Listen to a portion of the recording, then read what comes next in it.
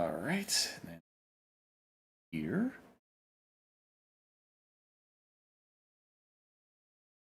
Of course. Alright, I'll just go do this way then. Pop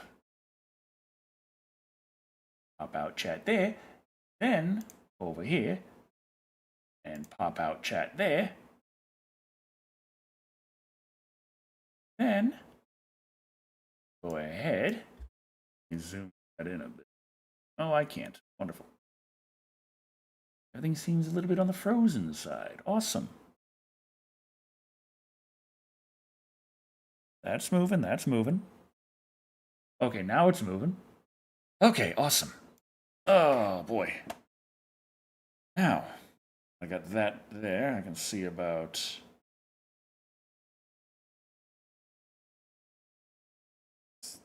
Well, that's not what I'm trying to do. Okay, and that knocked me out of there too. Great, awesome. Ah, boy. Move these, because I'm not gonna...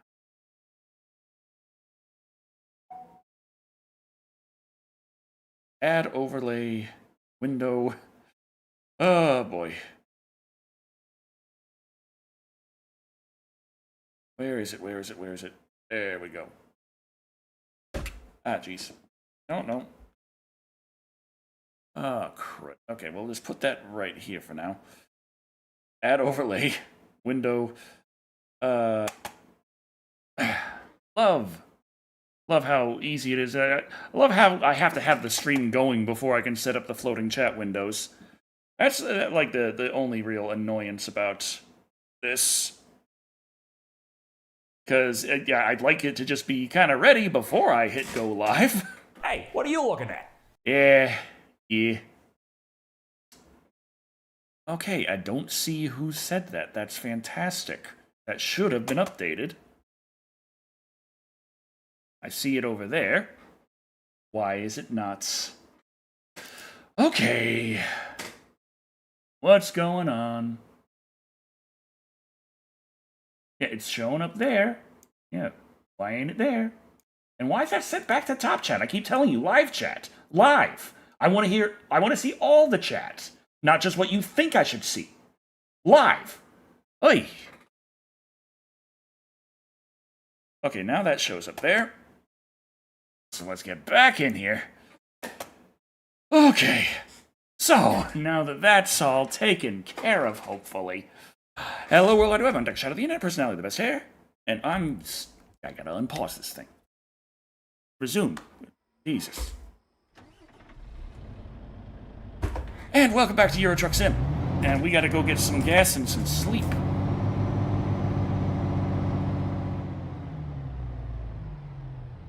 And I should have turned on my music. Well, shit. There we go.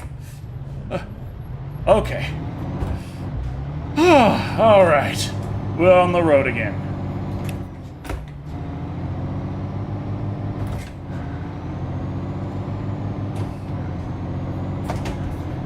All right. Okay.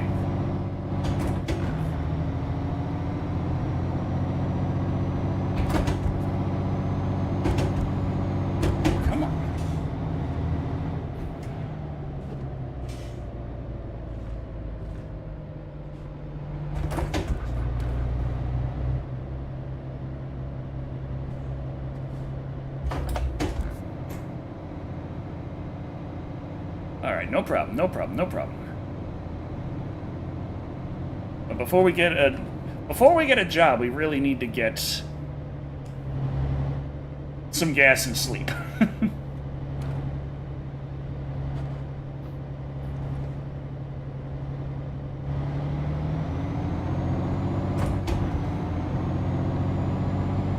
Love your Popeye review. That's funny as hell. Not the movie, but thank you.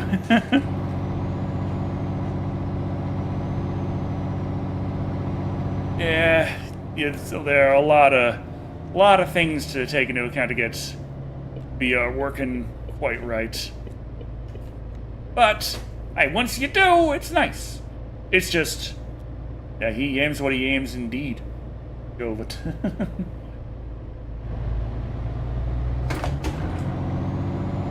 Whoa!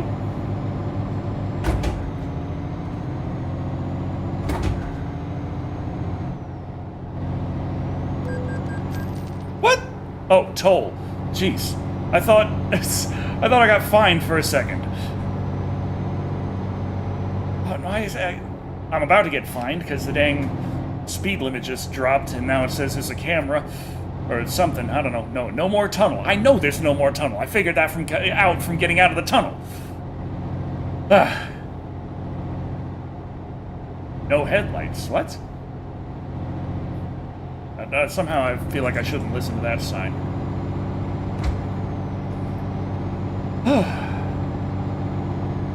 But yeah, I added a little bit more music to the Euro Truck playlist. Whoa, excuse me.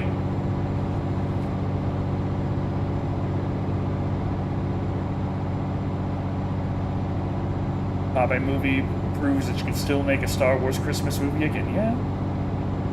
Yeah. Movie needed Bluto. Yeah. Hey, that was Wimpy with the I'll gladly pay you tomorrow for a hamburger today.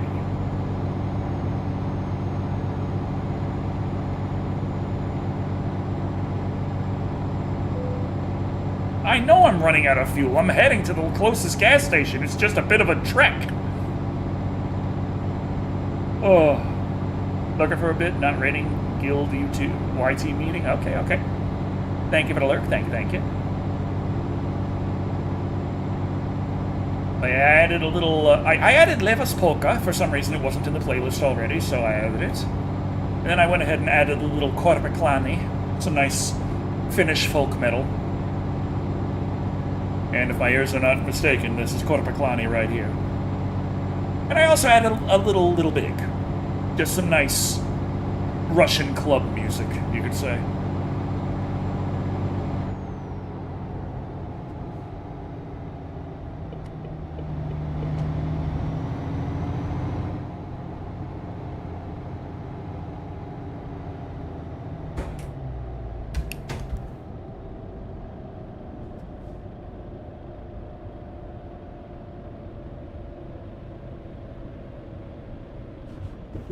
Whoa.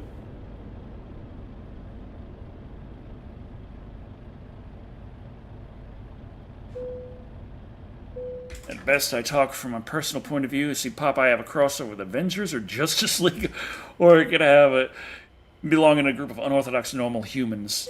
I mean, there's a lot you can do with Popeye, but I do believe in my heart of hearts that that was never the intention when that script was written. It really feels like it was written as, number one, a found footage movie. Number two, it feels like it was trying to be an R-rated take on a Scooby-Doo style horror mystery. Like, everything lines up with Scooby-Doo except R-rated and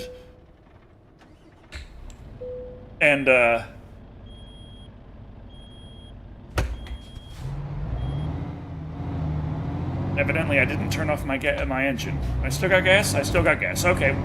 Sleeping the engine on doesn't matter for the gas. I'll sleep it on. Oh, shit. Before we go somewhere, we should probably figure out where we're going. Let's get a job!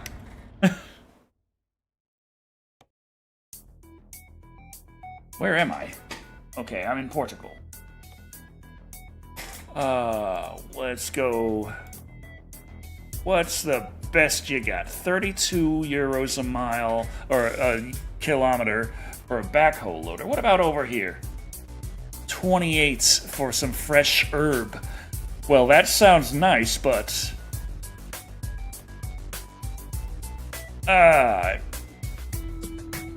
Okay, that's gonna expire in 3 hours. How long does it take to get there? We gotta do some Texas trucking.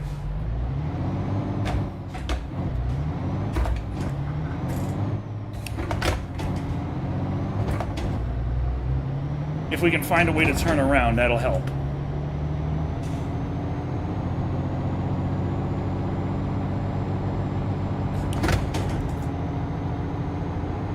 We gotta turn this thing around.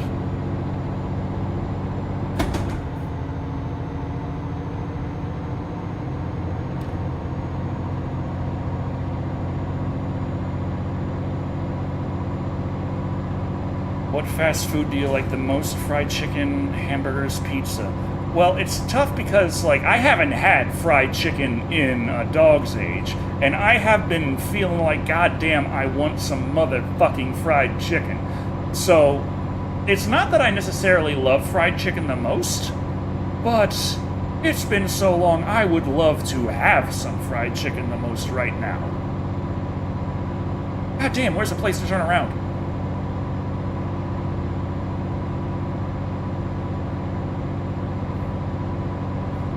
We need a place to turn around. Is that a cop? I think that's a cop. Excuse me, Mr. Officer. You can't see me, I'm on the shoulder.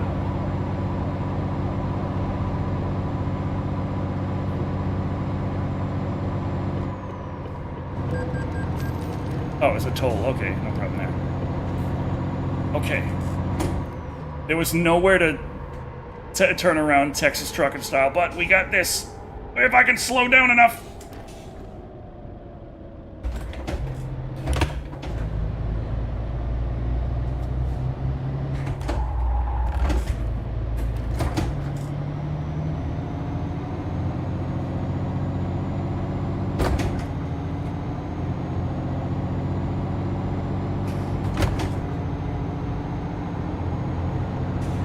They're going fast.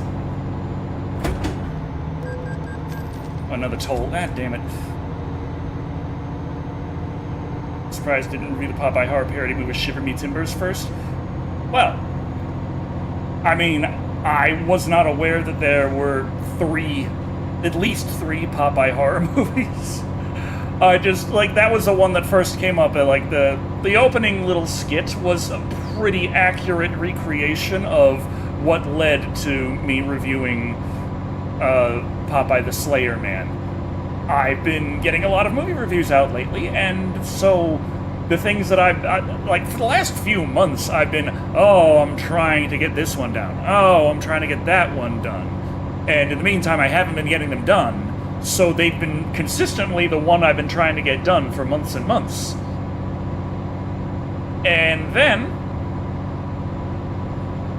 I start, like, I find the trick in my brain to get it actually going at a decent tick, and now I'm here like, okay. Now, if I could have just done some Texas trucking by driving the wrong side of the road and cut down this severely, I swear.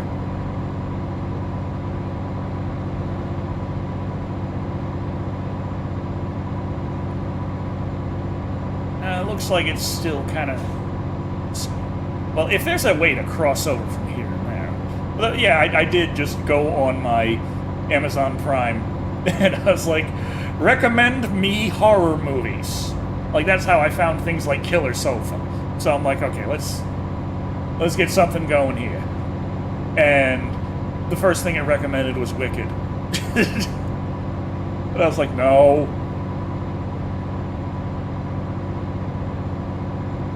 But it did eventually recommend... Oh yeah, Killer Love Seat, yeah.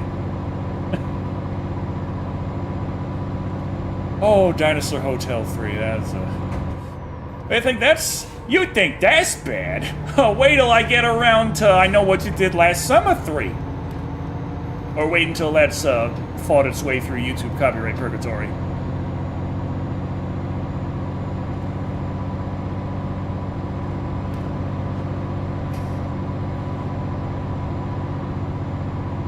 Whoop. Okay, 61 kilometers to our pickup. God damn it, another cop. Ah, fucking A. I slowed down.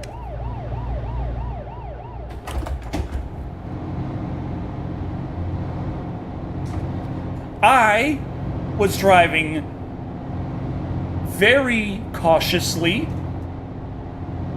and then he's there like, ah, I gotcha, I caught you right there, speed. Stop breaking the law, asshole! I did, I thought. That's the best kind of not breaking the law, thinking you're not breaking the law. Okay, we got 34 minutes to our destination. We'll either make it or not. So let's slow it down.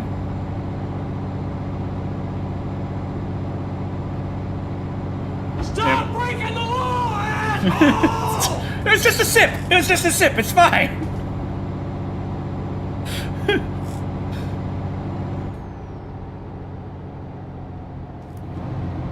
Ever thought about covering 3 Jack in the Box horror movies? But is it like Jack in the Box, like the fast food joint? Because if so, I'm worried that that's actually like an official project. Because I'd see them doing that, just turn Jack into a slasher villain.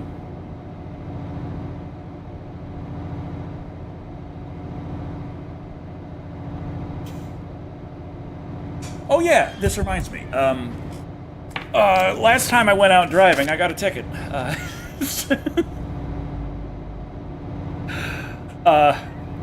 Funniest thing, I might have been driving without my headlights on.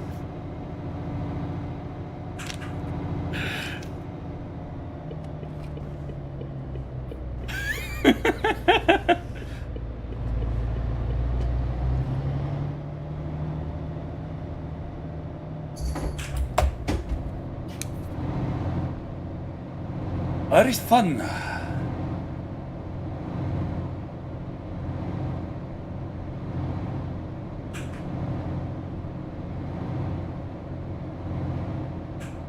Nice, beautiful, calm drive from here on out.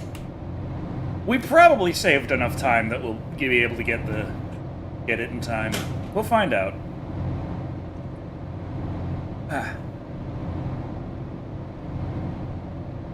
Stop breaking the law, asshole! I did, probably. They're not connected to the fast food joint. They're about an actual demon clown that hides as a Jack-in-the-Box. Oh, jeez. Did I... No, that was drive-through. I think there's a similar thing. Kinda. Horror.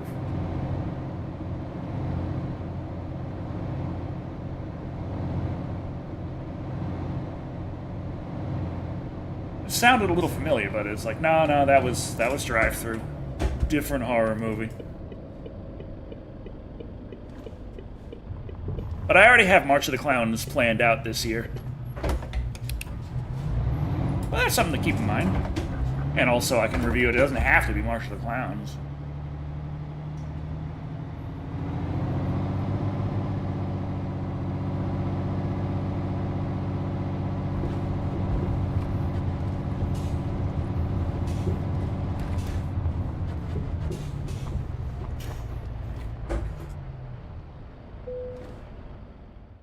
Okay, let's see. Do you got you...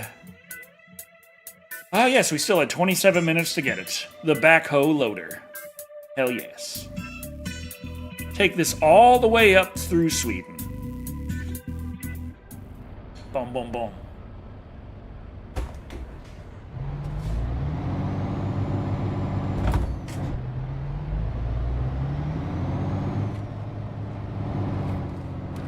Now, fortunately, my ticket in question wasn't a ticket.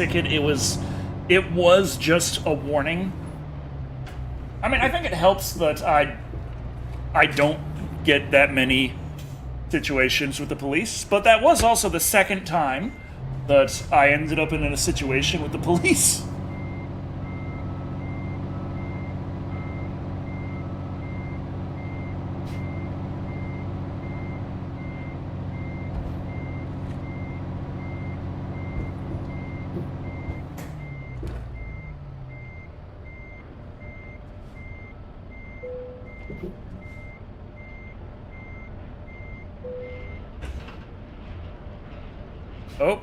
Oh, it's time, fellas. It's my favorite time ever. It is band time.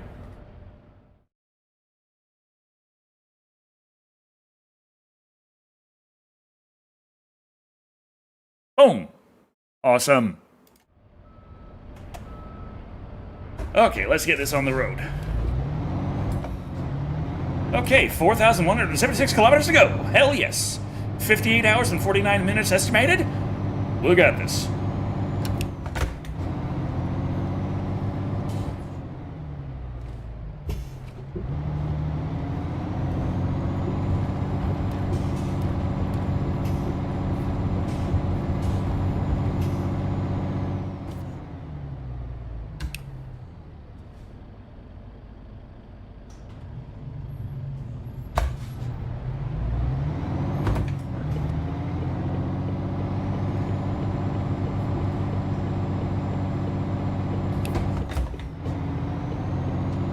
Okay, here we go.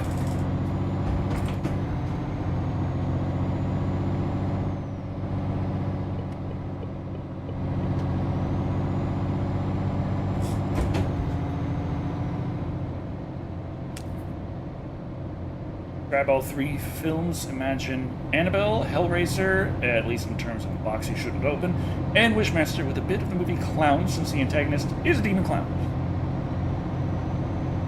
My dad'll do it. Man, I just want to drive up there and just... I mean, it would be hard to get this thing up that kind of incline, but, I mean, still, it's just let me just... Yeah.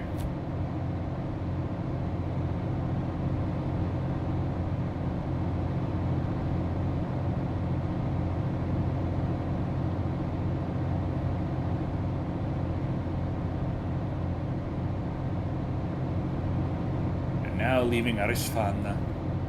Dad. Now they say go 80, and then they say go 50, and then, I don't know, 40. This is a bigger roundabout, so maybe 50 will be okay. Yeah.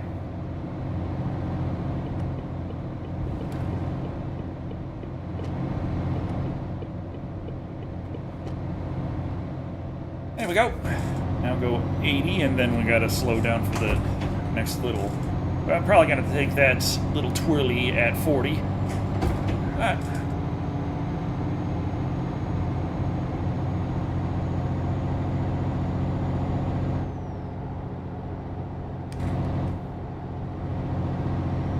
Okay. Yep, 40.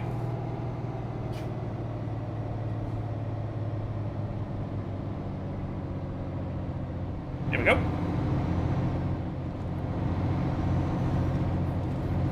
Beautiful, beautiful, beautiful.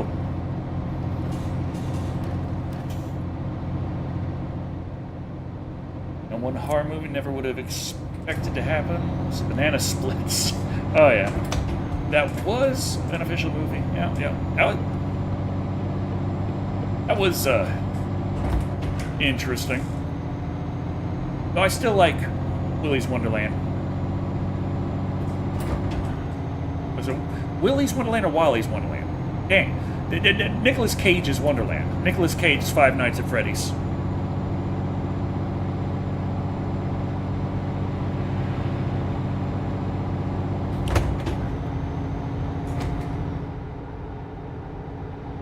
Alright, on the road. 4,100 kilometers to go.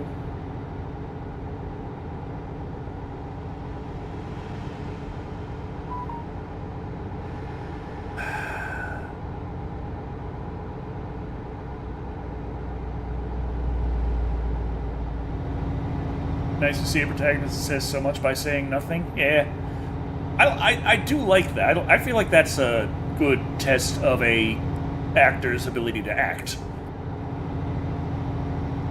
But of course, you know, no one was questioning Nicolas Cage's ability to act. But still.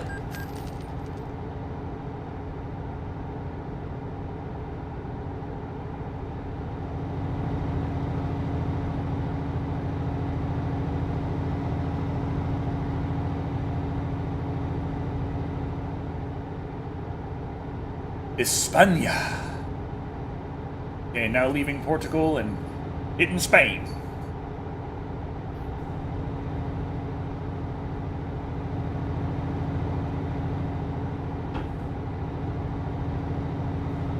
Hello, Cataclysm. Mama's making her steak and potato casserole. Gives the dogs a fat and said, not bad. Meat was seared and bleeding. She was disgusted. Oh, that sounds great. I mean, ugh. It's like it all depends on the cut. It depends on exactly. Like there's a lot of factors. I like myself a good medium rare. I don't like too rare, just because I feel like I should cook the meat a little bit. But I don't like well done because it's like. Well, there goes. It's I I'm eating a piece of leather here.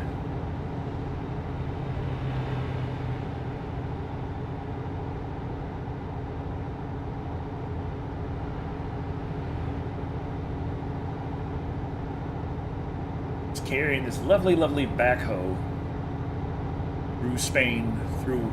Is that a Spanish orchard or a Spanish vineyard? I'm not sure. I can't really identify what these trees are. I would have assumed a vineyard, but it looks kind of more orchardy to me. But from up here, the trees look kind of small. They look more... Well, those ones look big.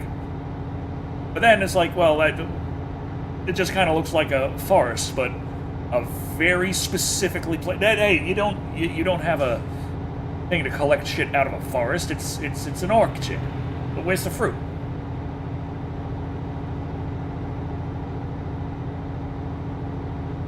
Extremely rare as I... Oh, God! Bjork. That's a Swedish dog. Bjork.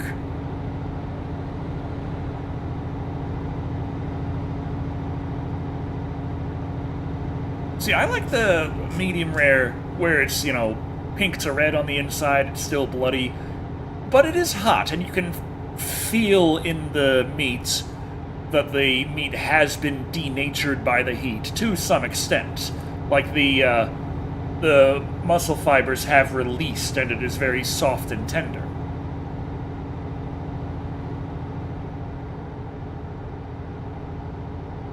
I feel like that's it. That's the thing I like, is I like the flavor and the soft, tender texture of denatured just enough. But if you keep it up, the proteins that release and like just kind of turn into little strands and free strings start to reconverge and tangle and tighten, and that's how it gets tough when it gets well done.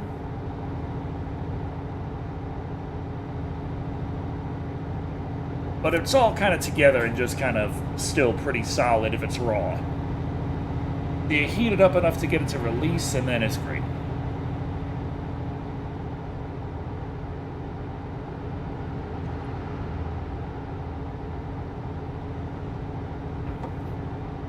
Of course, while I say I have Levas Polka in the playlist, I mean, good luck it ever coming up, because I have 667 songs in the playlist. No, 670, I'm sorry.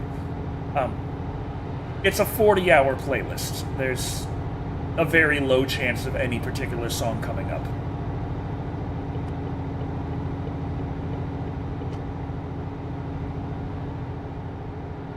Okay, we've got half gas tank. We're half rested. Can't I remove 4? Probably I could go through, but the thing is I just want to keep adding to it. Figure out things that's missing and add. But there's definitely more than 4 songs in here that I probably will be like, I can live without that, or that doesn't really fit the theme.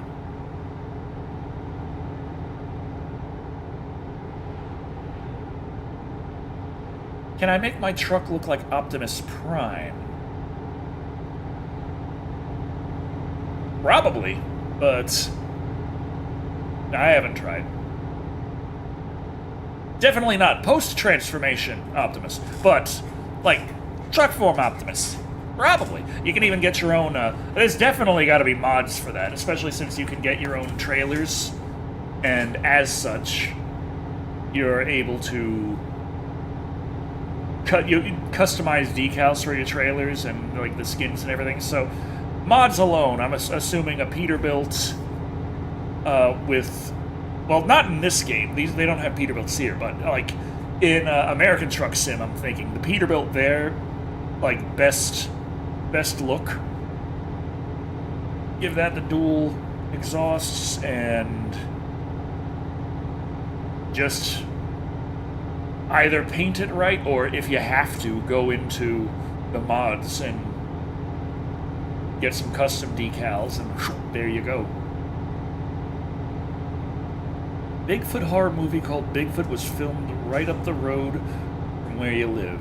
Not a good one, but it was entertaining at least. It had C. Thomas Howell and Judd Nelson in it. It's interesting, like, the more I've been working on, like, my story, my projects, and trying to get it on Steam and everything, I've encountered a lot of the indie game scene, which I feel like has a lot to do with the indie movie scene, in a way. And, like, I think that there is a distinct sect of movie makers and filmmakers, and this exists in the indie scene as well, where they don't really care about the art or telling a story or doing anything of any particular import or worth. It all comes down to, am I going to make money on this? Kind of like how EA is, but on a smaller scale. Like, there are a lot of people in the indie game making scene whose entire thing is like, well, these games are trending, so I'm making one of these. And it's like, you're not inspired in the slightest, you don't have an idea, there's nothing fun and new and interesting you're thinking of, you just know that these games are popular right now, and if you make one, you'll make money. Okay. Would I review the Bambi horror movie? I mean, yeah. Like every publisher out there? Yeah, like every publisher. But to publishers' points, it's like the whole point of a publishing house is that they publish. They take stuff to sell it. So whether or not it will sell is pretty much the only thing they care about. But when you're self-published, and the developer, and there's just so many of them whose only thought is this going to make a profit? It's there in writing, too. Like, I've been deep in a lot of these creative fields lately, and I'm actually a little surprised that it really feels like it is like 70% or more of the people in these industries all just a dream. Don't actually care about them much at all. Thank you for the gift, the Prime sub, Writer Fan. Thank you. It's like so many just are like, is this going to make me money? And I feel like I faced that dilemma on YouTube, because I was there like, well, here's what I like doing, here's what the algorithm demands, and it's like I had to make the choice. I'm like, am I going to be doing what I want to do, or am I going to be chasing the algorithm? And eventually I was just like, the entire damn reason I started being a YouTuber is because it was something I liked doing. If I'm just chasing the algorithm, I just took a different job I hate. So I said, fuck it, and I just decided to power forward with what I want to do. And it's like, if I can put food on the table with that, good. And so it's like with Convent Chronicles, I'm writing the story because it's a story I feel I need to say. I can think of a million ways in which people will not like it. But it's like, well, that is the story. This is the story, is how it goes. I'm not changing it to try and be more appealing to any particular demographic. I'm hoping there will be enough people out there who appreciate it for what it is, that it's worthwhile on its own. It doesn't have to try and be massively appealing. Just amazed two known actors are right up the road and no one noticed until after the movie was already made and announced. Happens like that sometimes.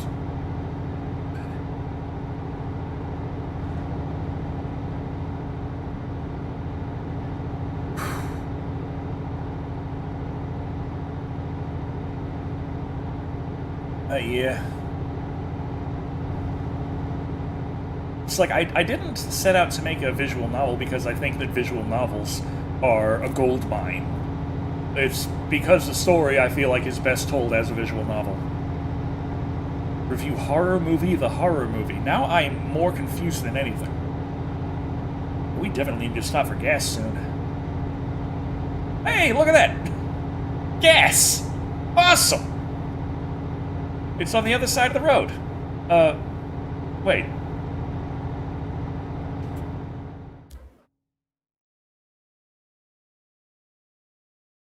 Okay, there's more later.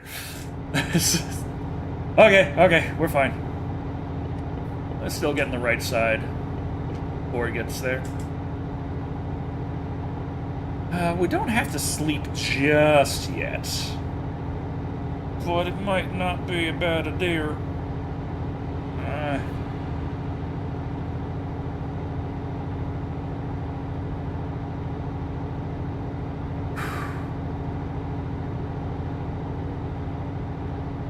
I'm just really hoping that last time we were trucking, I said that, oh, will I review Convent Chronicles? I'm probably a bit biased on Convent Chronicles. So like, this is the best story ever written. I recommend it to literally everyone in the world. If you can't handle the more extreme elements of it, I advise you to grow a pair. You don't know what you're missing.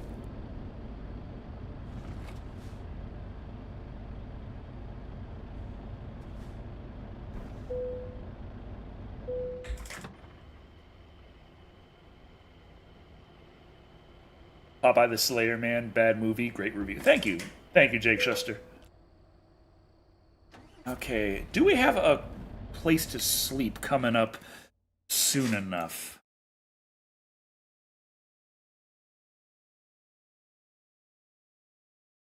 That and that. Okay, let's keep on trucking.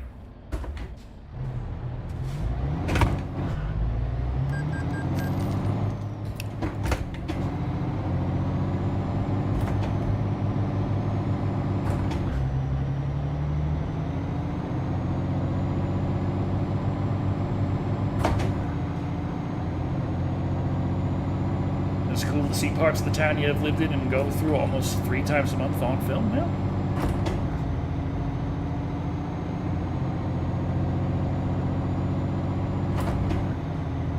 I remember there was some movie that was filmed in the town near where I was born, but like my mother was telling me about it, but I didn't have any memories of the town or anything, so I was like, yeah, sure, whatever you say. And she was pointing out, like, this scene right here, it's funny because here they say they're taking the train to this location, but locals know that the train going in that direction is actually leaving that location. There's a town called Silent Hill? Nah.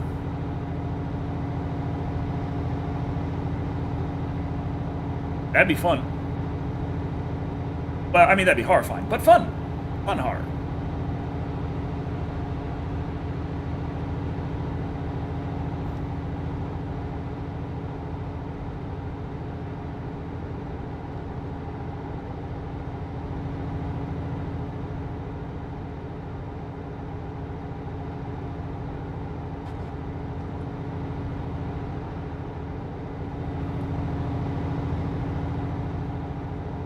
Candyman and Hellraiser remake.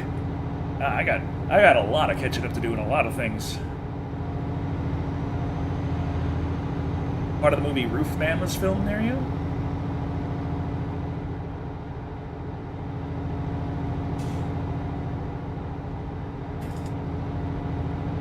We got a hell of a road ahead of us. Bilbao Zaragoza, yes. My thoughts exactly.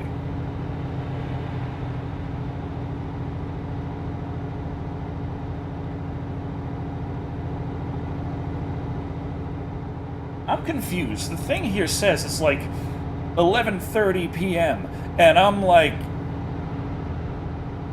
the fuck are you talking about? Yeah, is there? There's probably a time zone option in the options. It wasn't on by default in American Truck Sim, so I gotta find it in Euro Truck Sim. Finally saw Evil Dead Rise, so you can say finally seen all the Evil Dead films and the TV show. Nice, nice, nice. I still have to see Rise. Okay, we can keep on trucking a little bit more. Next rest stop. Next one. We're good for now. Next one, we stop. Top off the gas tank, take a nap.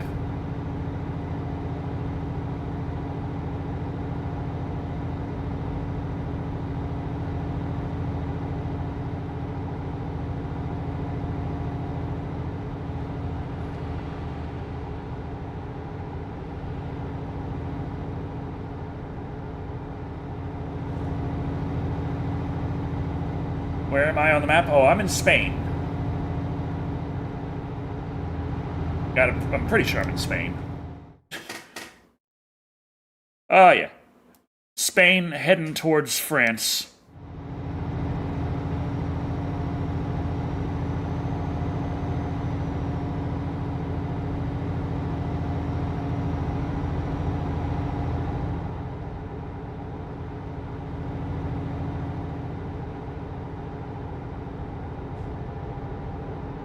What's a headlight?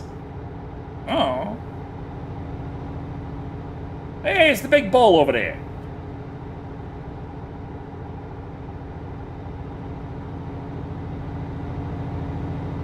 The AM and PM are reversed. Now that can't be right because the sun is way low in the sky and it says it's... Why is it counting up and down? What the fuck is going on? 23, 26, 23, 27, 23, 26, 23, 27. What time is it? Ah!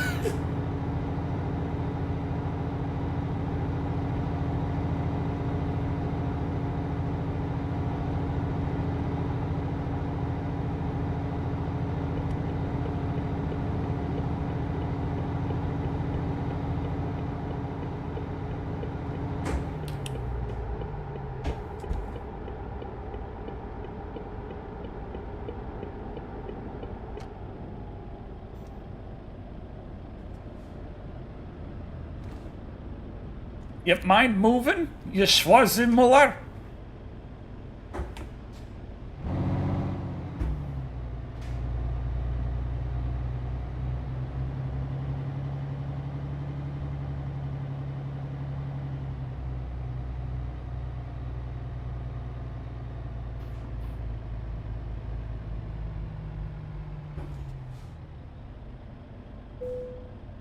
Okay, let's top her off.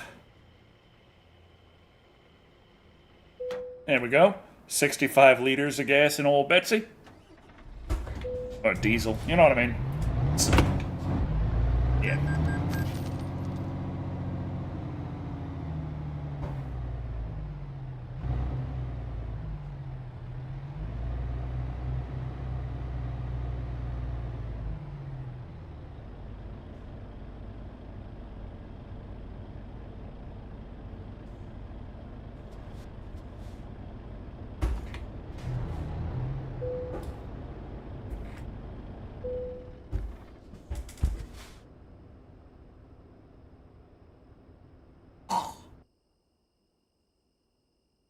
Okay, we're good. How's it going? How's life treating? I mean,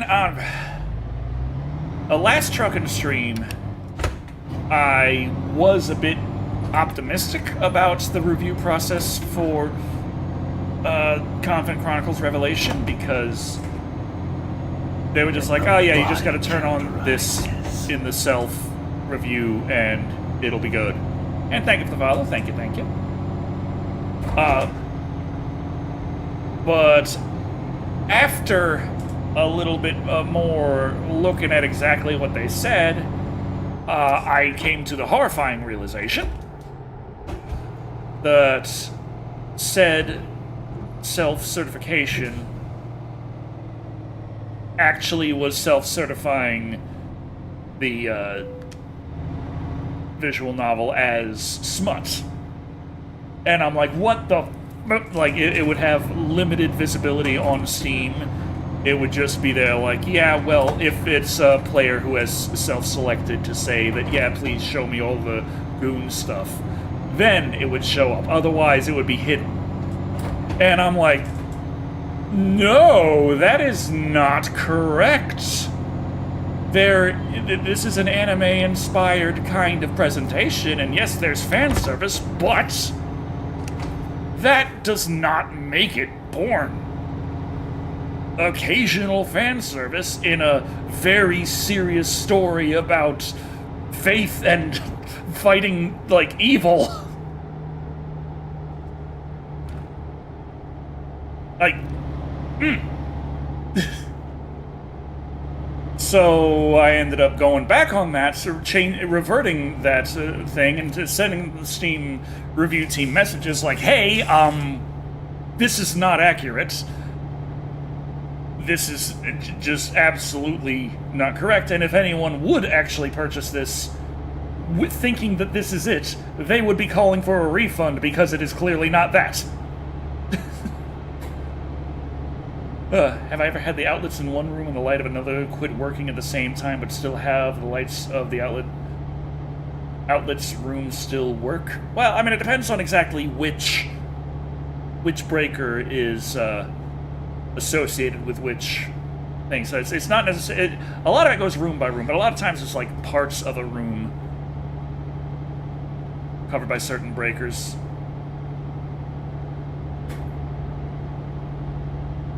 It's about faith in fighting evil by moonlight, winning love at midnight, never hiding from a real fight. She is the one called Angelica. It's...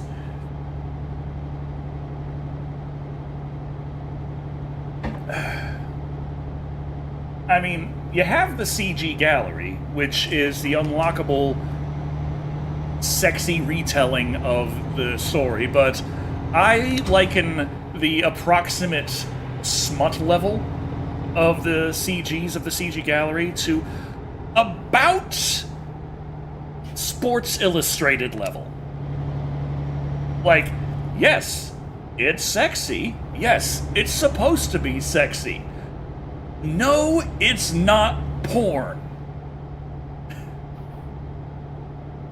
I kick ass for the Lord. Yeah, pretty much.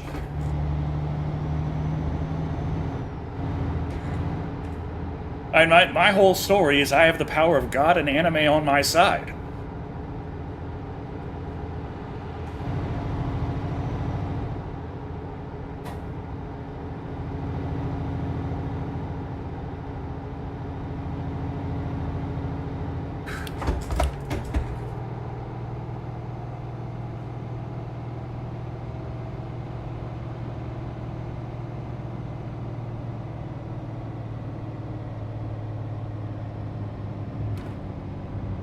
Sir, get out of the damn way. How come they're allowed to go through that?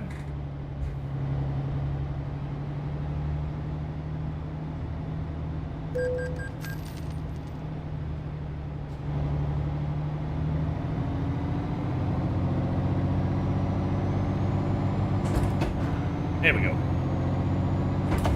Okay, we still have 3,529 kilometers to go over the course of the next 50 and a half hours.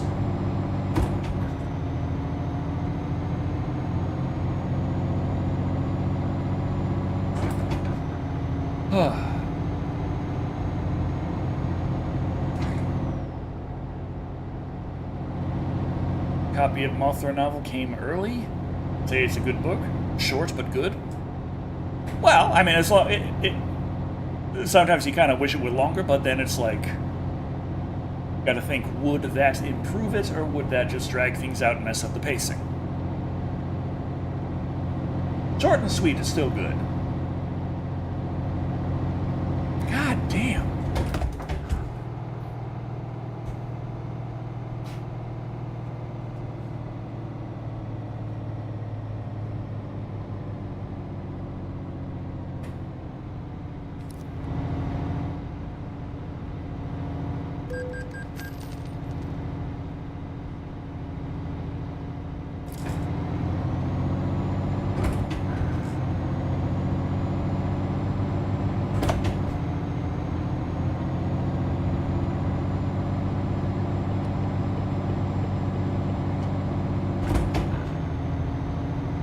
Power of Chuck Norris on your side would be unstoppable.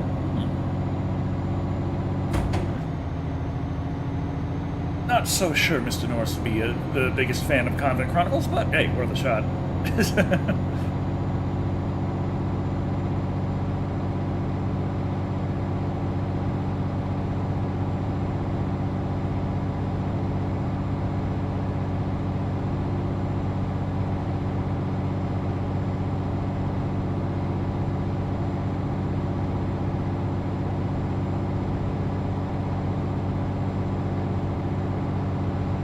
which I did last summer. It was awesome. Oh boy. Okay, here we go. Back up to 90. Nice. Nice calm drive. Almost hitting the side. But we're still alive. Got another freaking toll coming up. Yeah, we're definitely in France now.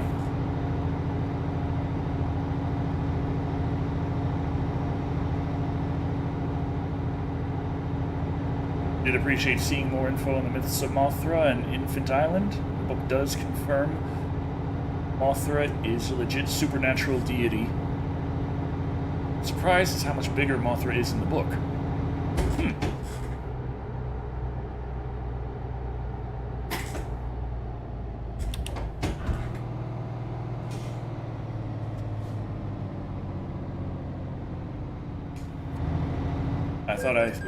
I thought I had changed to 8th gear. I'd changed to 14th. I'm like, oops, no.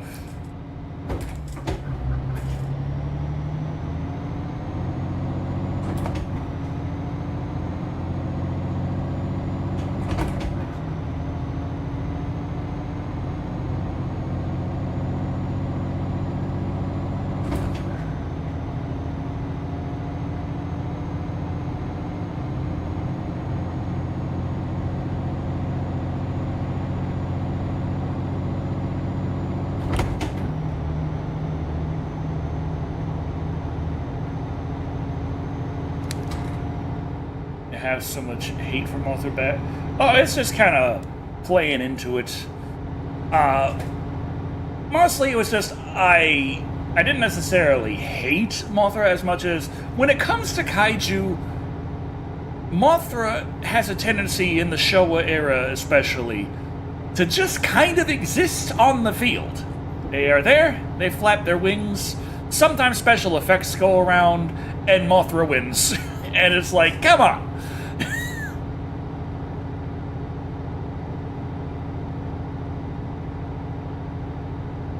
The Heisei Mothra movies, though, were pretty fucking kick-ass.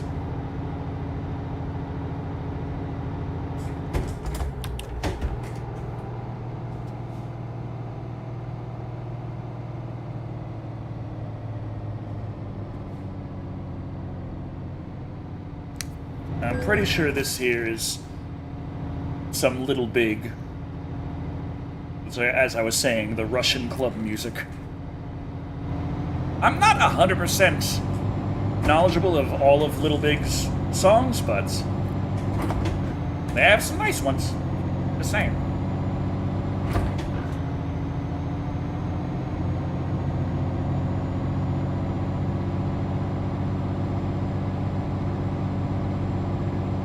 Looking forward to more Godzilla Minus or Godzilla X Kong Supernova.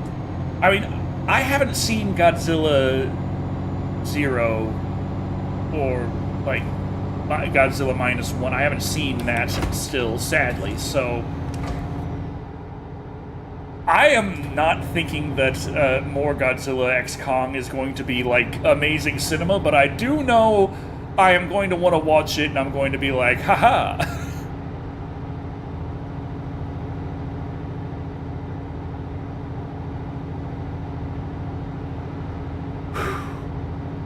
Yeah. But I'm half tempted to try and go viral on Twitter, just pointing out that I'm having difficulty with Steam's review trying to say that the game is a Gooner game, when, if you recall from the stream of Convent Chronicles Revelation back in the day, did the stream of Chapter 4,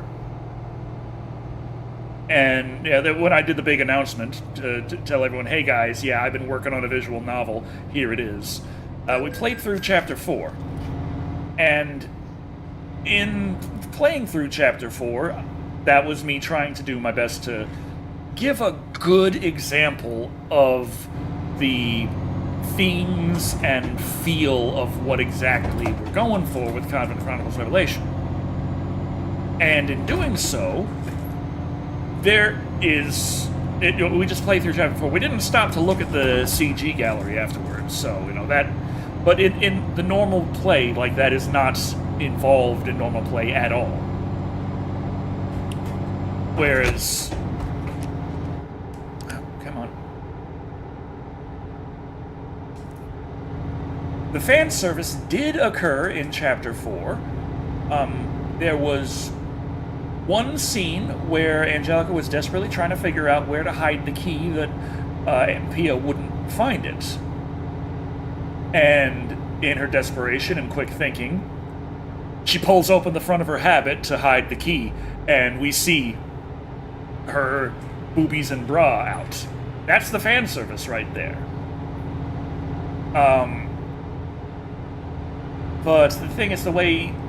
what Steam's reviewers are telling me that I needed to file the game under was frequent nudity, which is described in itself as the frequent nudity or sexual content with nudity or sexual content being the prime focus, the primary focus of the game. And it's like, are you shitting me?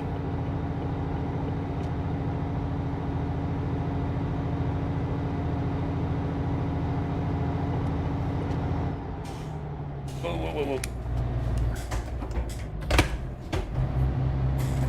Manga's anime haters are despicable.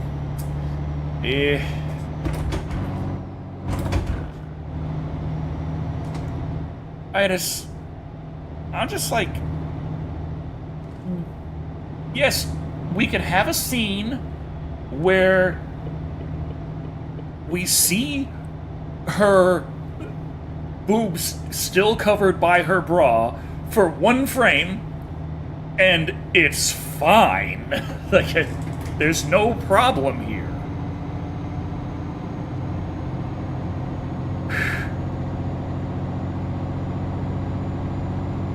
Now, there was an alternate choice that the player could have made within Chapter 4 that could have resulted in 2 more frames of visible boobs and bra. But that is an optional scene, and, like, even in that scene, most of the images are not that.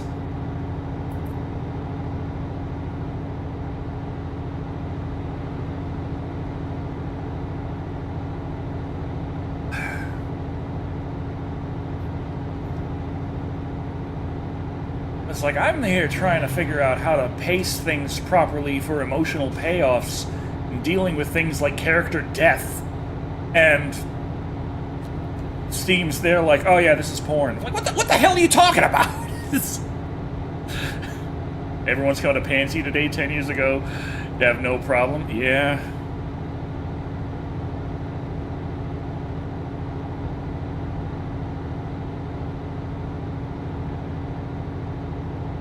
But it's like, I feel like I'm taking crazy pills. I can point to lots of examples in the AAA space that go way beyond what you do in Comic Chronicles Revelation. And they are rated M, or sometimes even just teen. Like, they're rated considerably lower. And here Steam's trying to say, oh no, this is an adults-only experience because frequent nudity. I'm like, it's not frequent, and it is not the primary focus. Which, according to your certification guidelines, that should be how that's judged. Why is it not how that's being judged? Well, shit. Yeah, Cronny. But I still am waiting for the next response. See how that goes.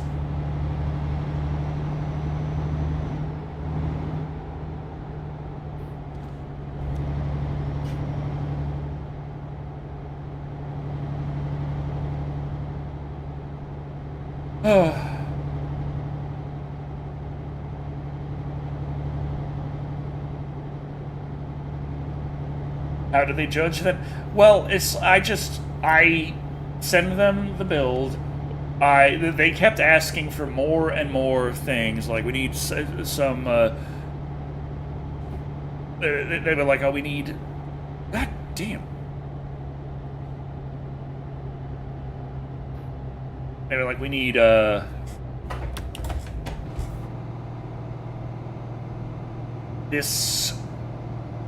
so we need save files to access all of the CGs right away. We need save files to access all of the more sexy scenes immediately. And, it took a while, but I eventually got it all to them. And then it's like, it would take a week between correspondence every time. And then eventually they're like, oh, well, you need to mark this as frequent nudity. And at first I was just kind of trusting, because I was like, okay, if you say so. But then I found out just how harsh of a thing that was. It's like, I had already told them in that correspondence that I didn't personally think it was particularly frequent at all, but I was erring on their side. But then after erring on their side and seeing how bad that would have been, I was like, okay, hold up, wait a minute. Why are they so harsh on you but so loose on others? Make it a lot worse. I mean, I understand it's like I don't have a big company backing me. I haven't earned trust.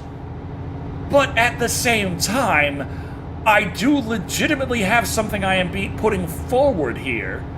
And I'm asking them to judge it for what it is. I have spent the last 14 years of my life at a professional capacity being a media critic. So that they could do such a bad job of that is, like, upsetting to me on many levels. There's some meta levels to this. This is like an onion of being pissed off. Number one, of course, is just that, hey, I made this and they're trying to be harsh on it, strangely. Like, that's gonna feel bad in and of itself. Number two, I have very specifically looked at their guidelines and what they say is and is not for each thing, and my ADHD ass is there like, no, this is injustice. This clearly does not match what you say. So what is the problem? You can't ask me to censor this to meet your guidelines because there's nothing to censor to meet your guidelines. It already meets your guidelines. And then, like, beyond that, again, they have the fact that I am a single developer here, so I am responsible for everything in this project. There's nothing close to I have to run this by somebody, maybe I don't know the full story here. It's like, no, I know through and through everything about the story, including shit that hasn't even been written down yet. I know what the fuck this is. And so, when I put my heart and soul into telling the story, because I feel like it is a story that needs to be told, and I'm trying to do something to have emotional impact, to have exploration of thoughts and ideas and discussions about, like, morality and tradition and just desire versus what it means to be good, and they just come back with, the primary reason is to goon. And it's like, I as a writer feel personally offended that evidently in the month we've been going back and forth on the review process, at no point did you ever actually look at what I wrote. There is no fucking way that you actually looked at this and came to that conclusion. It is not possible. You guys have been this is a 1 hour long demo. You've had it for a month, and at no point did you think to look at the damn thing. So I'm like, so there's so many layers, and like I said, for the last 14 years of my life, on a professional degree, what puts food on my table, what I pay taxes for, is my skill as a media critic. I look at things and review them. That's what I do. So that they do such a bad job at it also pisses me off. And there's so many levels to this where I just am like, fucking A. So here's hoping, if they don't come back more positively this time or look at it more. I'm gonna like ask them to send it up to someone higher and or raise a stink on Twitter, because I have Chapter 4 uploaded already. I don't need to record anything for this. I can just show people the video, like, here's the game in motion. Here's what it is. Please tell me if you think this is frequent nudity with the primary purpose being to showcase nudity.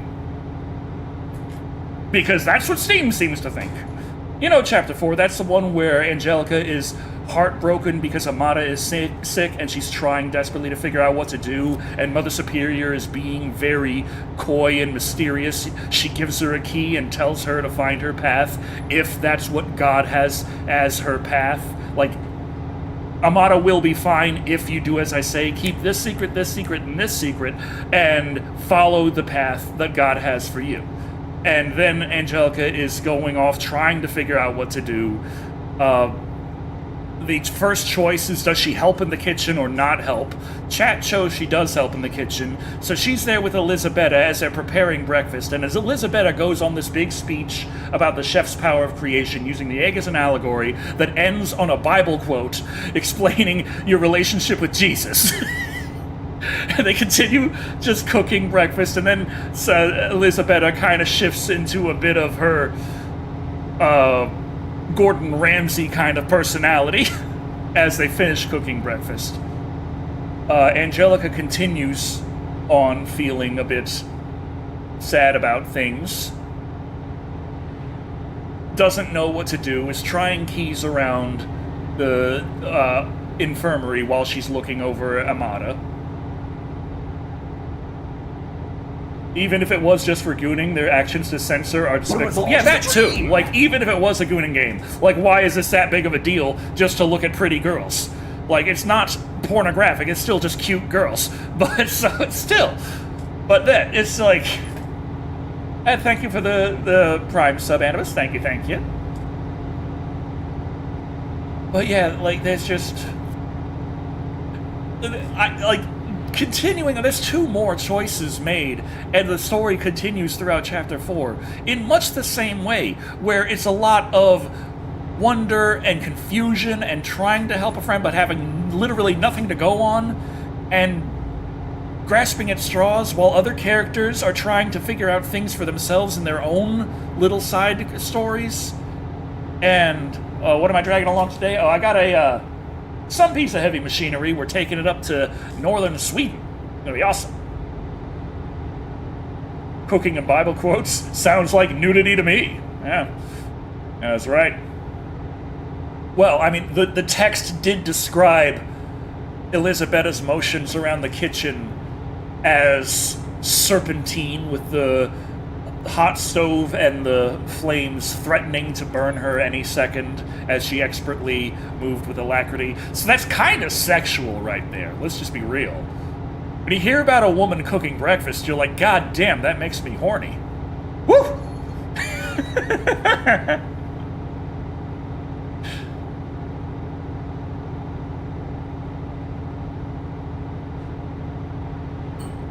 Feel like we're finally out of France, so maybe we're far enough in France that it just doesn't matter anymore. Oh, we're still in France. We're heading to Paris. Okay, we just are on the stretch of road that doesn't have any fines. That's nice. Oh, we need gas. Oh fuck, we need gas bad. She's not wearing gloves and a full Slavic guard nudity. Cronny, she was wearing gloves and an apron and a full habit with, like, the wimple and everything. Like, she was very dressed. Well, shit.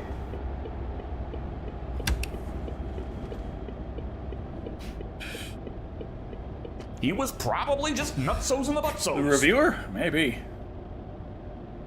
Find out after they respond to... I'm a media critic. That's my job. That's what I do. Yeah, that's true.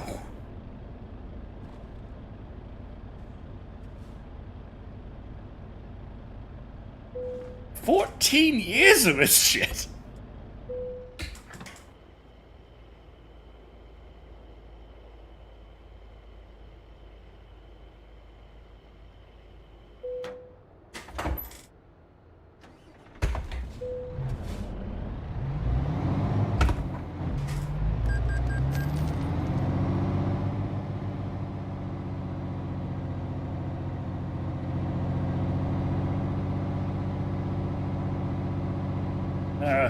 Mr. Final Destination parked up here. Wonder who he's waiting for.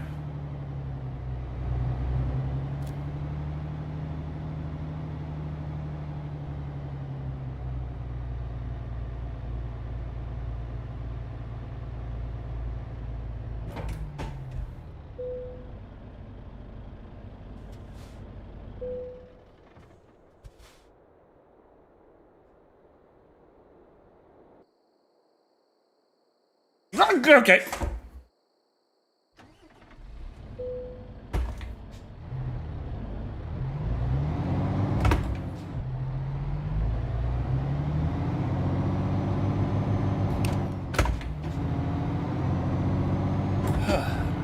Now, like I said, there are still things within the story that I'm pretty sure are not really suitable for all audiences.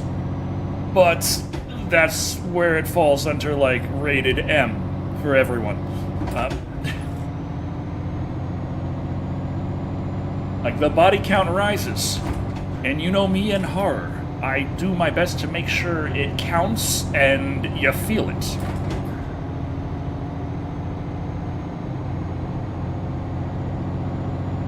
I'm rather proud of my horror scenes in Convent Chronicles.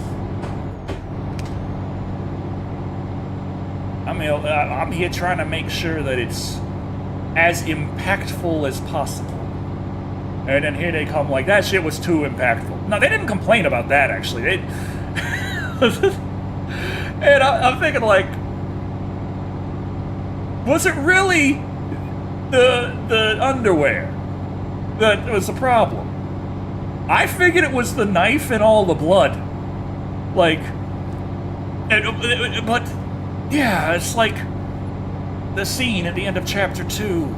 If they really think the primary purpose of that scene is gooning.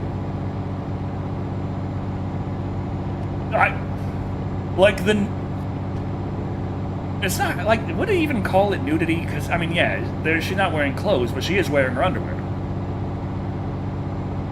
So how do you gauge this? I call that partial nudity.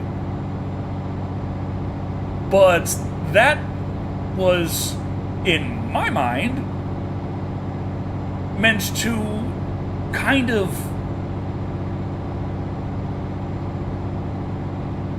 disassociate the fan service from the idea that it was purely, oh boy, this is happy, sexy time. We're seeing nudity because this is. Like, no. It was very well draped in the horror of the scene. It was, as I said, the representation of helplessness and vulnerability.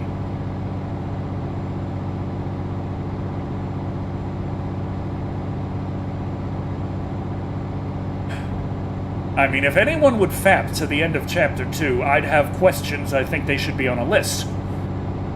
Just saying.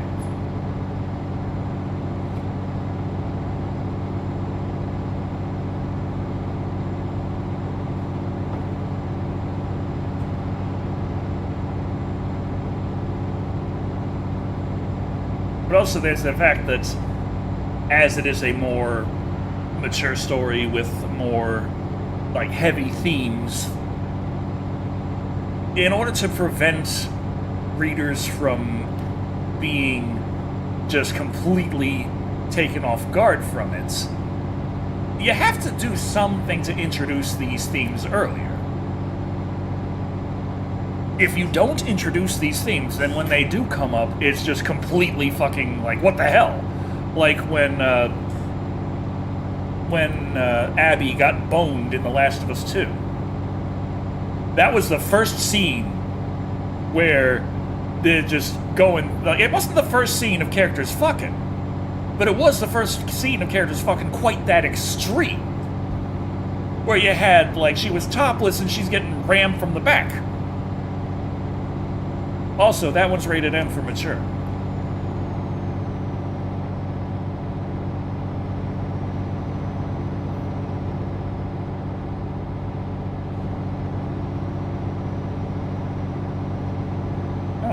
truck's a little beaten up. What happened last stream? I forgot to fix this thing. Oh well. We got 312,000 euros in the bank, so that's good. Link to your comments previous. We're reminding you of Keanu Reeves and the Devil's Advocate.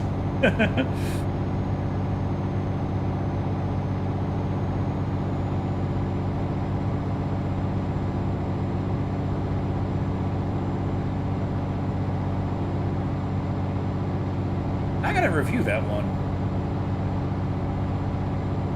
Devil's Advocate, 13. 7. Fuck it. Let's get all the vaguely big little ones in there, and maybe do Constantine while we're at it.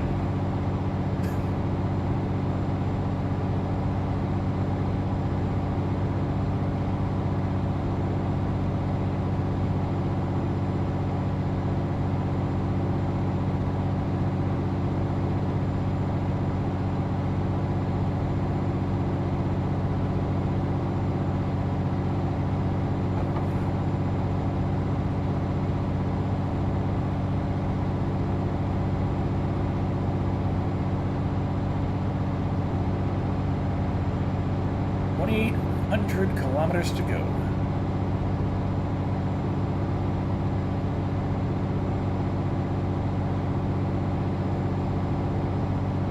Shocker by Wes Craven.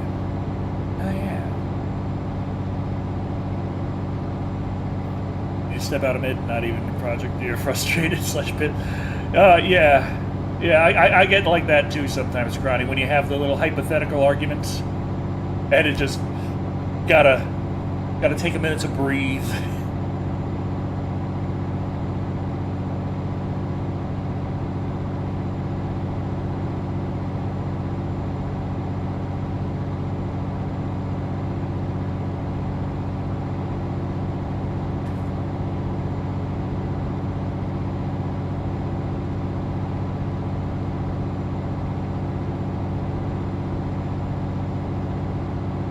Okay, we gotta take a right.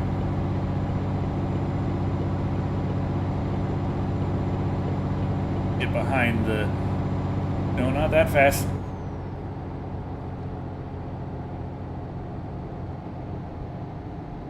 Oh god, this one's in the list?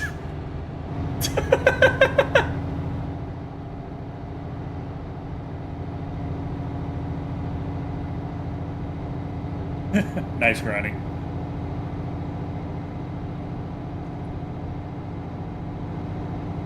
And for those unfamiliar, this one is a Italian song that's in English.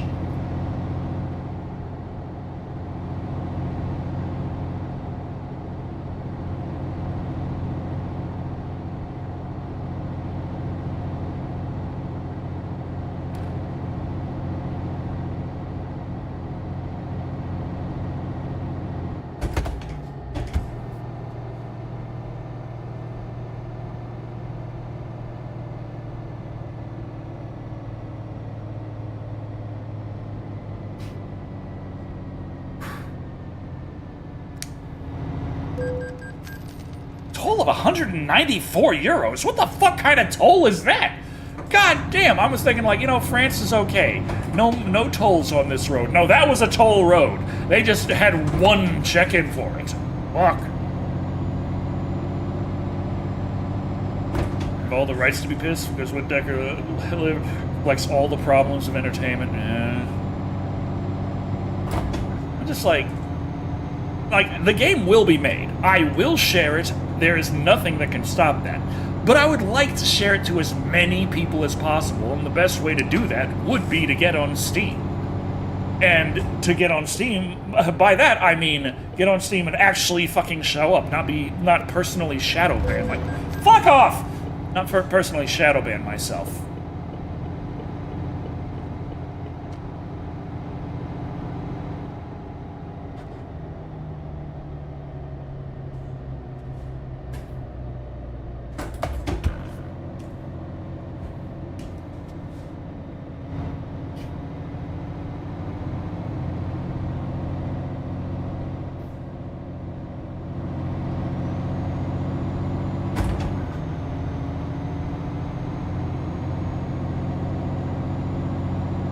His English slaps.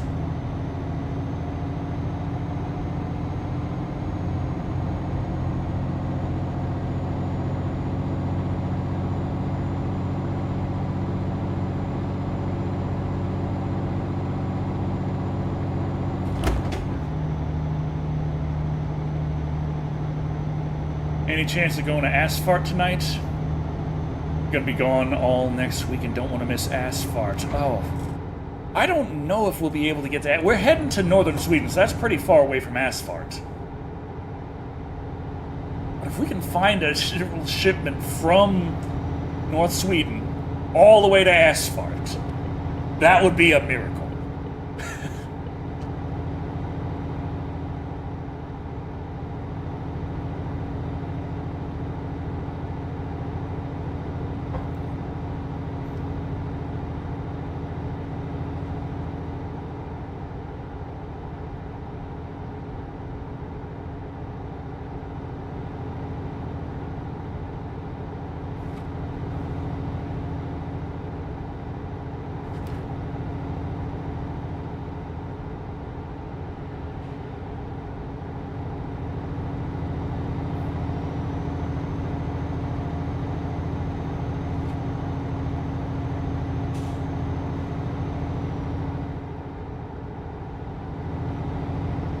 Team is already against Canada's because they have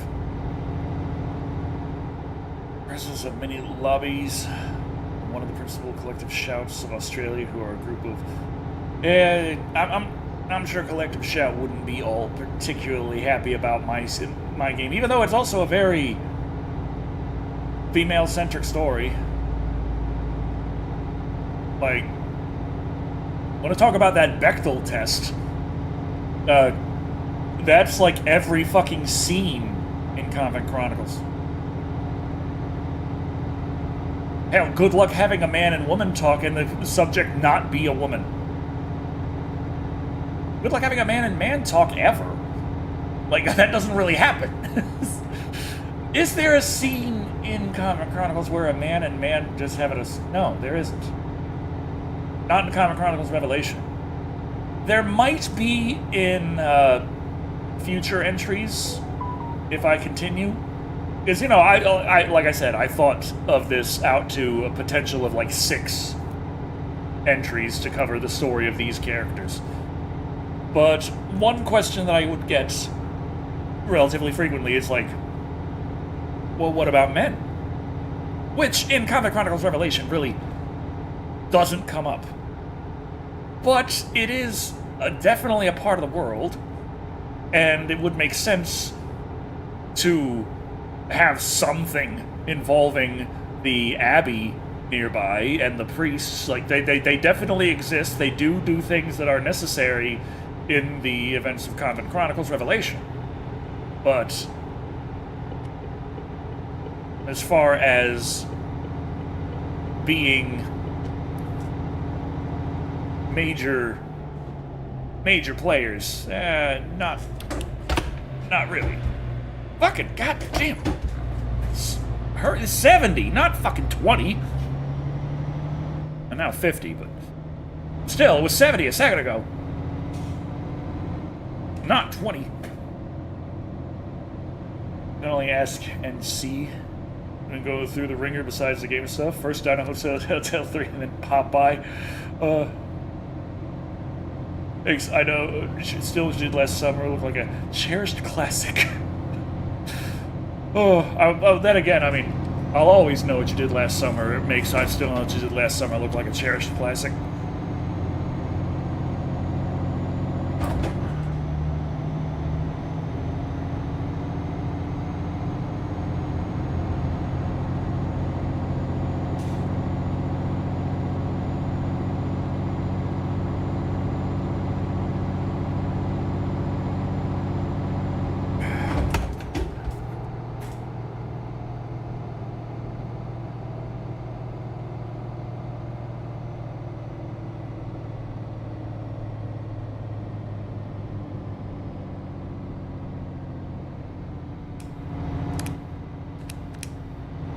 Story about a kick-ass battle nun. How many men are nuns? Well, the thing is, as it's a story of kick-ass nuns, still, that is still at its heart a story of church versus evil.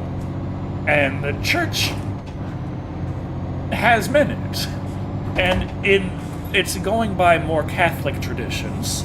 And men are very important in Catholic tradition.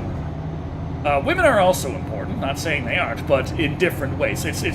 So I'm looking at it from the aspect of, okay, how can I have this work and make sense within the world?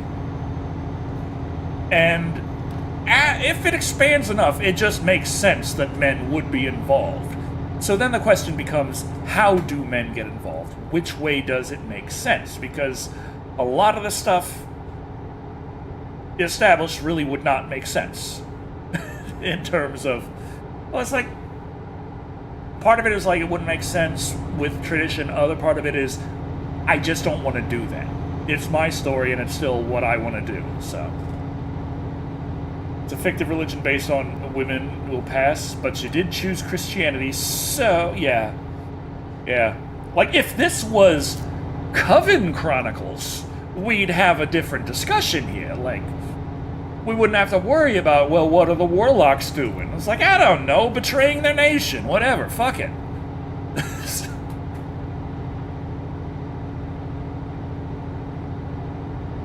But, yeah.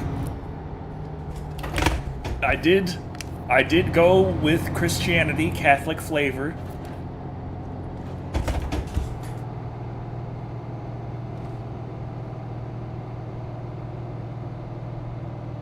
Predator versus Terminator.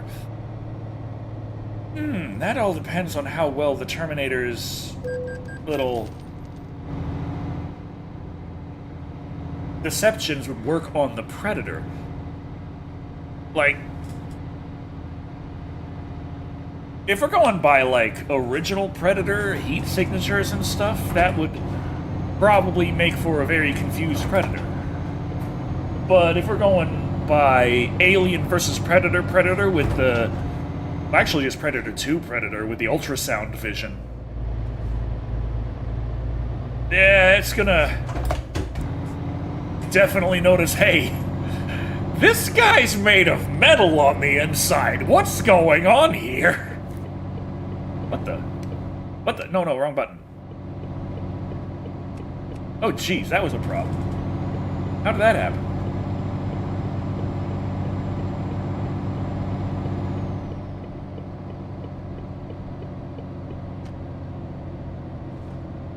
Just confirm that man isn't complete without a woman, and a woman isn't complete without a man, and only this simple concept pisses off many people. Yeah, but the thing is, like, Revelation is from Angelica's perspective within Saint Dymphna's convent, and simply put, she does not encounter very many men in her life, and the events that transpire are over the course of only a few days, so everything kind of happens sort of fast. The chance for the Abbey to be notified at all is very slim, let alone do anything about what's going on with the people they have who would be of service to this particular situation.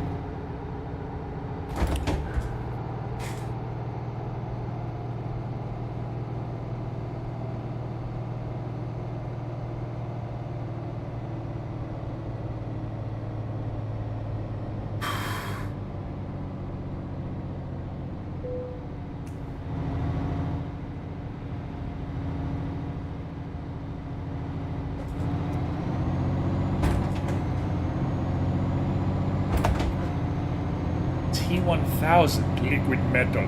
Oh god, the Predator would have a bit of trouble there still.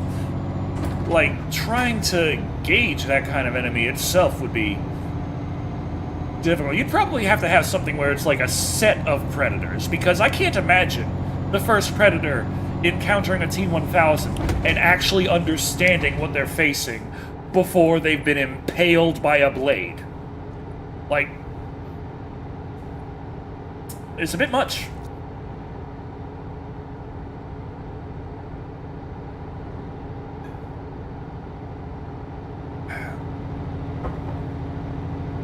But the ideas are interesting. I like the concept. And also, while Comet Chronicles Revelation is still extremely female-centric, I do have within it important male characters that absolutely matter, and they run the gamut. And yeah, it's just a thing that you generally miss in a lot of modern media, where they'll be like, okay, yeah, we have these two girls, they like each other, and we have this girl and the guy, and they hate each other until they break up, and then the girl gets a girl, and they like each other, and the guy, I don't know, we either ignore him for the rest of the series, or he just fucks off and kills himself, I don't know. Who cares anyway? It's like some like that kind of stuff, like, no, that's not the kind of writing we're getting in Comet Chronicles Revelation.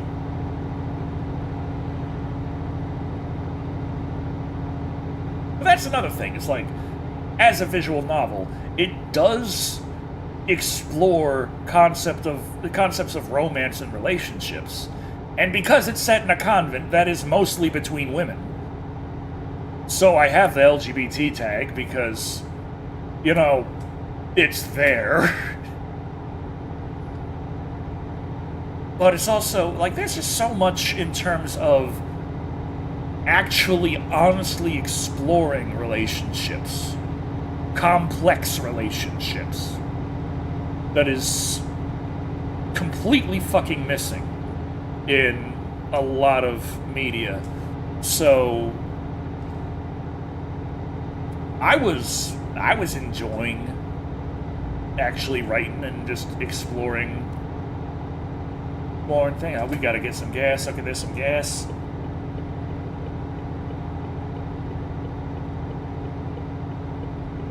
Like, things actually happen sometimes. Actions have consequences. People have to live with their choices. It's amazing.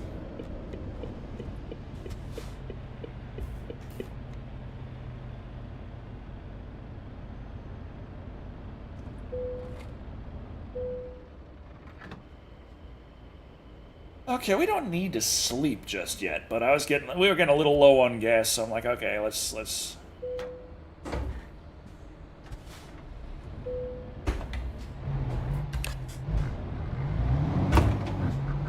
there we go. Evening, Nuggets. Hello, hello.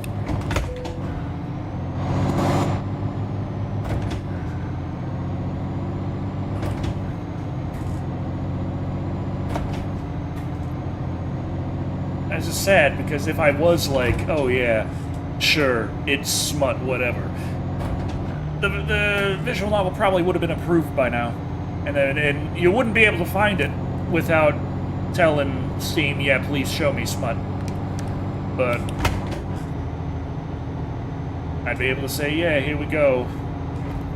I don't even know if that would, like, I'm signed up to be a part of Steam Next Fest, so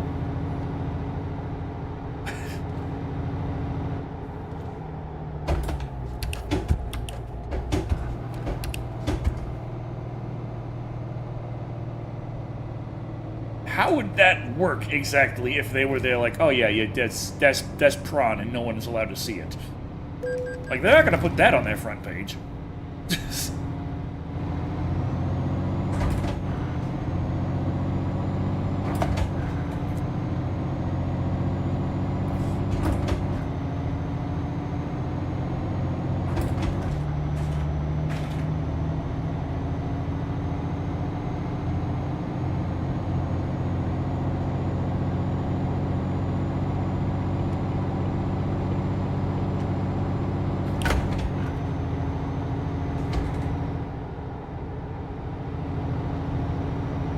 Okay, here we go. 2,400 kilometers to go.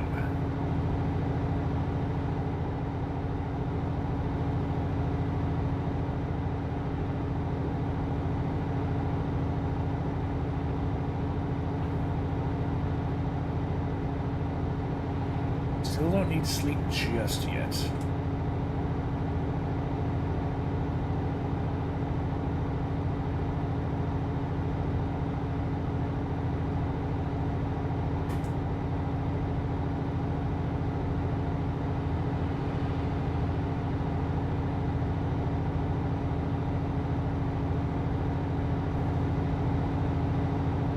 Looks like we're heading over to Deutschland.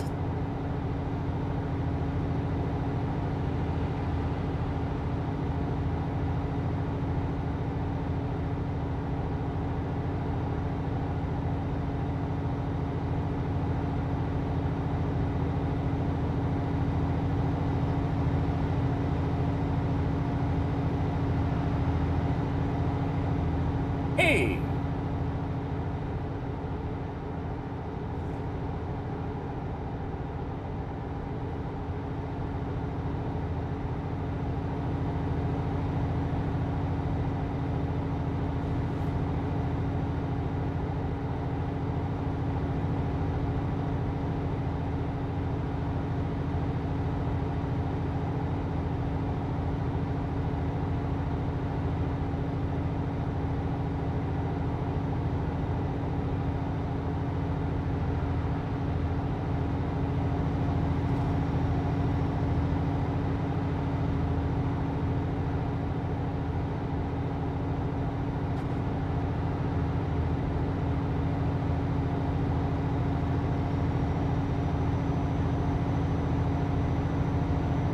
Ah, what the hell? Whoa! Okay. Like we're taking a little detour here. We still got 2,300 kilometers, so shouldn't be that bad to take the detour. How much more does this throw on it?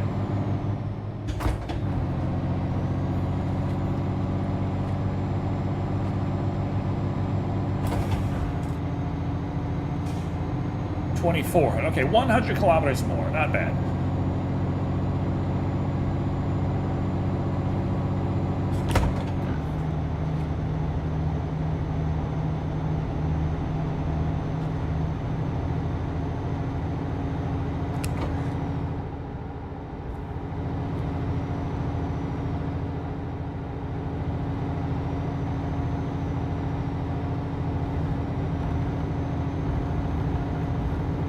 Come on. Off the shoulder.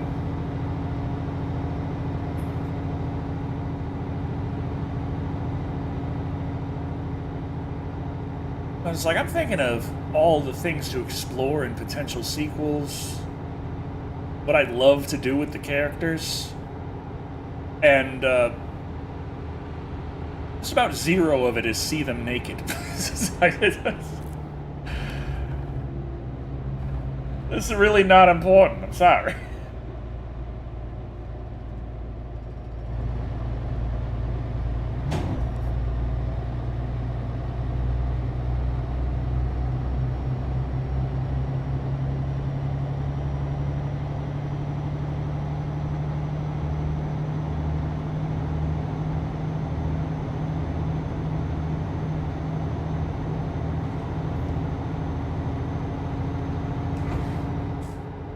I'm thinking of it in terms of how long are these particular characters going to survive? When are other characters going to join the fold? When will more factions be added? When will we expand the region at which things take place? When will we expand the time frame in which things take place? How much bigger will the story get? In what ways? In what order?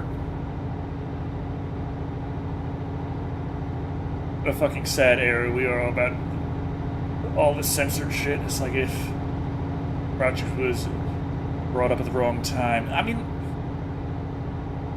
I feel like now is the best time that people want this kind of story.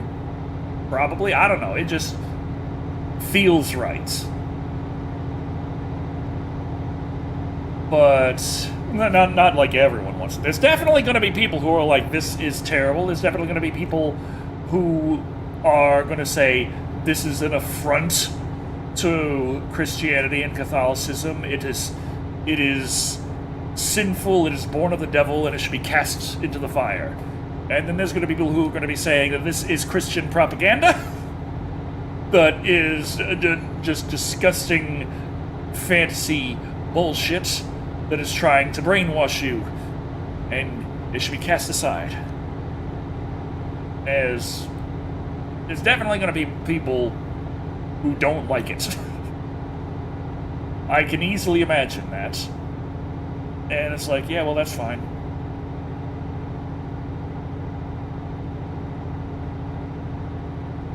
I just hope for people to be able to, you know, still... Like, I'm hoping that people who are fans of my reviews who don't like the game, don't like the story, can at least be like, hey, that was shit. Try to do better next time, and let that be that. Like...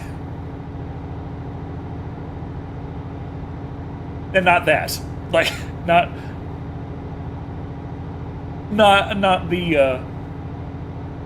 this song. Not... It's very confusing to people on YouTube who don't hear the song.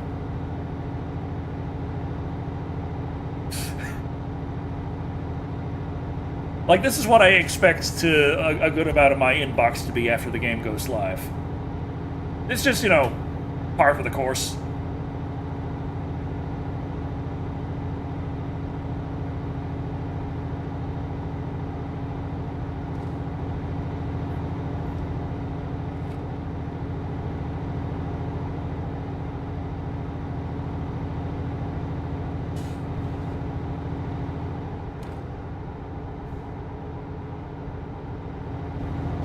Okay, take a little nap over here.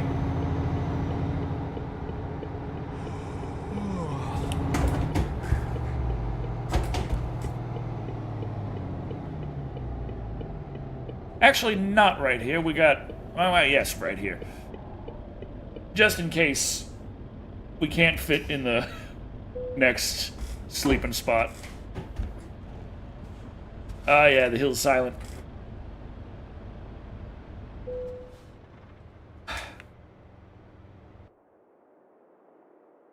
Okay. 318K. Not bad, not bad, not bad. We'll definitely be able to buy another truck after this delivery is over.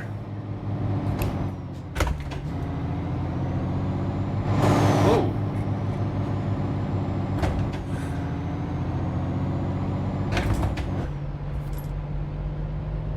Okay, let's get some gas.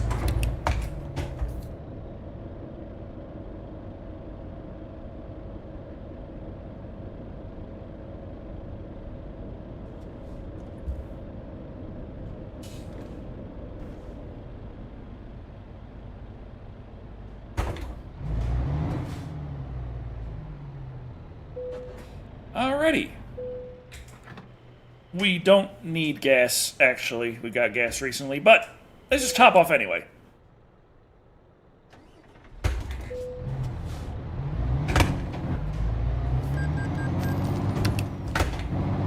Okay, there's plenty of room here. Either way.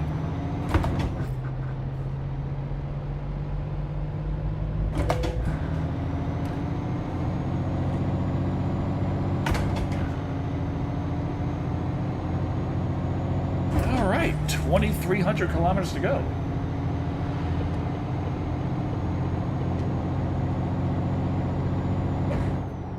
Speed limit dropped.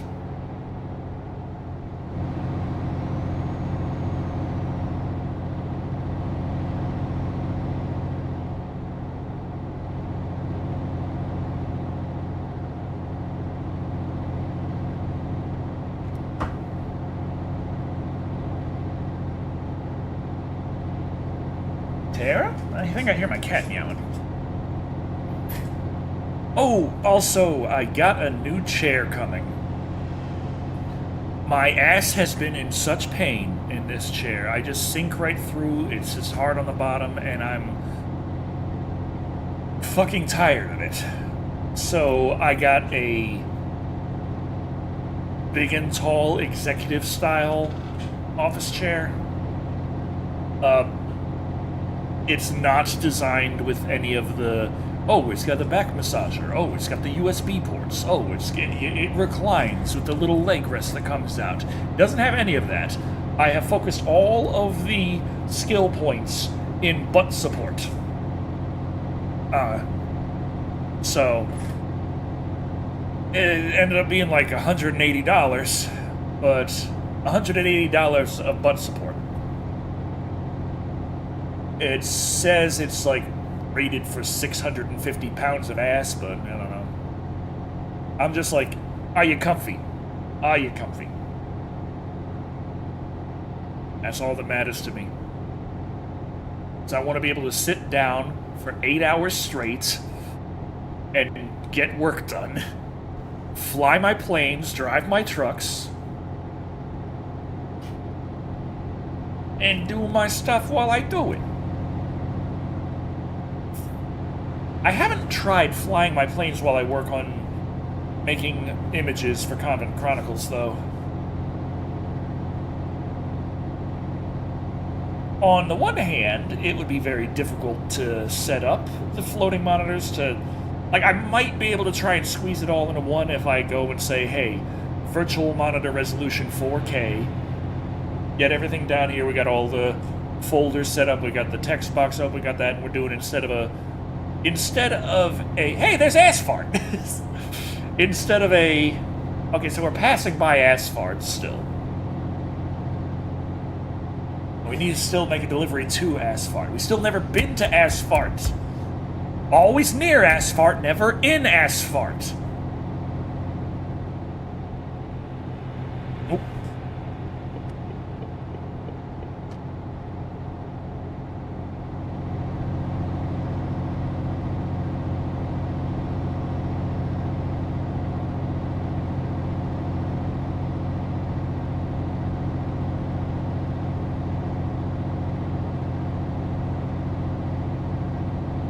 Drug that turns to cannibalism. He doesn't kill anyone randomly. It's those that attack him. It's always assholes.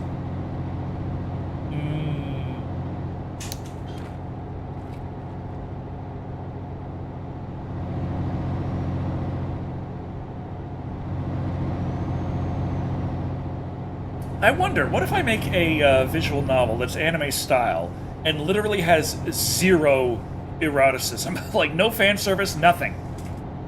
No romance, no fan service. Just straight up horror.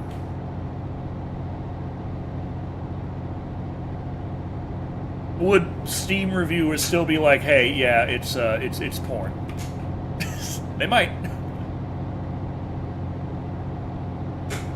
Best for longer terms. Did buy 60 head toothbrush for a cheap electric toothbrush for 5 years.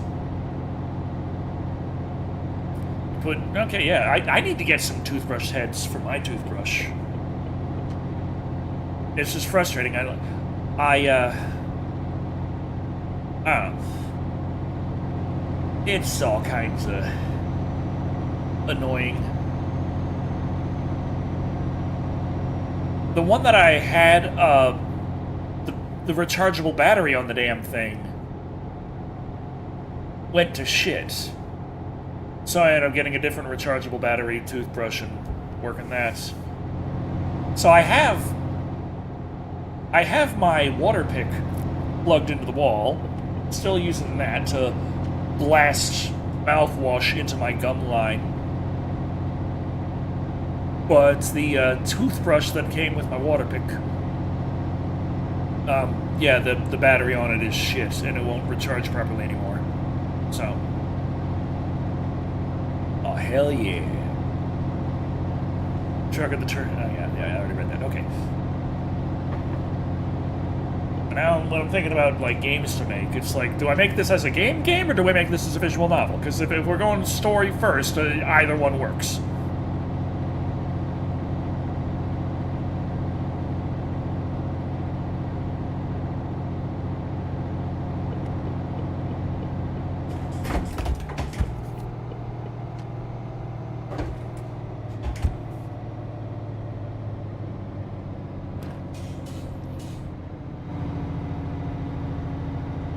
Say I should go take this turn at 80? Oh, fuck you.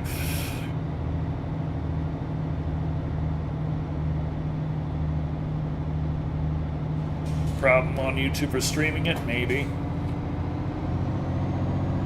Yeah.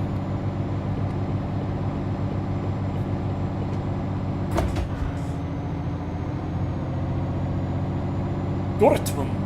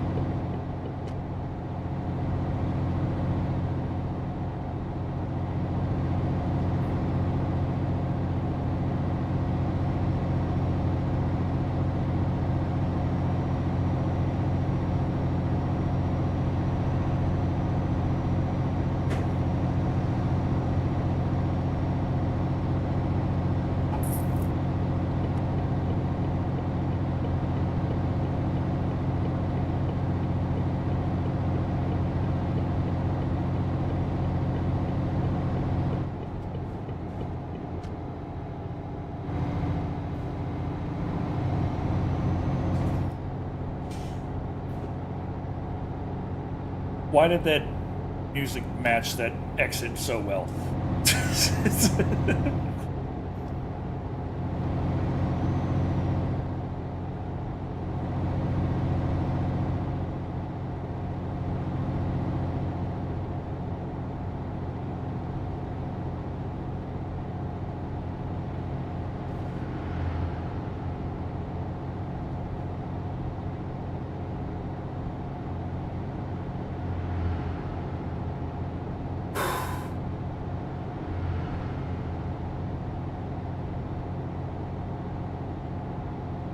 I'm happy with the Popeye the Slayer Man review has fortunately done pretty well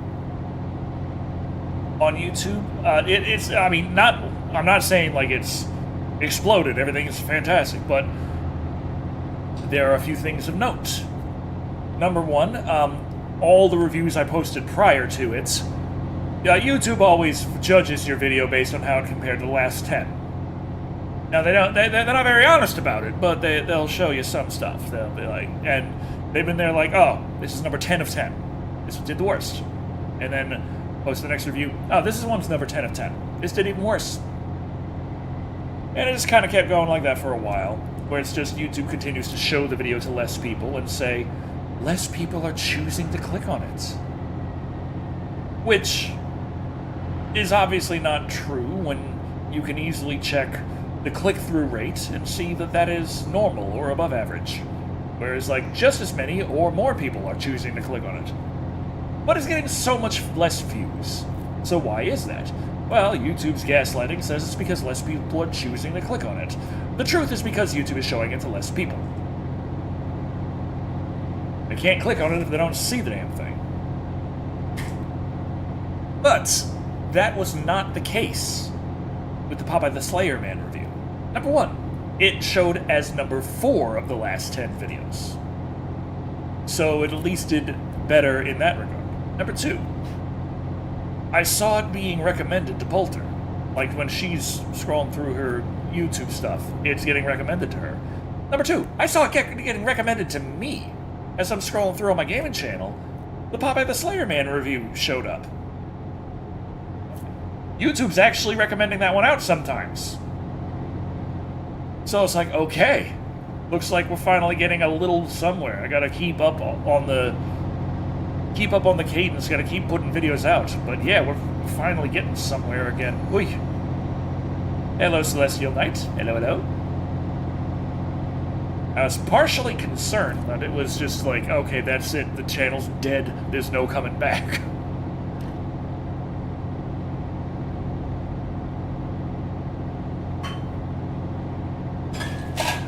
But it's amazing how much you can do if you just refuse to leave.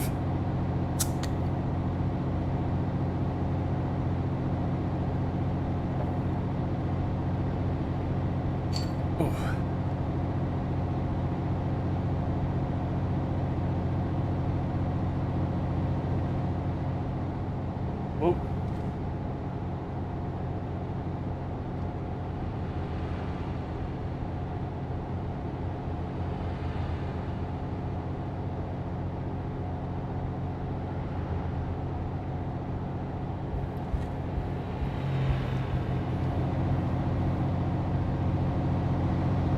Gotta give point to your new video when you can. No, thank you, thank you. It's like I'm just...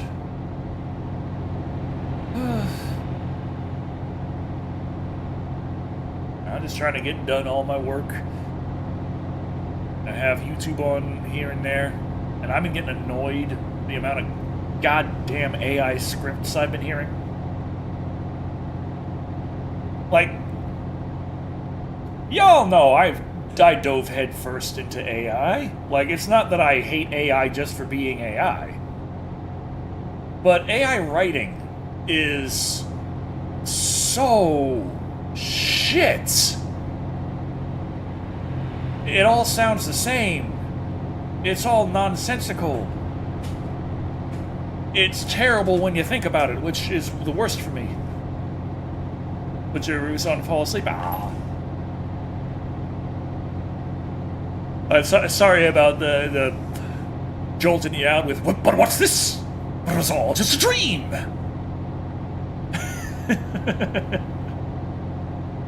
It was what? Damn it. Damn it, Decker, stop that.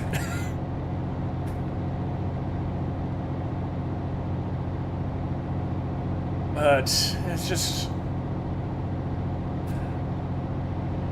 I try to play devil's advocate with AI writing and try and think of somewhere where it might be useful, and it's generally, if you need a lot of stuff written that is throwaway and pointless, like, there's a scene in I'll Always Know What You Did Last Summer where they're looking at a news article talking about the second movie.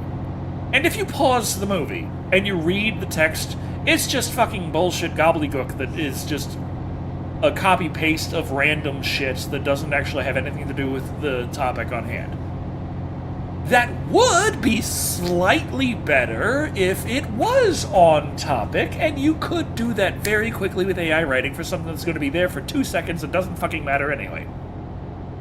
That would be very slightly better than just literal gibberish. But if you're trying to write a fucking script and make a fucking movie and produce fucking content, and you're relying on fucking AI to write your fucking script, it is fucking shit, and you fucking suck!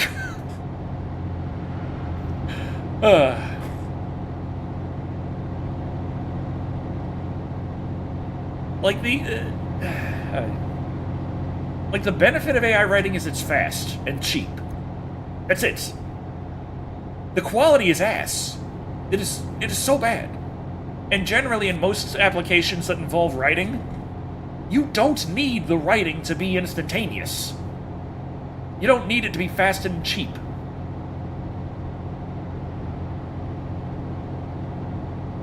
Like, the amount of things that... how long it's taken me for Comic Chronicles Revelation. Yes, the writing does take time. But it's absolutely fucking worth it.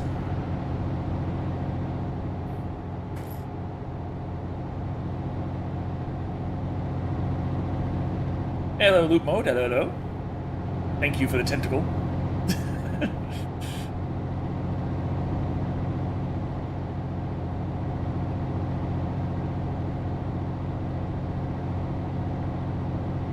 Ooh, Oliver made me 10 grand. Nice.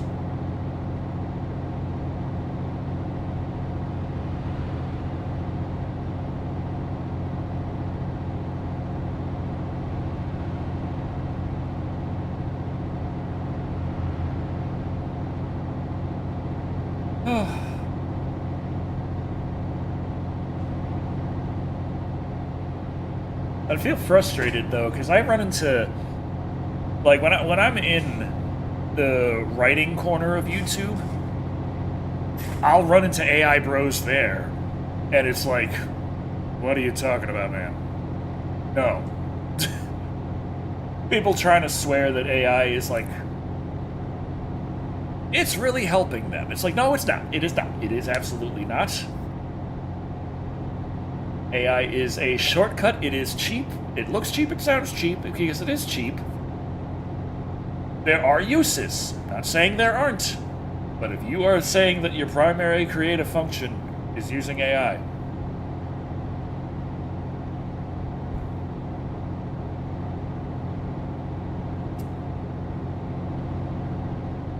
I've used far too much AI to think that that's a good idea.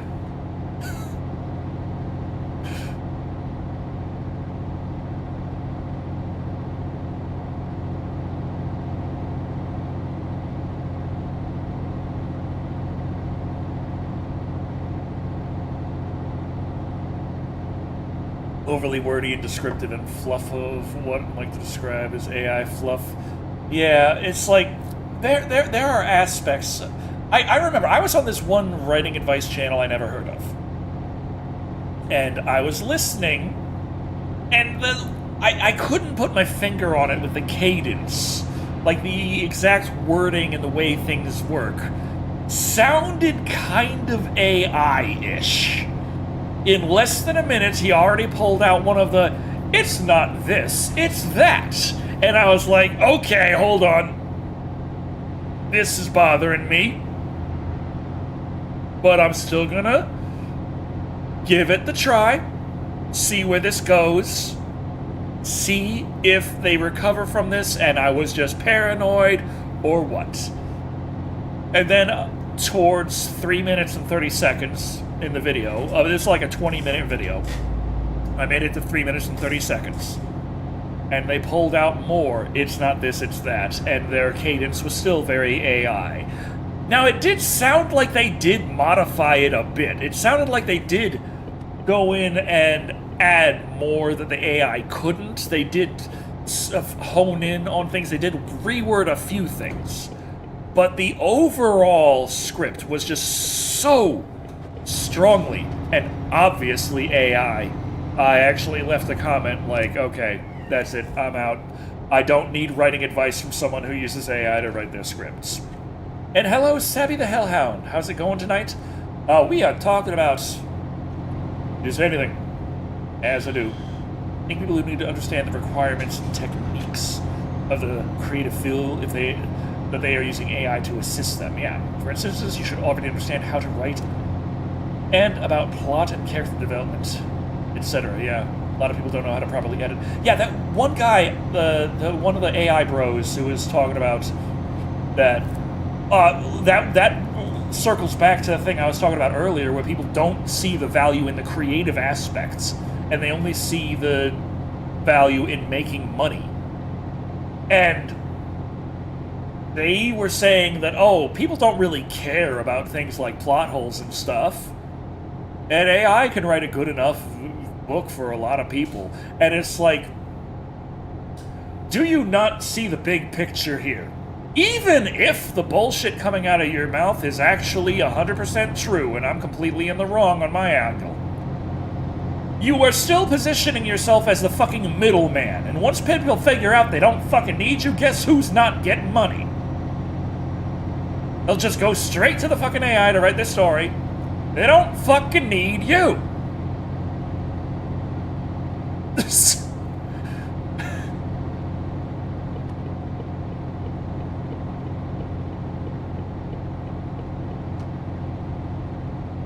Okay. I'm having my time. Let's just... Oosfraba.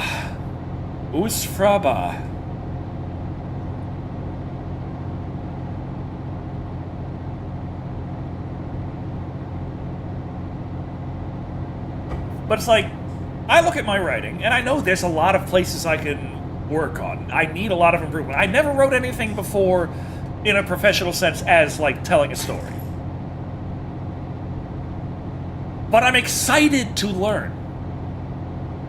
I want to get better.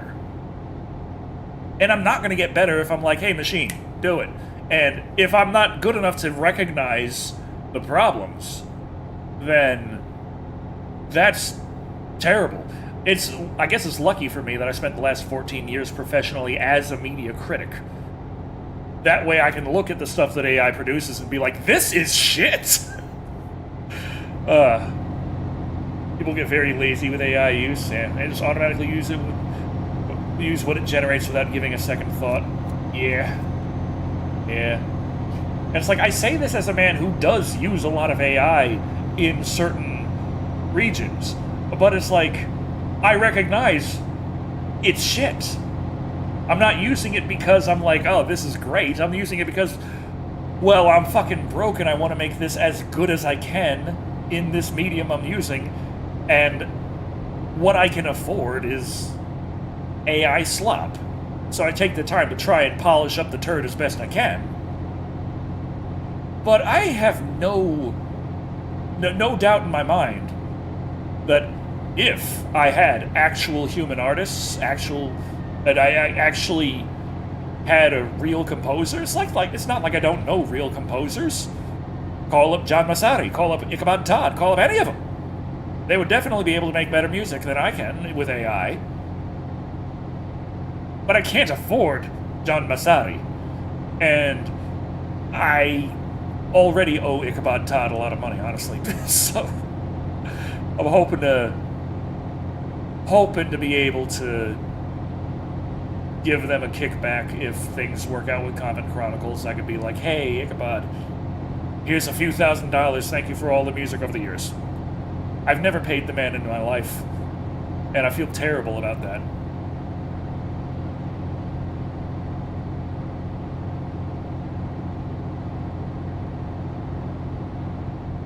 Actually, I'm trying to remember. Did I pay him once a little bit, or did I never pay him?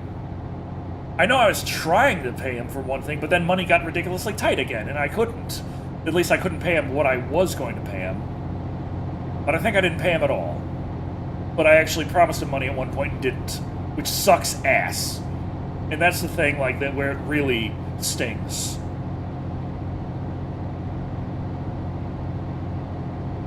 So I'm hoping if Comic Chronicles does well, I might be able to send Ichabod Todd a paycheck.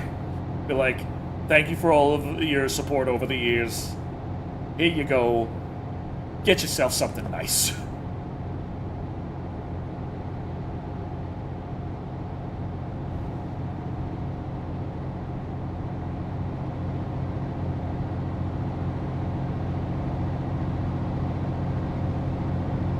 It's been so long, and I have drank so much, I'm trying to remember if I ever paid Ichabod Todd anything. But one of his compositions was a specific commission from me that ended up becoming a request instead of a commission because, yeah, spoiler alert, I didn't have the money. Which, like I said, really sucks. Like, I don't feel good about it.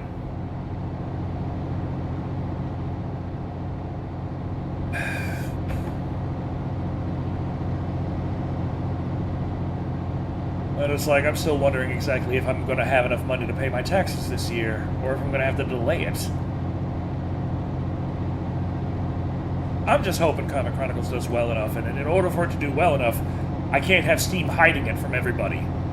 Except for pervs, who aren't going to be interested in it because it's not a perv game. But, yeah.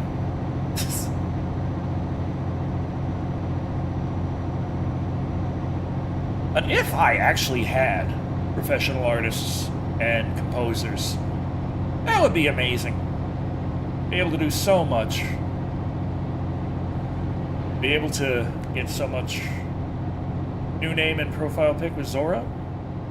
Was Zora. Was, okay, Sabby, okay. Ooh. Our gas is low, but we don't quite need sleep yet. But it's fucking dark. So maybe we may as well.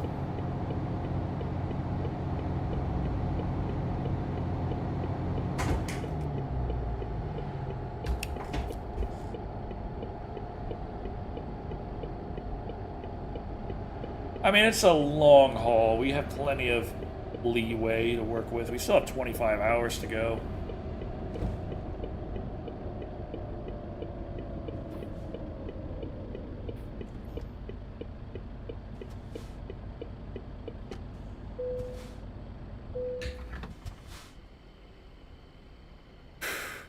Don't worry, nobody judges. It's not that I worry about being judged. It's like I judge myself. Like, Ichabod has never called me up like, you bastard, how dare you, or anything like that. He was very understanding about everything.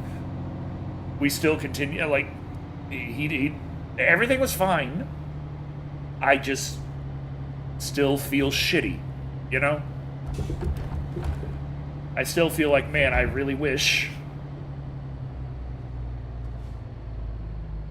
I actually gave the man his...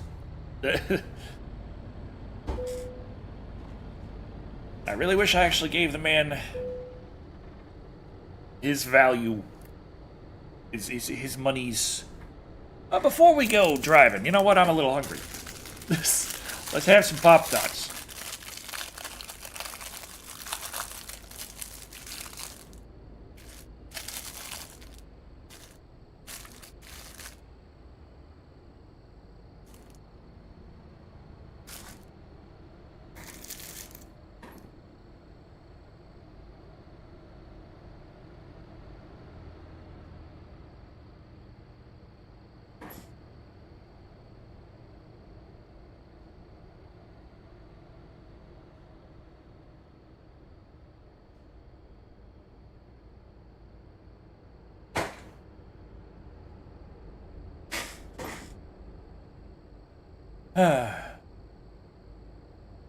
Next time you remember, Decker, sure Ichabod is happy. When you have the budget, I'm sure you'll remember to pay for service. Yeah. I can't remember exactly, but I think it was like 500 that I was going to pay him for the one song. Something. It was a good amount. I don't know if it was like 50, 100, or 500. I'm erring on the side of 500. I can't remember. But if I get the chance, if I get massive success, massive enough success on Chrono Chronicles, I'd like to pay him like $5,000 if I can.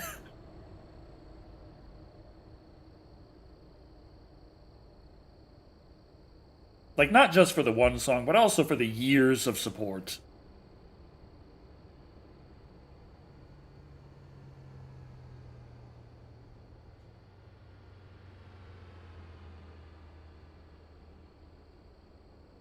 Now, considering I only have like a couple $100 in my account, and I got a lot of bills coming, it's not going to be anytime soon. That's why I'm hoping Chrono Chronicles does well.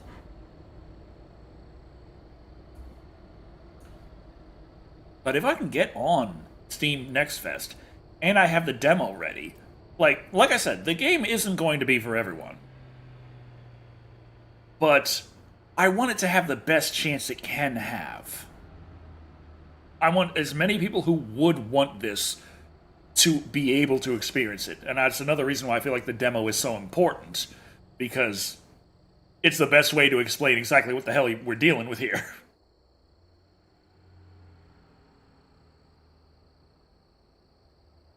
People can look at it and be like, I don't know, but there's a free demo, and your save file from the demo can be carried over to the full game.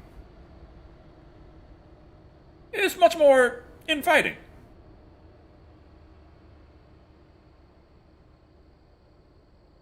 And the demo's an hour long-ish. You can probably get, like, if you go back and skip through everything you already saw and concentrate only on this new stuff to get all the different paths, you can still get, like,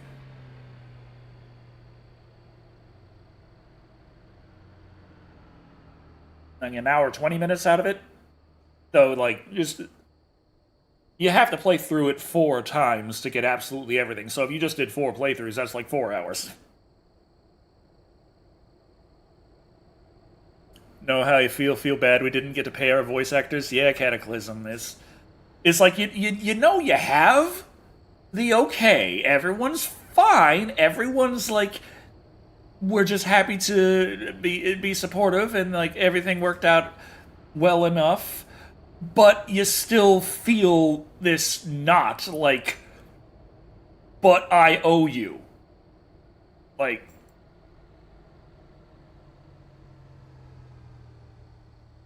goddamn people who are negative about it and the censorship problem, very frustrating, yeah. Personally, I can't wait for the calls to boycott it because of AI. saying, no, you should pay your artist, completely ignoring the fact that if it does well, that's literally the thing that has to happen in order for me to pay an artist. Irony!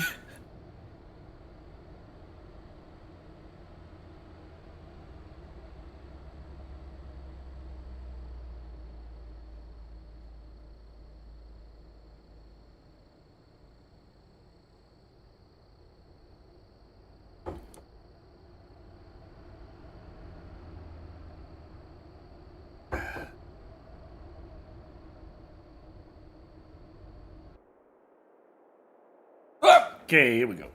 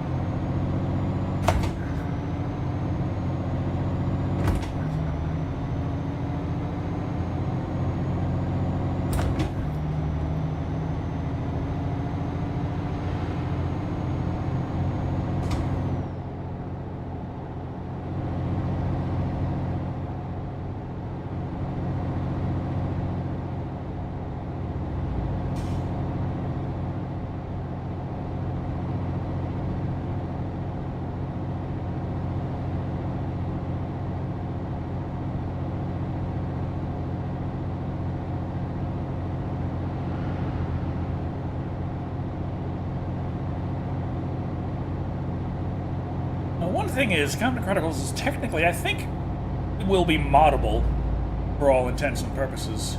So if people want to make their own art to replace certain things, they could technically do it. Whether or not, like, you couldn't really make your own scenes, but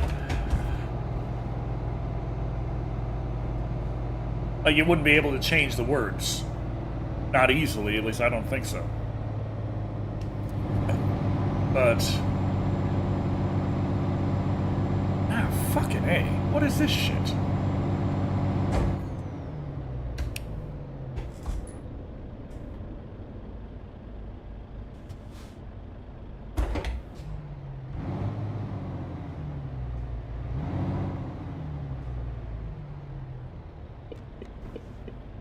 I know there's a truck in front of me.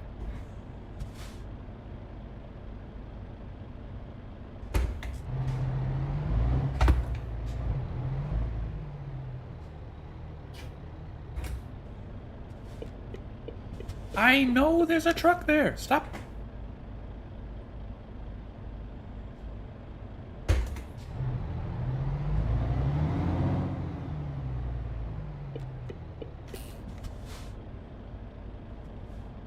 What the fuck is going on here?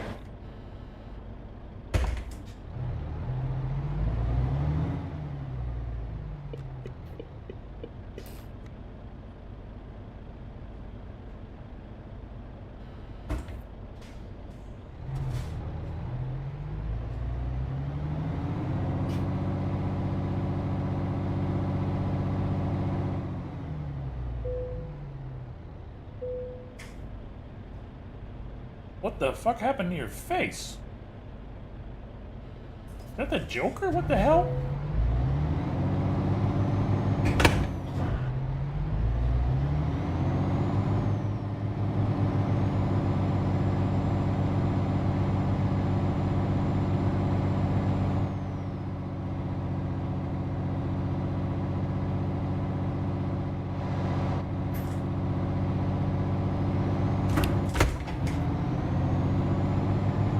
Alright, here we go.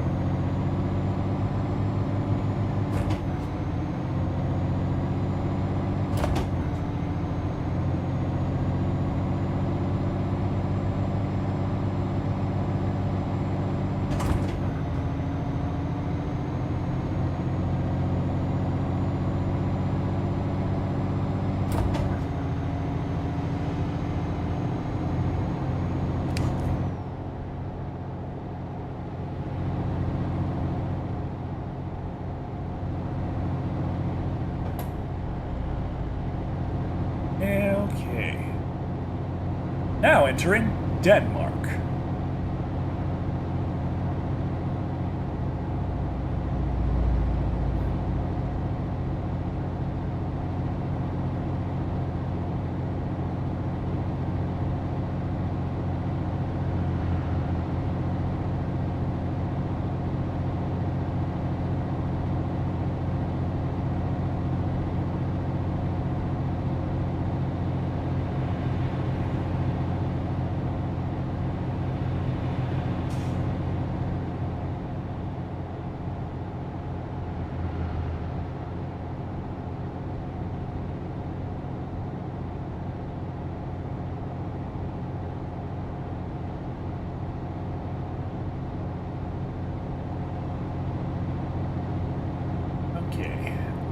rest, plenty of sleep. Keep on trucking.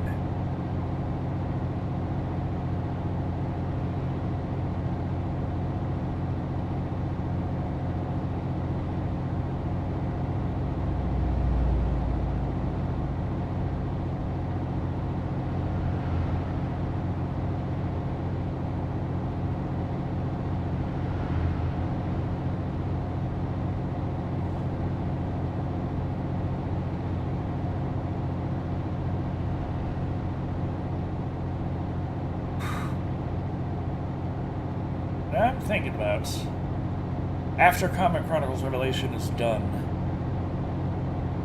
what next?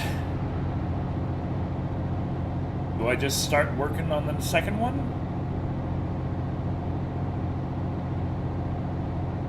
Do I work on a different project? Like Project Betsy? That would be much more difficult, but not like I wouldn't want the second Comic Chronicles game to also be more complex. And as it would be more complex, it would be more difficult. Like, for me, to make.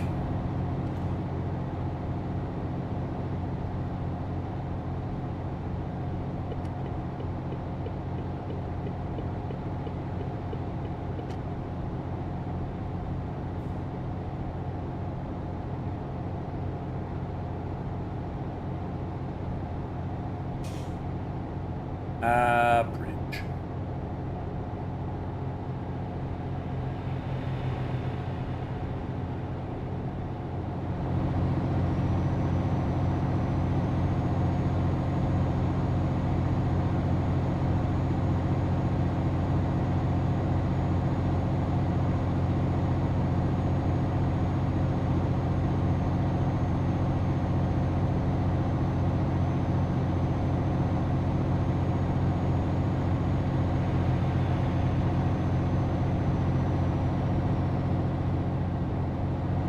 That's a small little hop.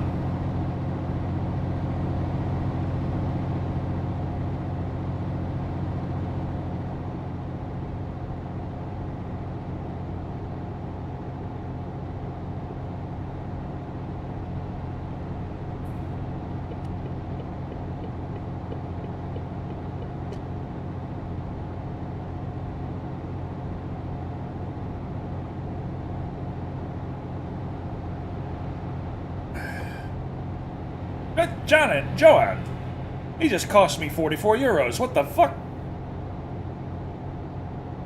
Bastard. Life is short. Complete the most of what you can in your projects. Yeah. That's another reason why Comic Chronicles Revelation uses AI art, is because in order to do that in a way that would have the same structure and be done by hand and be approximately the same quality, it would take 30 years. So, like, I could get out one of these 6 stories in my head and then maybe write down enough to say, okay, whoever comes after me, please don't fuck it up and follow these guidelines, so that I can die and then those guidelines cannot be followed. And, oh, well, I won't be around to complain. Assuming that in 30 years' time, I'll still be able to make it. Assuming I'd still be alive in 30 years, who knows? I mean, yeah, I'd be 70, which chances are yes, but I've seen far too many people, especially people close to me, who didn't even make it to where I am. So I do not take life for granted.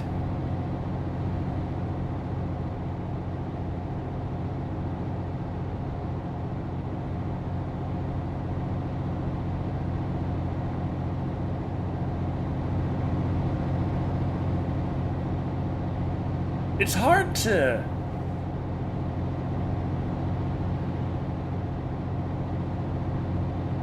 hard to assume that you're going to have decades and decades to do something after going to the funeral of a child. You know? That kind of puts things into perspective.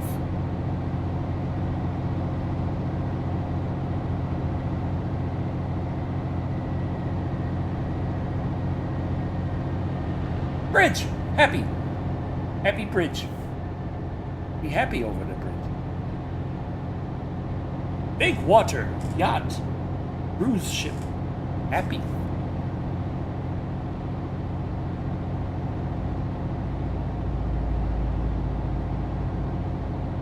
Train. Energy. Inky.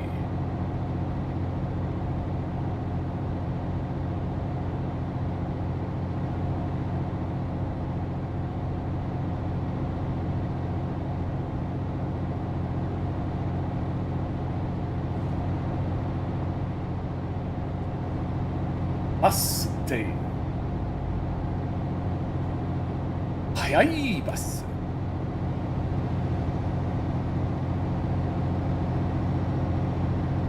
最も速いコルサ。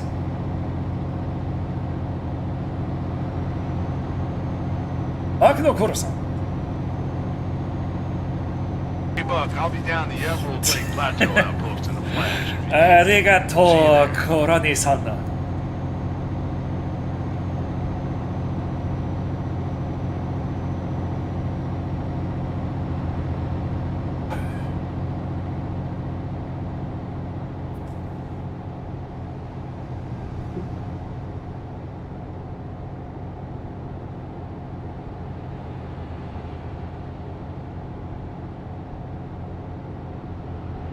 It's hard to say crunny in Japanese. There's no kr sound. The k only goes in kakikokeko. So which of those works best for kr? And k.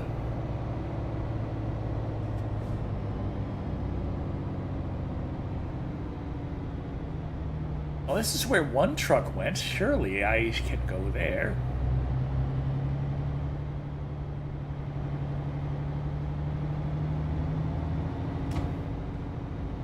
Why are you stopping? It's a not stop lane, you stupid motherfucker. Okay. Oh, absolute goddamn imbecile.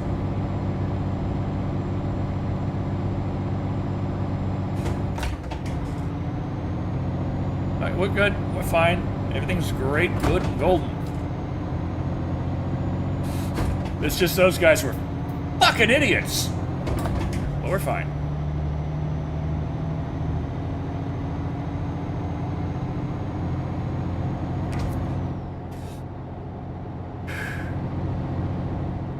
Stop breaking the law, asshole! I didn't! They were being dumb. I just cut them off.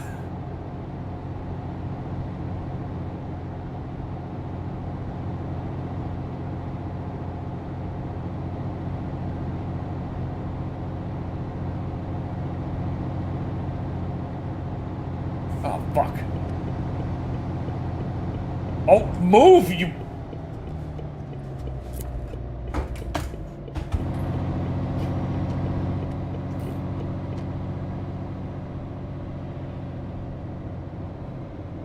What the fuck? What's Betsy doing over there?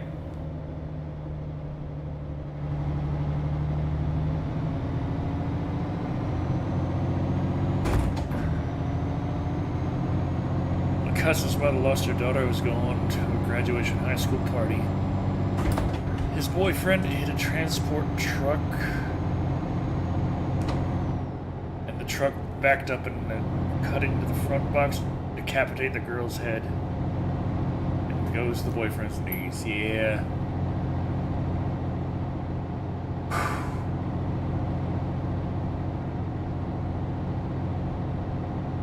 And for me, is a brother-in-law. 11 years old. 25, I think, so hearing a younger person died, kind of a strange feeling. Yeah.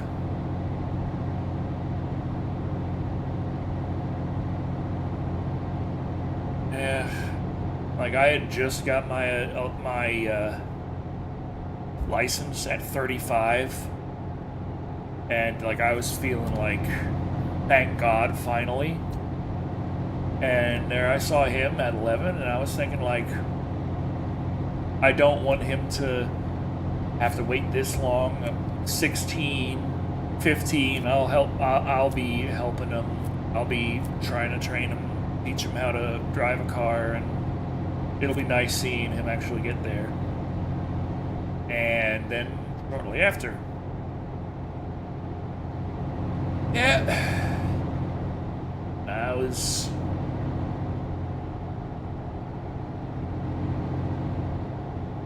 sitting in a church listening to a eulogy, lying in a casket, and it's just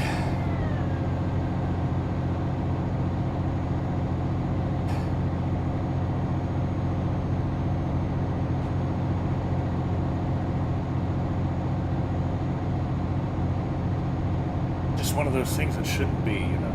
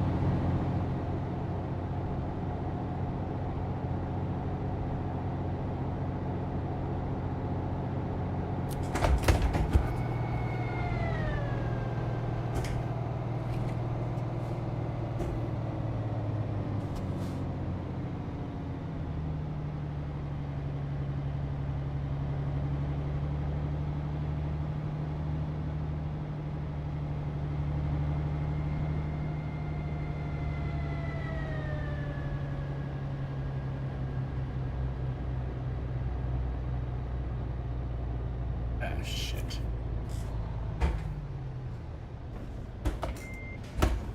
No. Tell me that this is gonna be...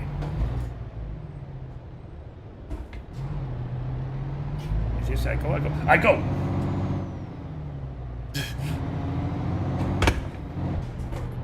You try to stop me, I go.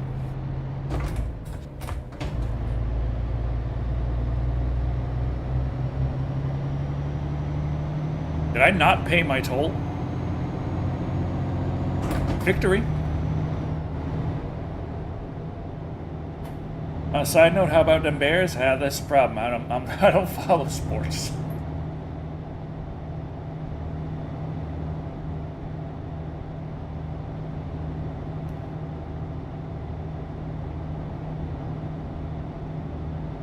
Yeah. Felt a water drop hit my foot. I'm like, huh? Oh. My beer's crying too. Okay.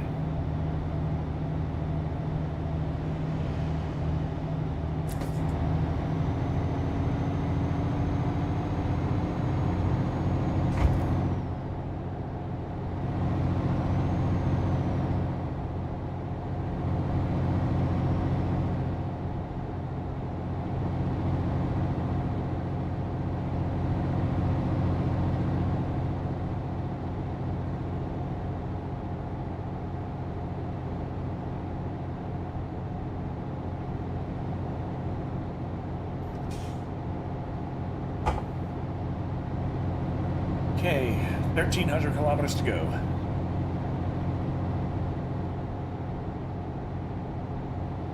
Still good on gas and sleep for a little bit.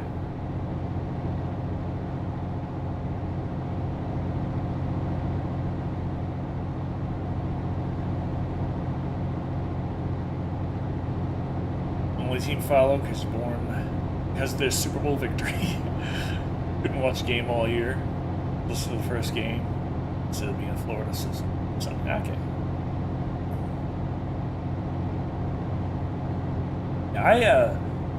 See, I think my problem is, like, number one, I was born in Vermont.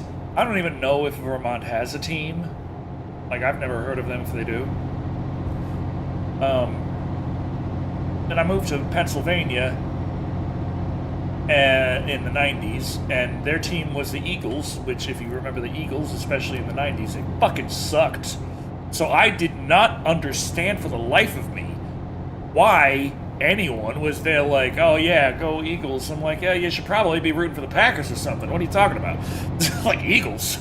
They suck! And I'll still always remember how the Eagles were the only team ever to reach the Super Bowl in the situation of having a day before the Super Bowl where they didn't have a game. Where they got to the Super Bowl, and the day prior to the Super Bowl, they did not have to play.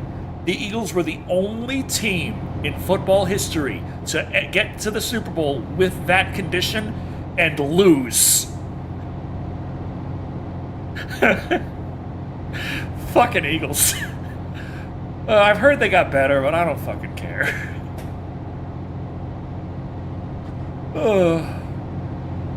But yeah, it's like Pennsylvania, you had the Eagles and you had the Steelers. So it's like, okay, which is the Pennsylvania team? You got the Philadelphia team and you got the Pittsburgh team. So like, I'm tired of this shit, and I moved to Texas. It was like, okay, well, you got the Texans and the Cowboys. Fucking A.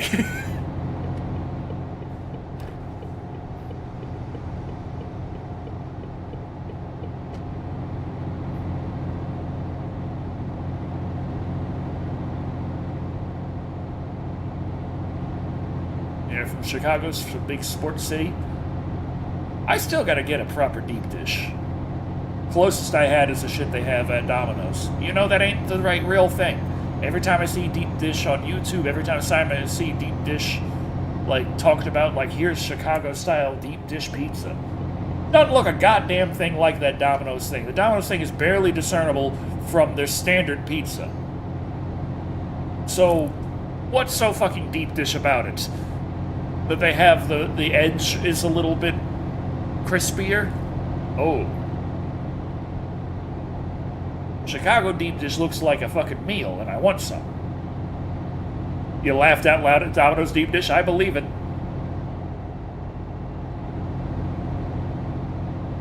Like, I've had Domino's Philly cheesesteak sandwich. And it's not really Philly cheesesteak like any cheesesteak outside of Philly. But it's a fucking lot closer than deep dish. And I ain't even from Chicago.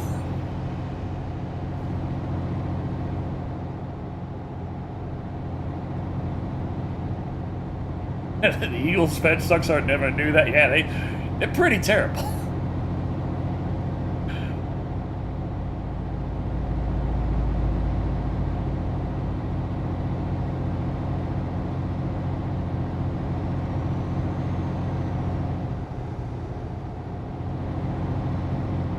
Did Vermont have? I don't know nothing about about sports teams in Vermont at all.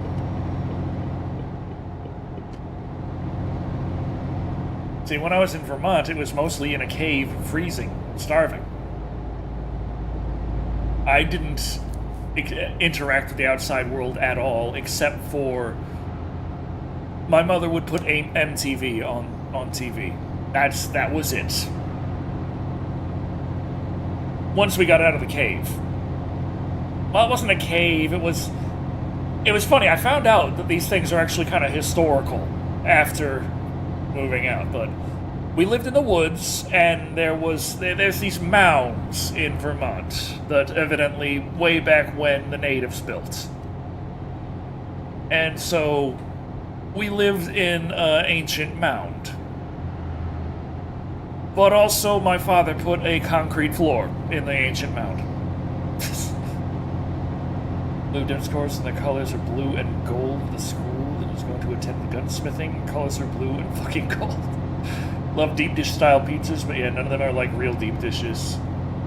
I feel like the only deep dish style I've had is Domino's, which is another thing that pisses me off. Because I'm like, I see the deep dish on TV. And I'm like, I want that! Good luck fucking finding one.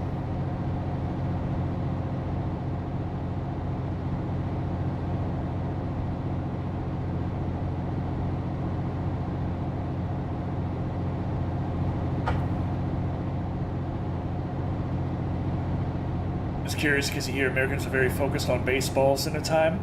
Well, baseball is... I think it still has the moniker of America's pastime.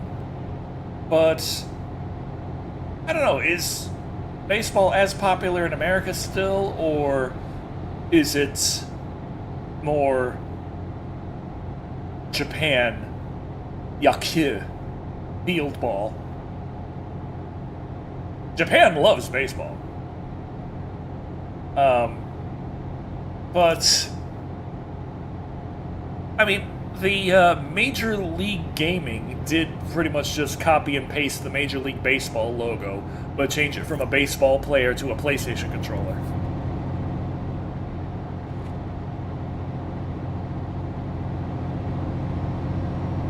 Of course, no one fucking cares about Major League Gaming, so there's that.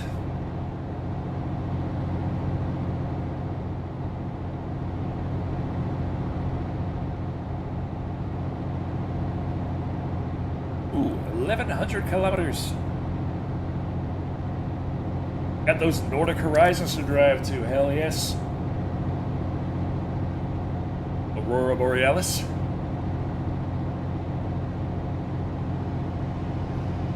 At this time of year, in this part of the country, localized entirely within your kitchen. Yes. Yeah, I see it.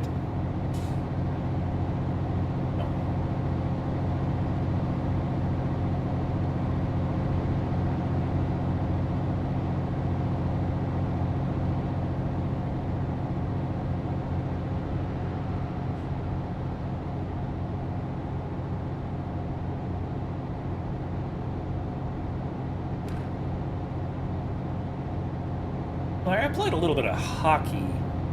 Not like ice hockey, but like...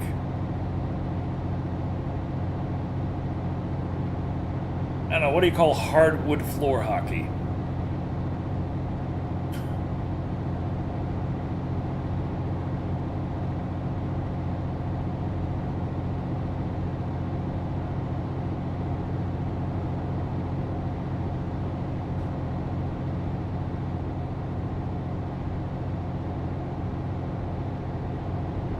Looks like it's time for another stop.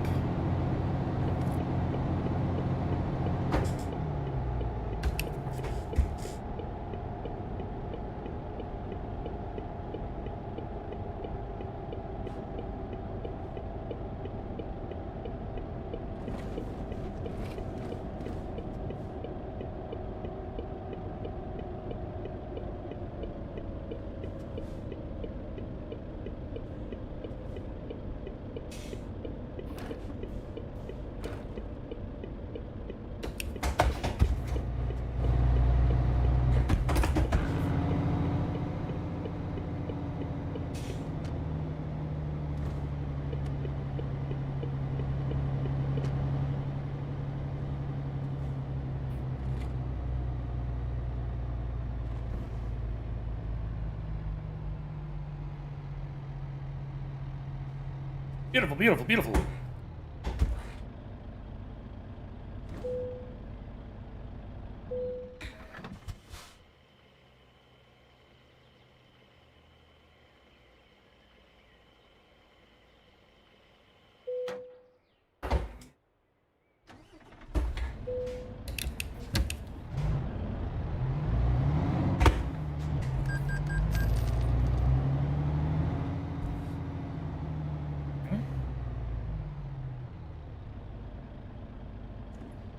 Een platform voor hele din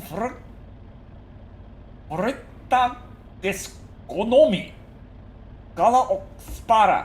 Ett globala bettaringa konton i flera valutor och smartare utgifter. Solar Bank.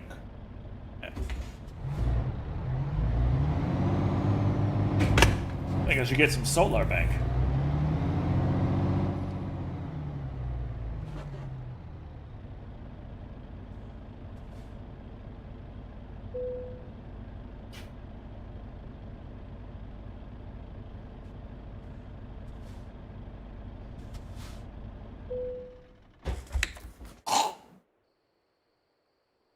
Okay.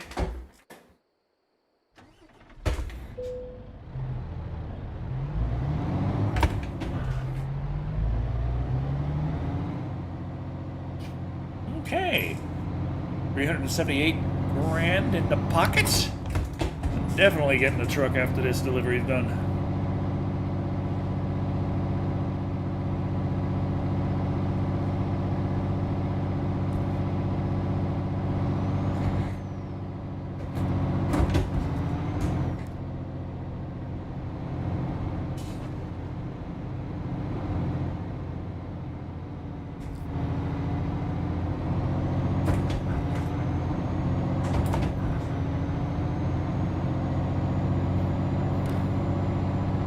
There we go.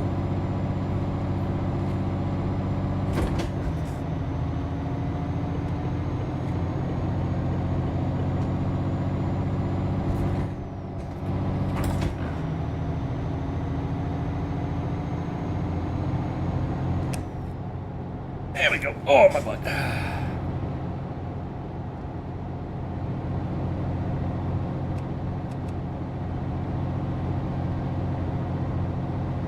I still wonder if they're going to make a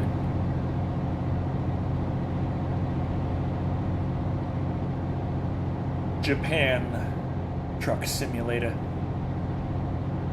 It'd be nice.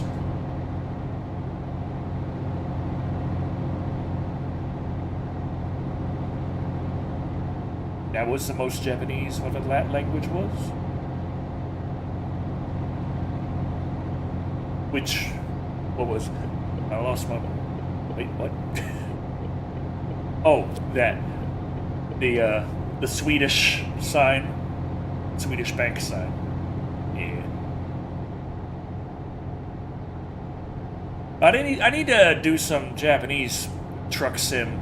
That way I can stop and read all the signs and be late on delivery there. And in Japan, when you're late on delivery, boy howdy, you are not getting those yen. They'll probably cut off part of your finger and be like, okay, you live in shame.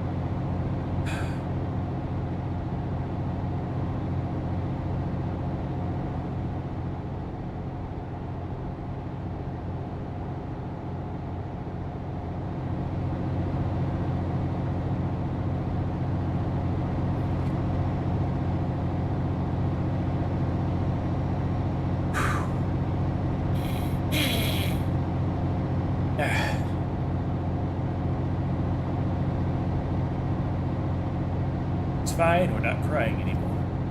Right.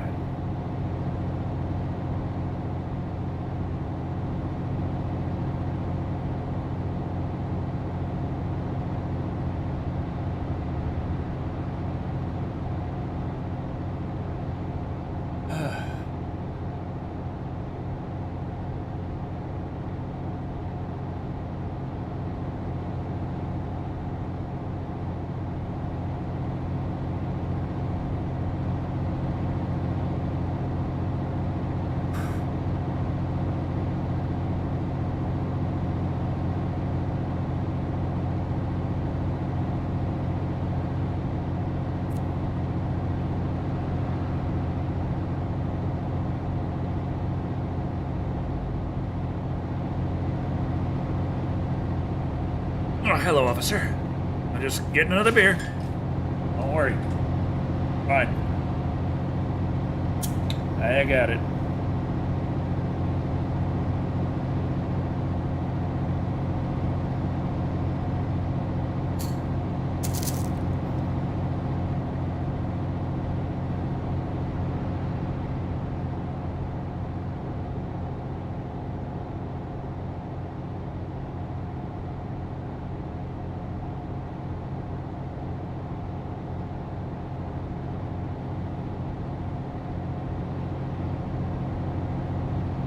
Rayos.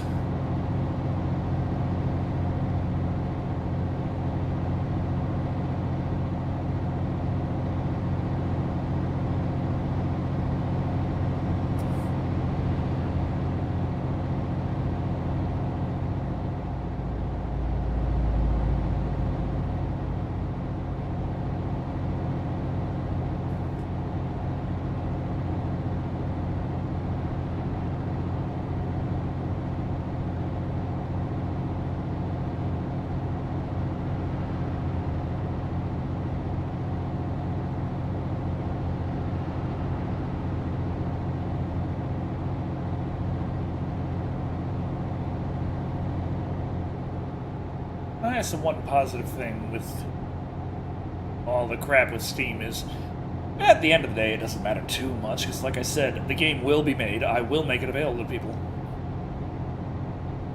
Steam insists on not having a cut of that pie. That's on Steam.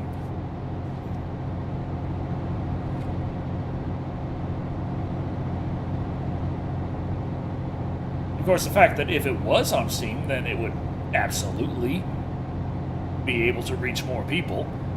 And there is zero legitimate reason why it shouldn't be on Steam. Oh, it's okay, Anubis. I do that all the time.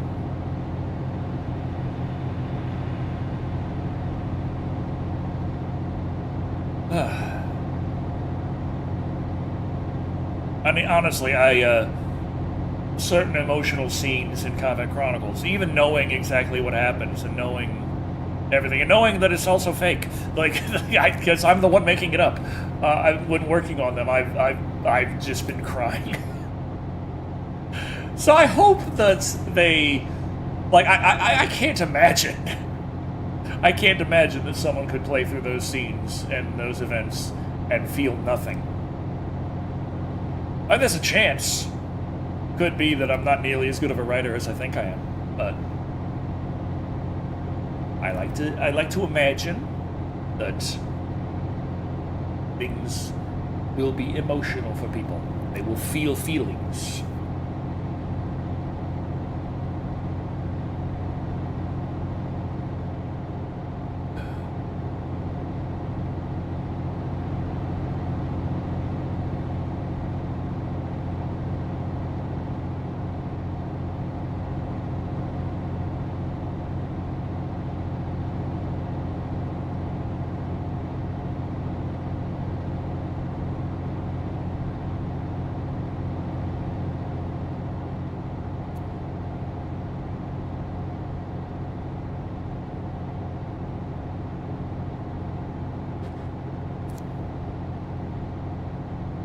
I also wonder if I could get a yoke to be able to fly better in Microsoft Flight Sim.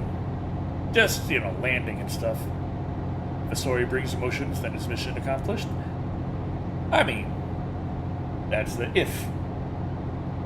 I assume it will, simply because every time I work on the scene, I am bawling my eyes out. But in order for that to work, I have to make sure that the player has the same kind of emotional investment in the characters I do, and on the events that occur, I've done a good enough job expressing them that people will feel what I am hoping they do.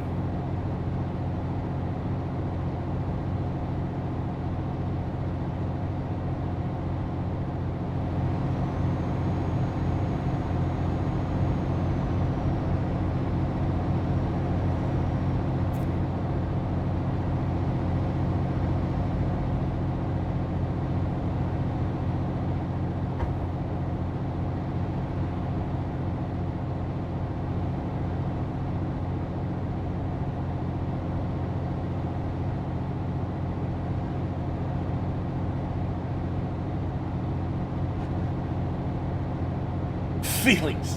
Ah! One weakness.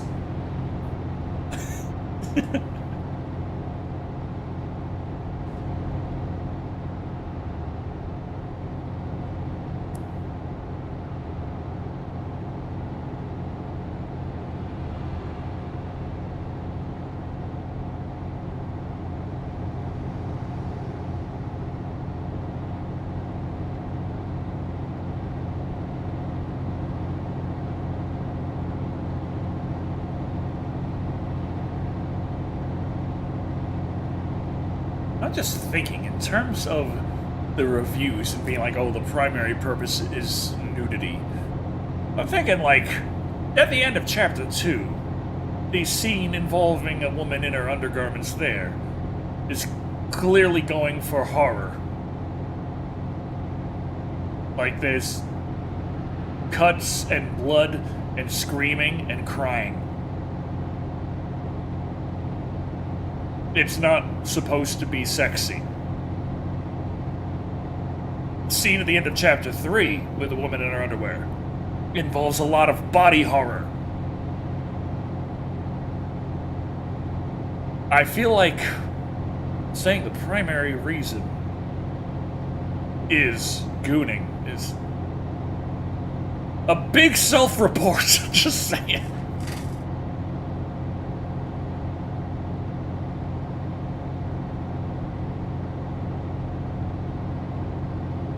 What the hell is this?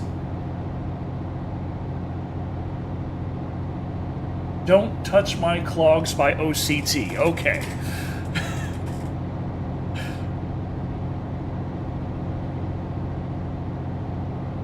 This one was just like, what the fuck?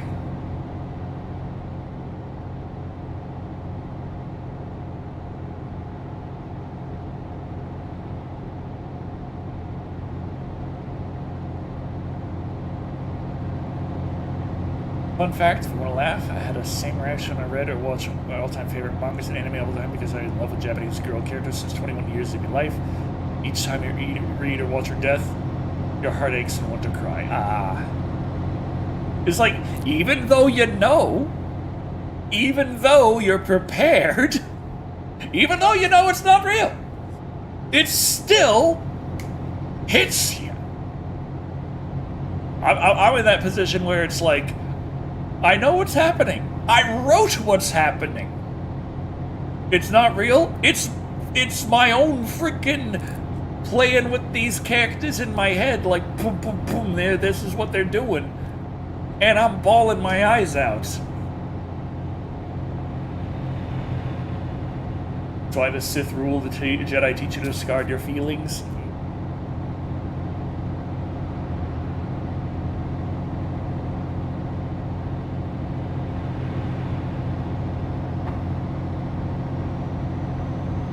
Got some money. All we're doing is driving, and we're getting so much money.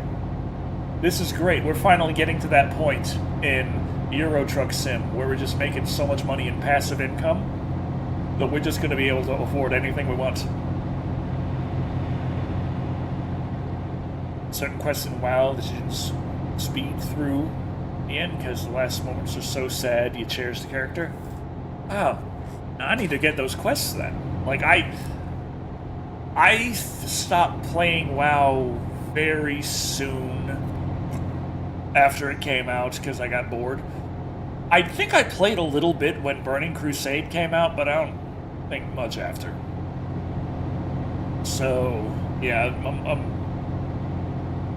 I'm like, when the fuck are you gonna add WoW to Game Pass, Microsoft? You own it now! Fucking put the shit on there. I'm paying you for all your games. This is your game now. Fucking put it on there, fucking cowards.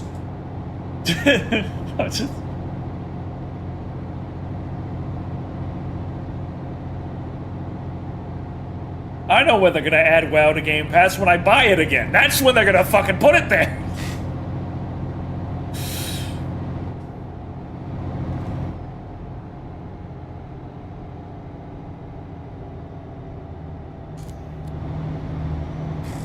Price hasn't risen in well over a decade. I can't say the same for Game Pass.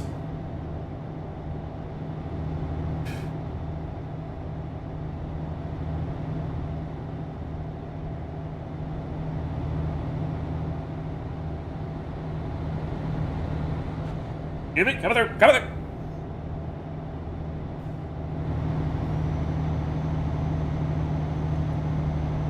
Oh, he's following me up here too.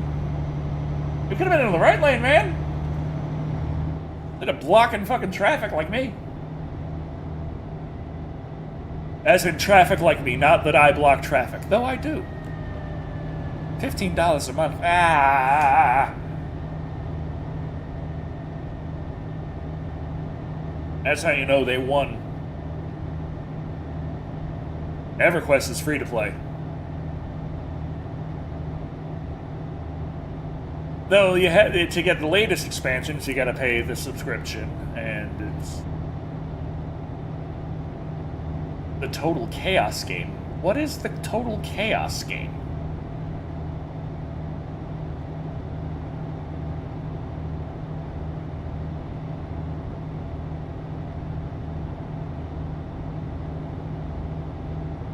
What are we talking about? Ah, pretty much anything.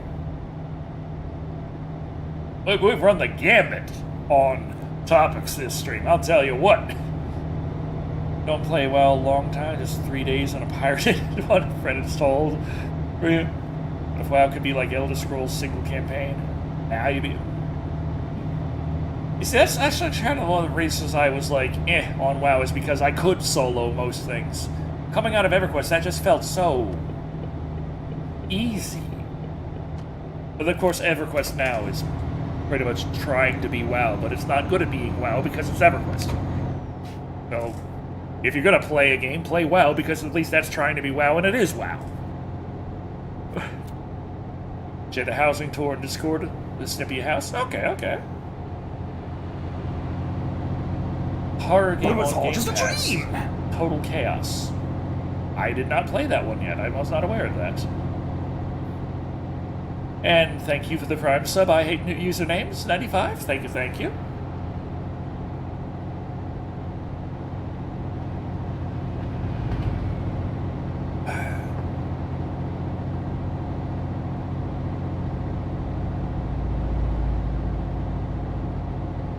Speaking of Star Wars, what's up with the ages? Yoda has been a master for 900 years, but by which planet's calendar? I don't know.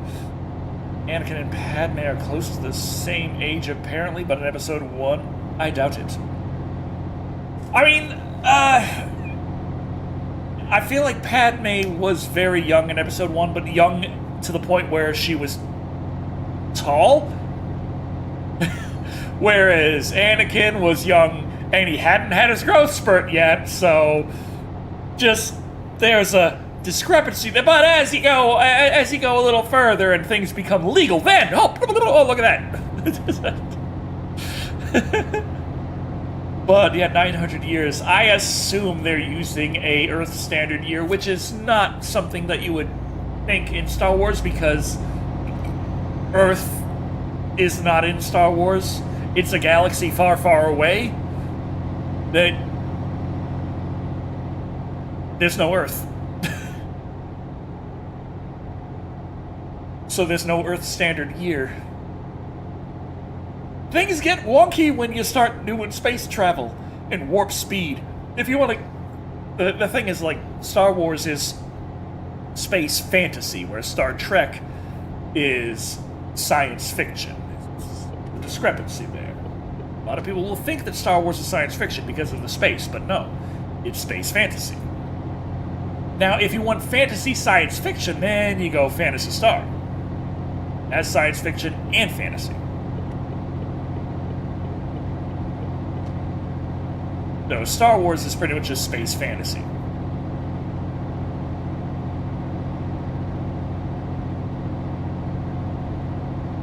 I love Phantasy Star, by the way.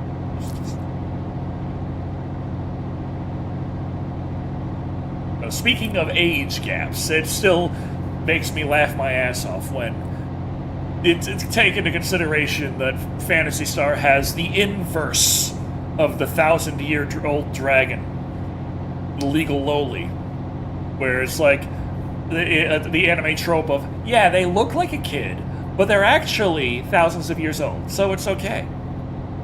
Phantasy Star has the inverse of that, where you have the woman who looks like a full-grown adult, and the lore is their 1-year-old. It's like, what the fuck?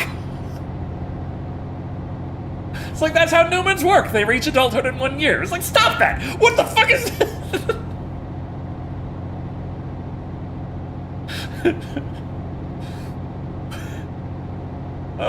Phantasy Star. Okay, you Mr. fucking Daredevil over here.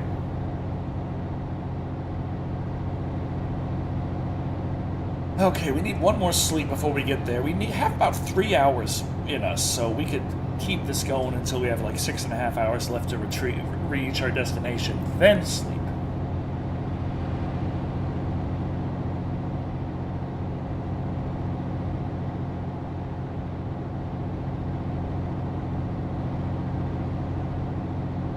Wouldn't be so bad if I had not slept so early before, but... well, I wanted to sleep. I'm sorry.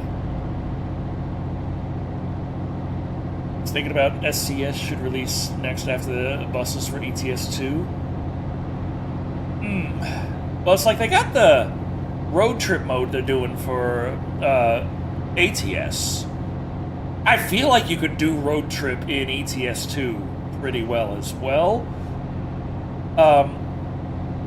Now, yeah, it's a bit fits more with Americana, but it's not like it's impossible in Europe. Whereas the buses, it's like America doesn't really have buses that do that. Like the states are too big, the places are too far apart. Coaches wouldn't really make the most sense in American Truck Sim, at least at the scale that these games are in. I'm still thinking like, man, give me Japan Truck Simulator or Australia Truck Simulator. Fuck it, Oceania Truck Sim. Fuck it, give Australia and Japan as one big like here it is, and then after a couple of years of that, let's move it all into World Truck Sim, SCS World. Shocked that these games are going to console. I mean, there's definitely a market there, and they're pretty good about it. The company is pretty good about this. They are doing better with expansions and adding teams, which is one reason why the cadence of expansions has come a little bit faster. It's not like it's not at the pace that we all want. We haven't gotten all of our map updates and DLC expansions as quickly as we would like, but it is faster. So, with the added teams, of course, having a team set specifically for the console versions, it's like, okay, yeah, that could work. I wonder if we'll have PSVR 2 compatibility, though. Because, obviously, I love this in VR. It could go great in PSVR 2. But will they?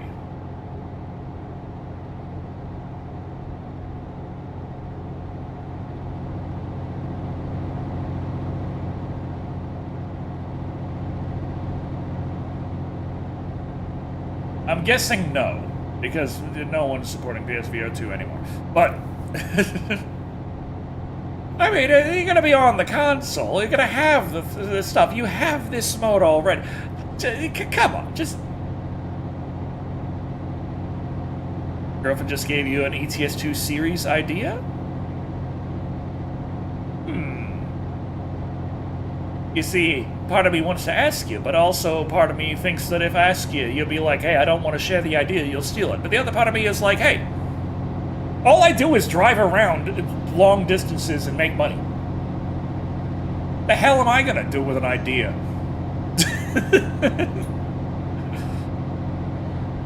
We got 486 kilometers to go.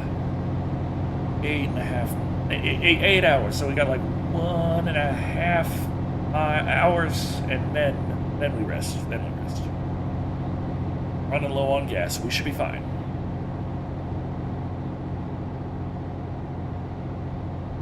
Take a random celebrity, i.e. Gordon Ramsay, and they become a truck driver.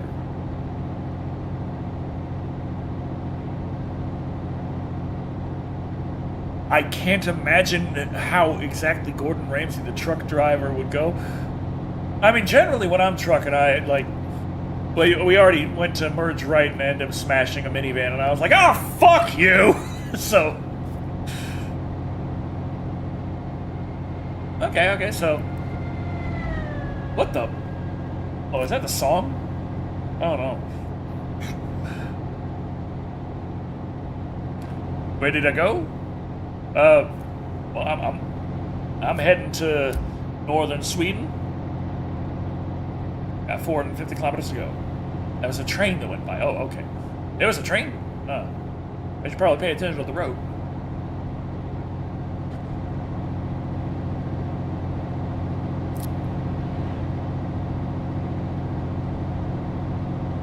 Okay, 1 hour until our rest.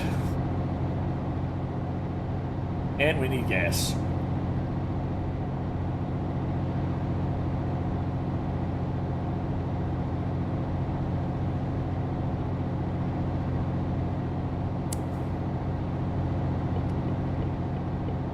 Block this guy.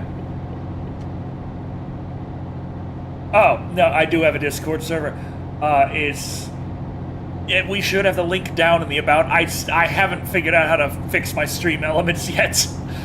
That's what I'm bad at.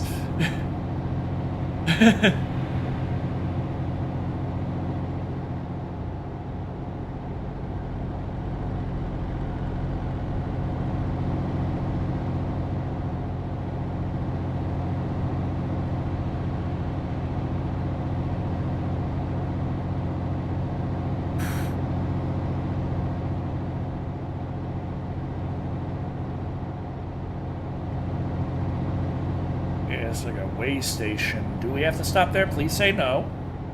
Please say no. No, no way station. No. Let's just go this way. That way. Okay, bye way station. Yeah.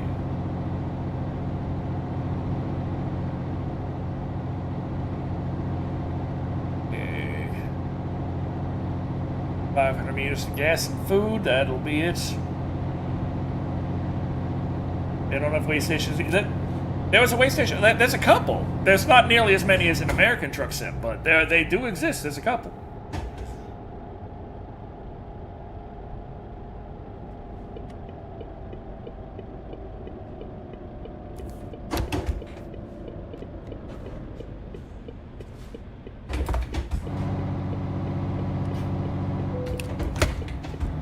As I know I'm running out of fuel, I'm going to the gas station.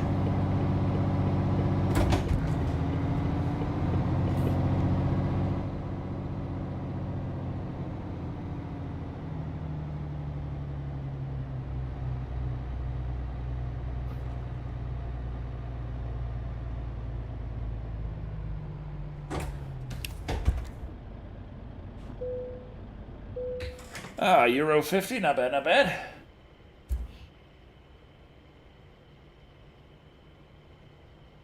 What happens when you purposely skip the way station when they tell you to go? You get a fine. Of course, they'll also fine you if you hit the way station and you are too damaged. So if you're damaged enough and, you know, they're going to fine you anyway, you may as well just go. Save time. At least that's what I do in ATS. Like, fuck it.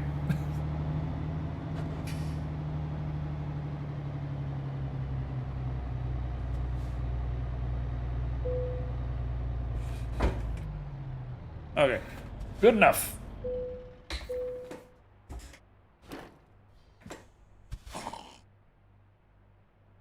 Okay. Time to hit the road.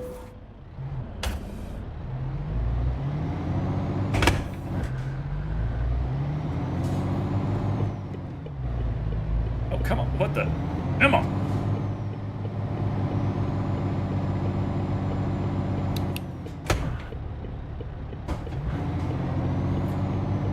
Why is it messing this in? Why is my truck panicking?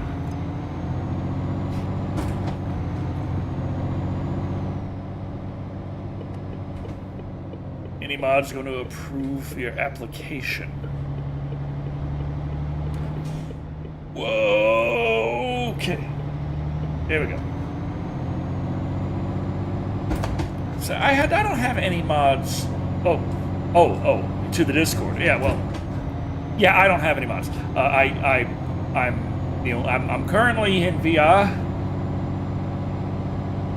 Or wait. I have my.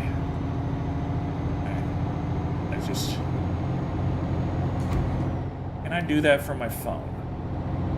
Let's just text and drive while we're at it. Yes, okay, you enter the thing. Incorrect pin my ass, come on. Incorrect use. Okay. Come on, come on. Wait a minute.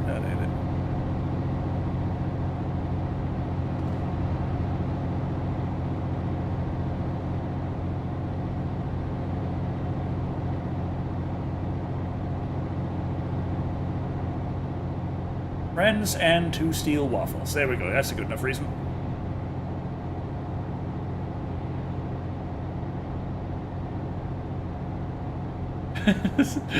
Will Decker himself out of his phone. Yeah, I was trying to do the face recognition, not working.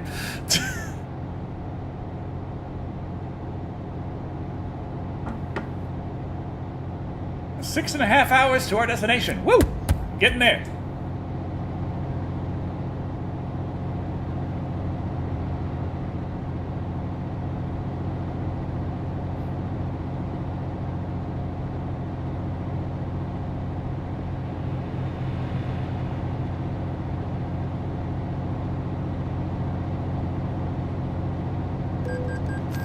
Toll of €1. Just why take what? Petty bastards.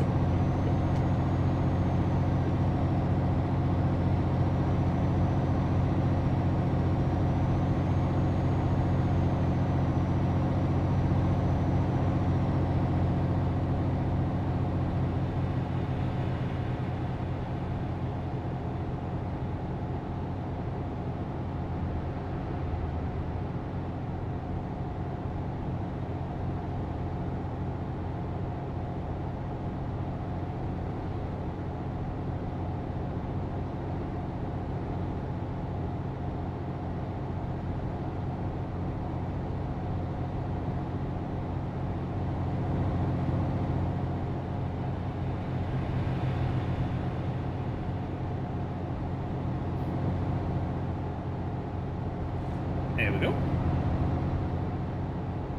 Hello, officer.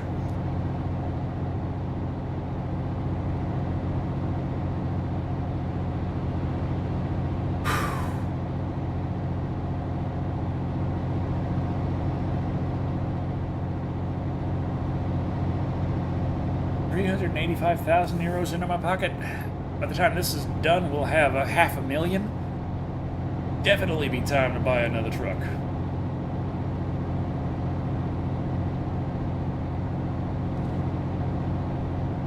Though this isn't a bad truck for medium load purposes. How many employees have? I think like we got like 12-ish in Euro Truck Sim. Oh, we got oh so many in America, but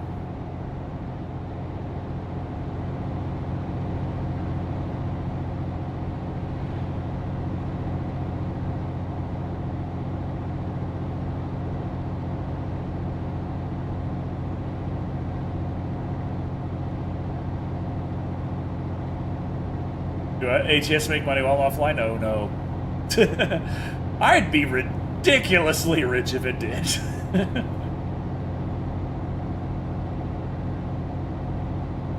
I got my business in ATS, I got my business in ETS, and I got my business in MFS. Got Air Betsy Freight. But that's what I'm working on when I'm working on my reviews. Do that while flying. It locks out the rest of the world. I get to concentrate on my work, and I can do it really efficiently. It's kind of sad, honestly. The amount of time I spent stressing over getting work done, and it's like lock yourself in VR and do your work, and it just, like, there it is.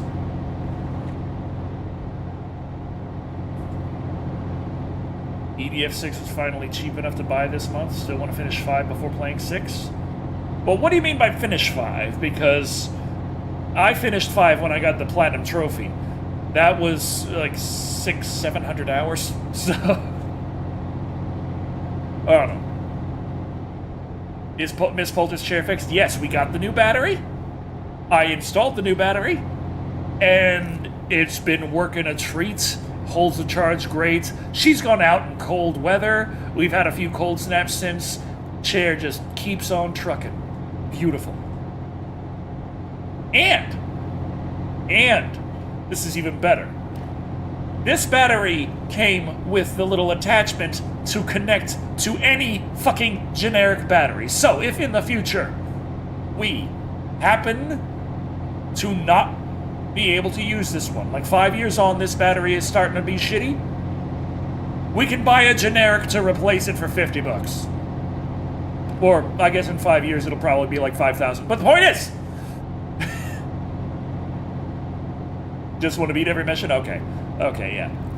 That'll still take some time, like, but okay.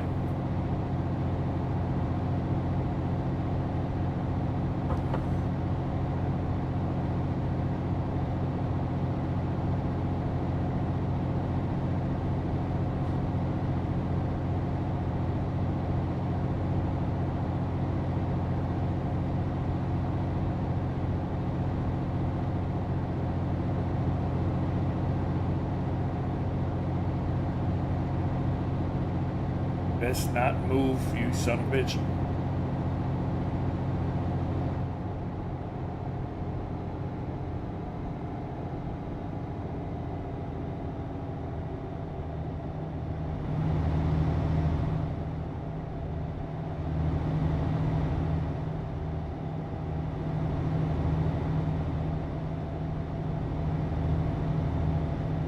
Played Iron Rain for 24 hours straight. God damn. I thought I liked Iron Rain.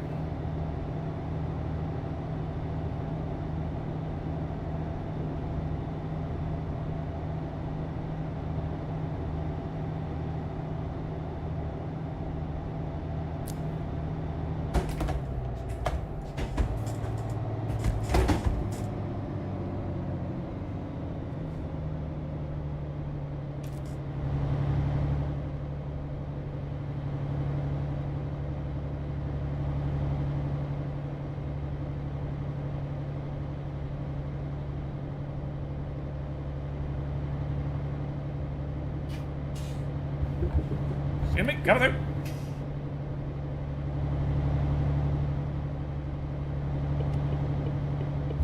Oh, coming through. Excuse me, pardon me. Whoa, okay.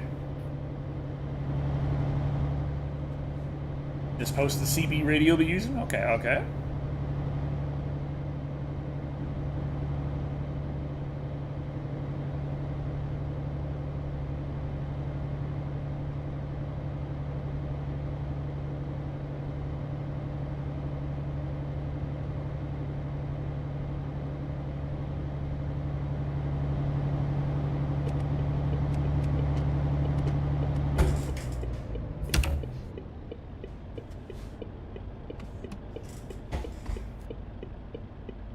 Oh, wait, no. We're not turning right here. Can't turn right here. Be to Asphalt lately? We passed by Asphalt earlier, but still haven't made any deliveries to Asphalt. Oh.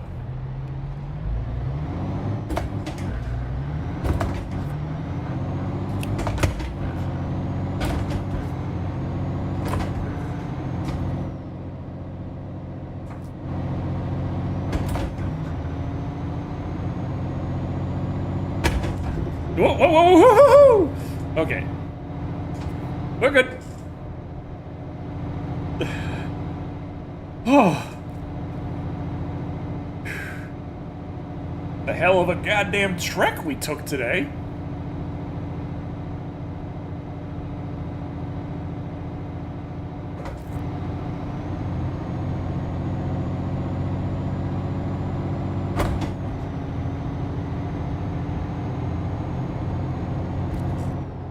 Oh, yeah, Texan and Eddie truck.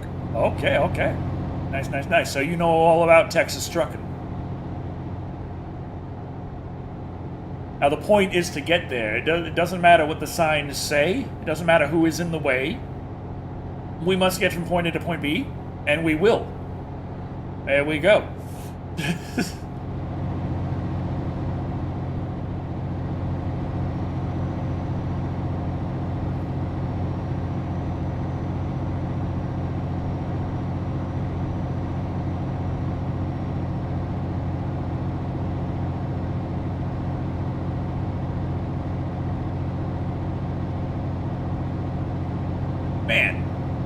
really gotta pee. Bit of an issue. We still have 250 kilometers to go.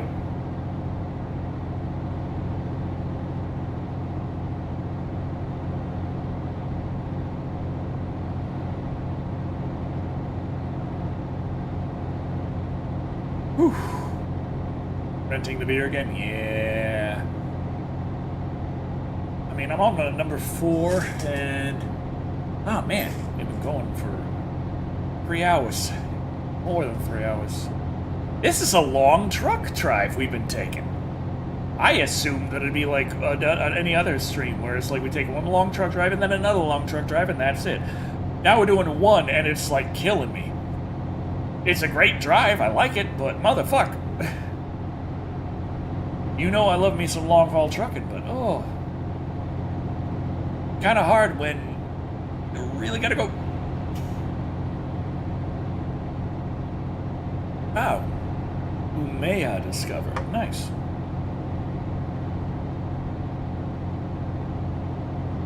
Take me on the road? I don't think I should be trusted on the road. Or at least my viewers don't think I should be trusted on the road.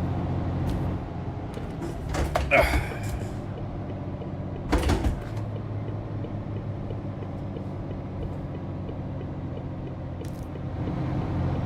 Hey, this is 60 kilometers an hour at this roundabout? Well, I gotta take a real sharp turn here, so I don't want to be going 60 for that.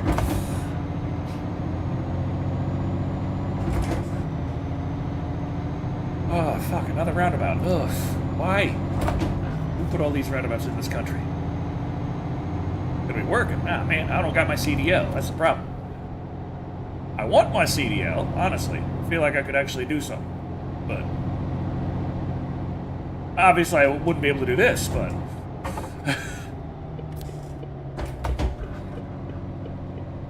or this.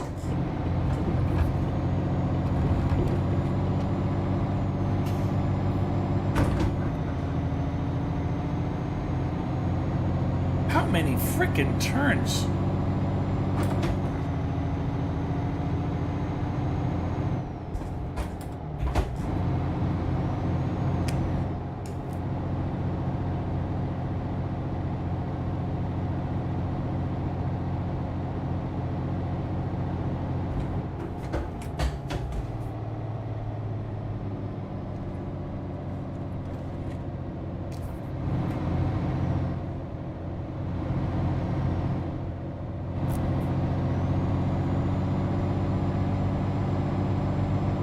Not driving, gonna be tarping and chaining the loads. Well, that's the not fun part.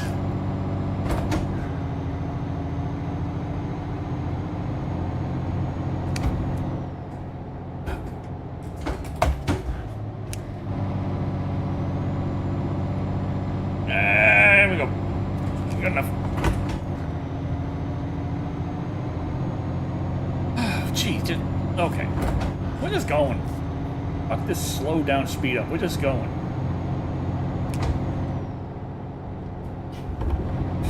There we go.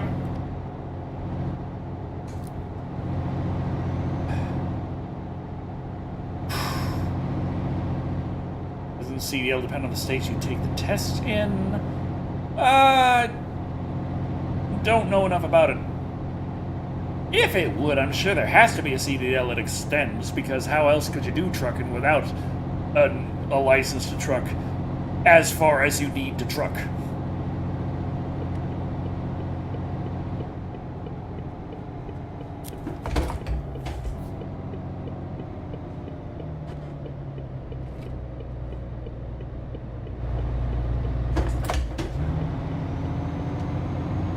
Okay, 250 kilometers to go. Oh my god, I gotta pee.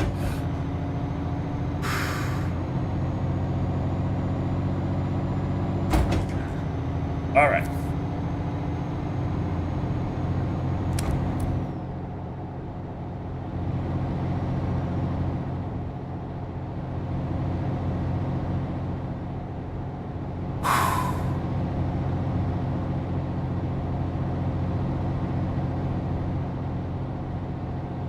Oliver made us 8 grand more. Nice. Thanks, Oliver. 391,000. We started off this with like, what, 200 and... Did we have like 180 or 215? Something we didn't have... It was around the 200K mark. And now we're around the 400K mark.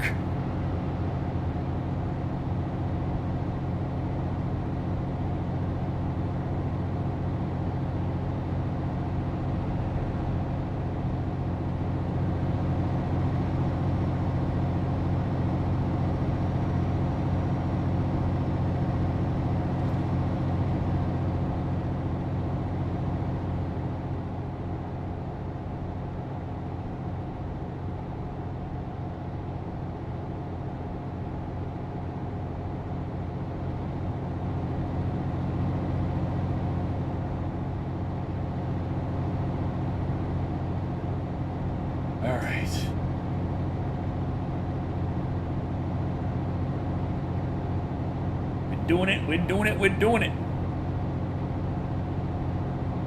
181 kilometers left.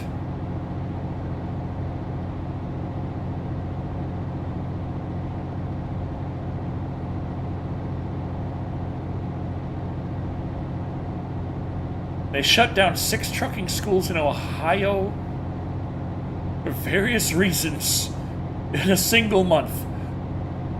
For various reasons.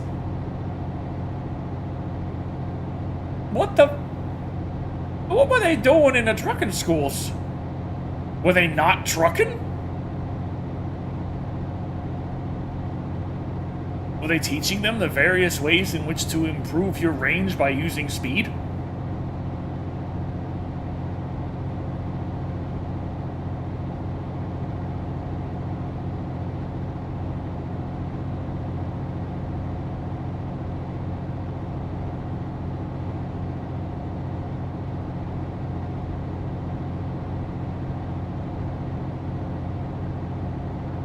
Ooh, 150. Okay, I'm gonna get to pee soon, just not yet. Oh.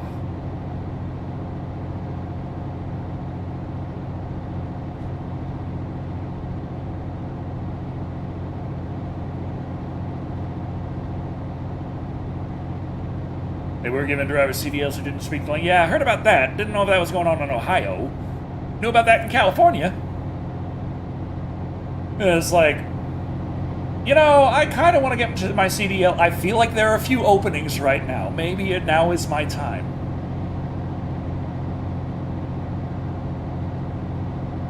Times like this, you're glad not to hear a TTS in this. Yeah, there are the downsides to TTS, and we are avoiding all of them. Some are invisible, some considerably more visible.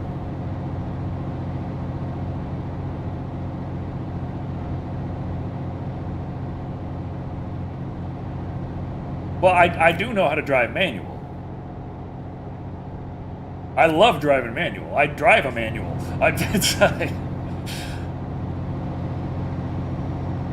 But yeah, I need to actually.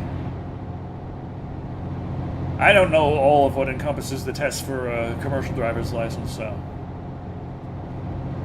Oh yeah, I know. There's a lot more ranges. There's the high, the low, the range. Oh geez, yeah, it's a bit much. So I'd still have to learn. I got a loin, but at least I'm not starting from all I know how to drive is an automatic.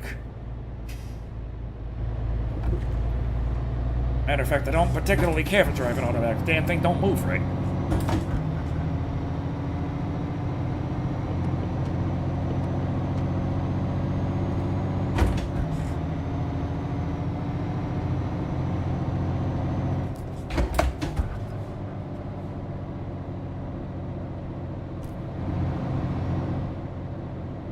Oh, 105 kilometers, 2 hours. Okay, we can do this, we can do this, we can do this, we can do this. We can hold it for 2 hours. It's fine.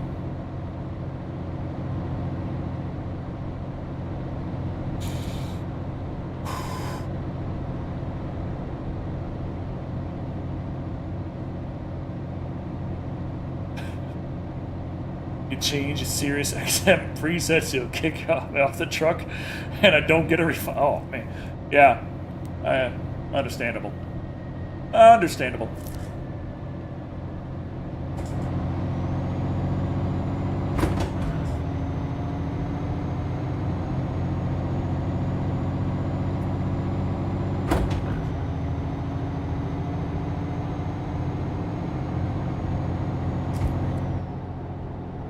Kicked your girlfriend dad off the truck, change your preset. Oh, to his. Said, oh, hell no. Yeah. Yeah, it'll do it.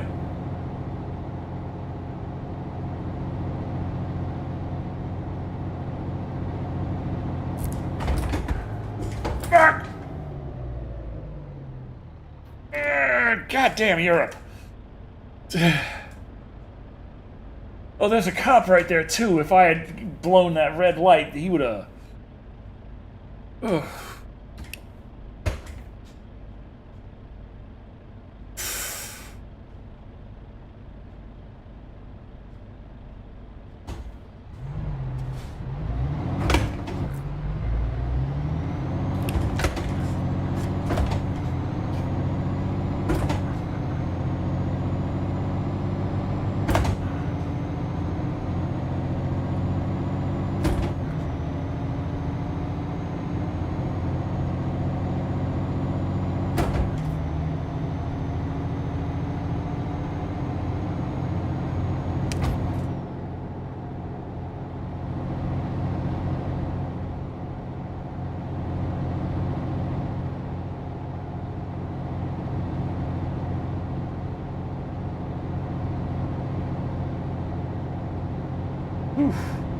Think of a cool, calming waterfall trickling down the river. That's not helping! That does not assist in the current conundrum.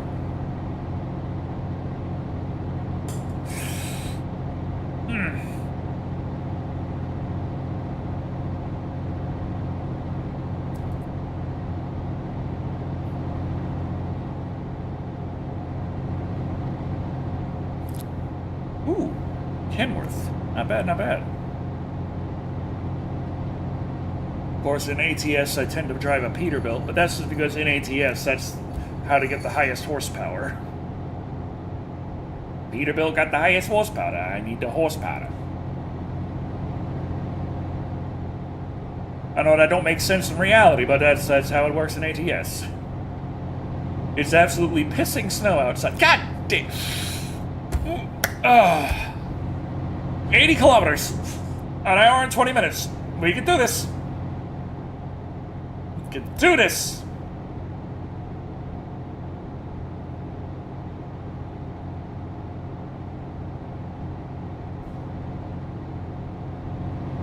I couldn't find... I didn't seem to be able to do that with the Kenworth. I don't know.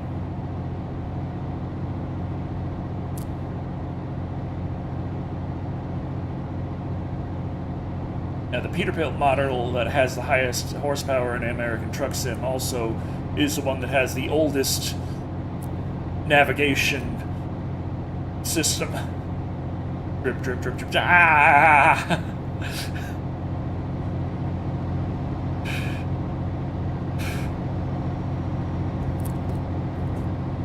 59 kilometers to go. 57 minutes. You got this.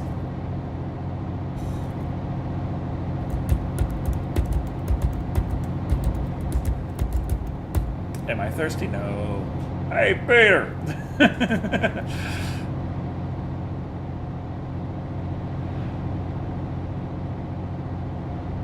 Why can't I just pause and run? Well, because if I pause, then I end up in the pause menu, which OBS doesn't like, and it's going to cause a bunch of frame drops and then lag the chat out of...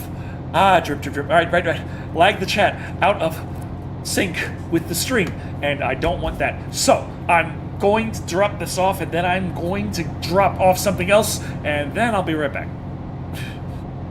And then we're back on the road.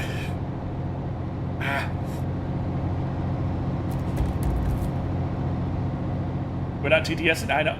Yes, but I still need to be able to see the chat. In the chat, the stream. The problem was not TTS being late. It was the problem was OBS was sending the stream out late.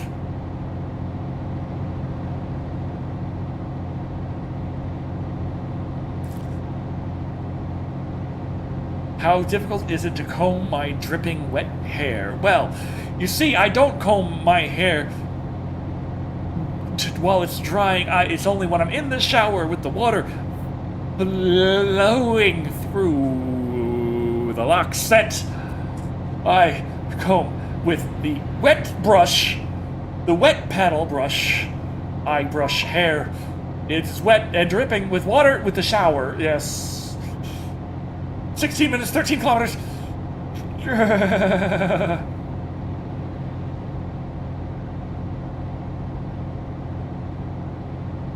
So the lag is smaller, if at all. Well, I just need to keep the stream from the menus of the truck sim games from being on screen while the stream is live as much as possible to keep the lag at bay.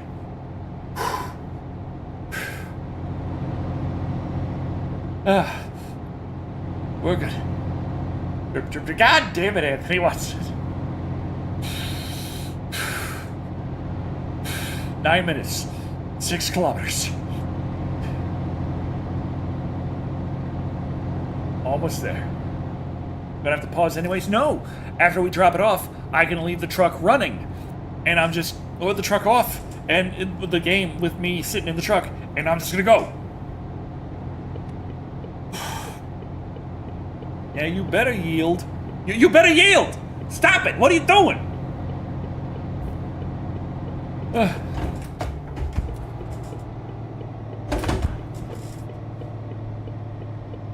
70? My ass 70.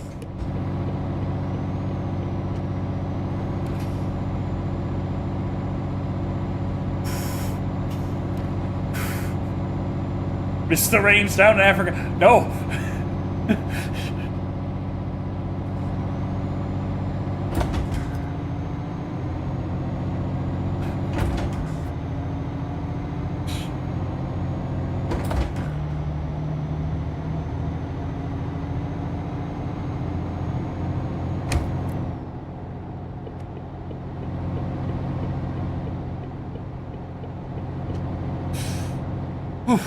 Okay, we're here. We're going to our destination. We can drop off. Oh yeah.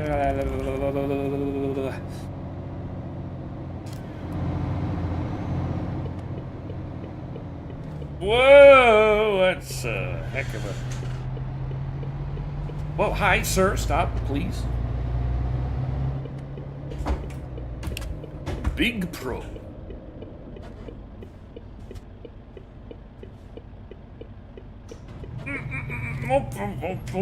Open up.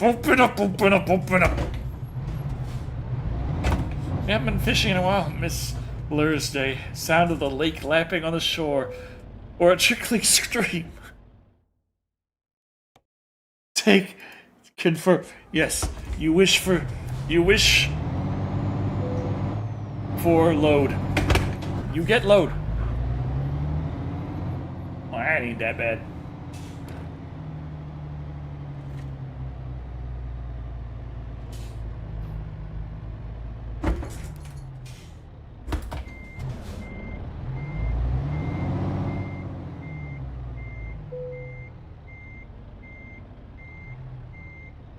Nope. Crap. Hit the forklift.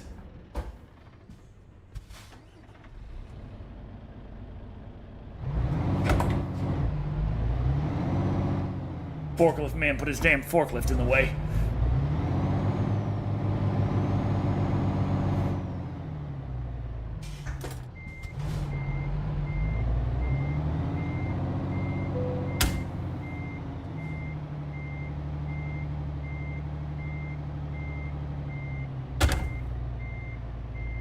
Damn it. Lack of...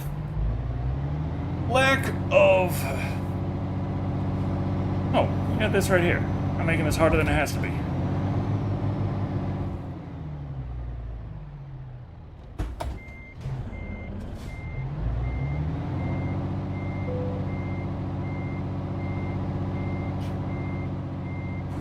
Oh, no. God dang it.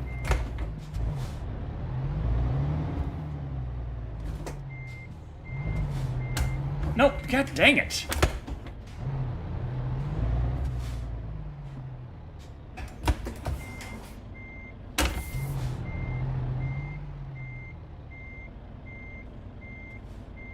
Oh, wait.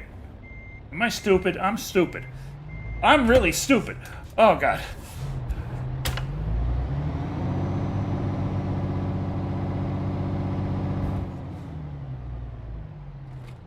I got disoriented there.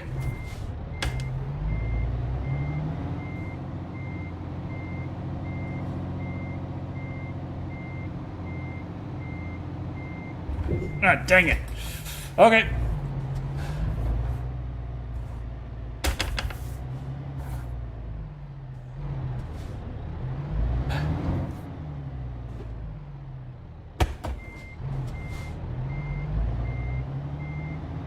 No, not the forklift.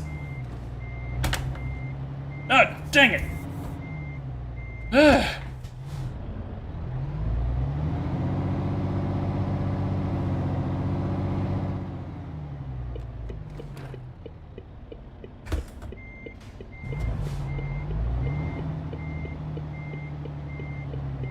Okay, go.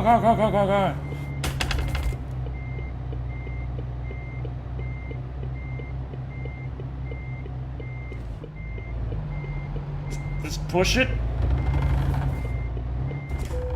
Okay, good enough.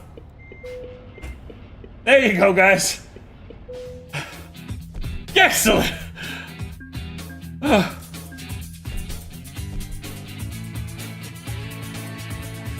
Hey, there we go. Now let's increase our eco driving.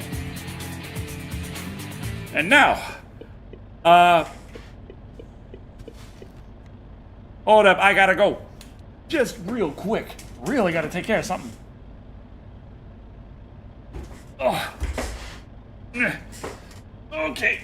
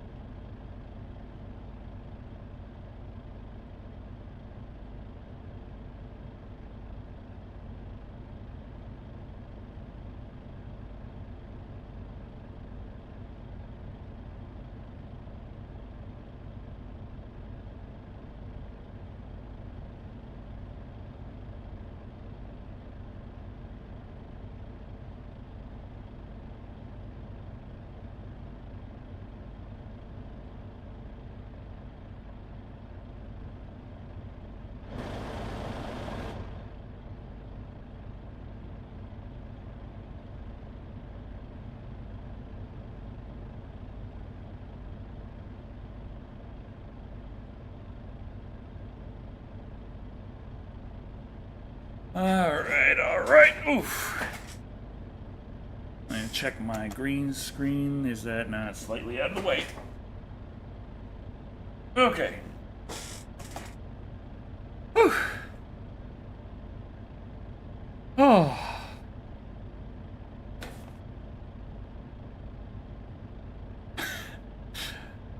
But Nutty Trucker, I muted my mic. How could you hear that? Oh.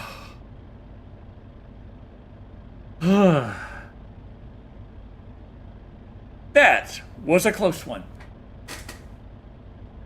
Now we have 30 minutes left to stream. So where do we go now? Okay. What do they have out of Luet? Ooh. It's going all the way back to Spain. Thank you for the follow. Thank you, thank you. It's heading down to Greece. We haven't been to Greece yet? Aw, man. I'm bad at this game. What do they have coming out of here? Oh, well, that is going to Turkey, and it's a beautiful 3 tons of potted flowers. These are beautiful things. We need to buy a truck. What are we doing?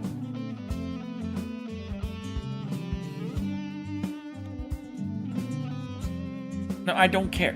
I'm trying to figure out what I'm doing.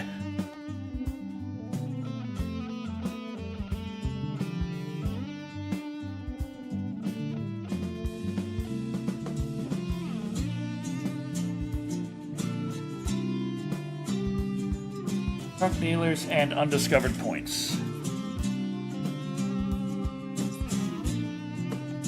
No, not that. Dang it. Pressing the wrong buttons. There's something there. And there is definitely something there. Okay.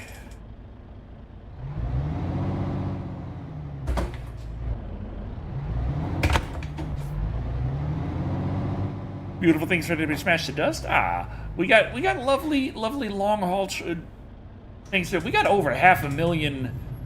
We can definitely afford a nice truck. Now we can't afford the nicest truck in the game unless we have that we're of level for at least like all of the skill points, and we are not. We still need to gain a few more levels.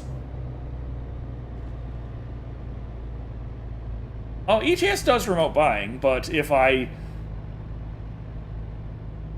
don't buy it while I'm there, I can't drive it immediately. The reason I do the remote buying most of the time in ATS is because I already have Betsy how I want to have Betsy, so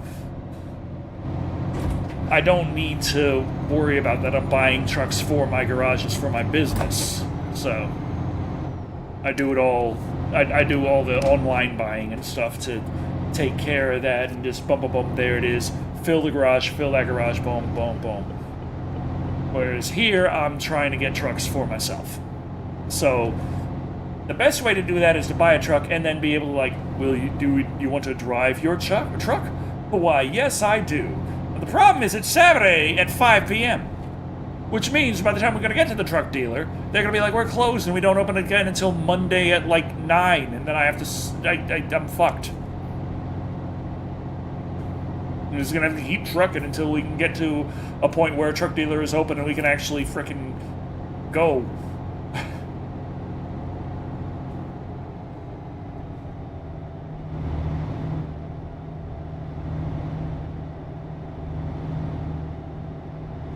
Of course, we could do some Texas trucking. Nah, well, we should get there in time. If this place is a truck dealer, which I think it is. What is that bullshit?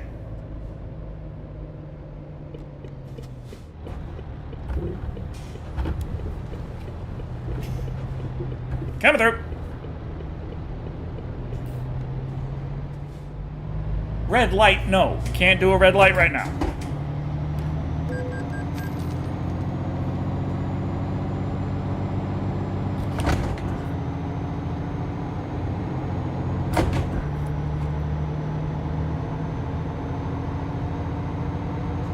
Hello, officer. Ah.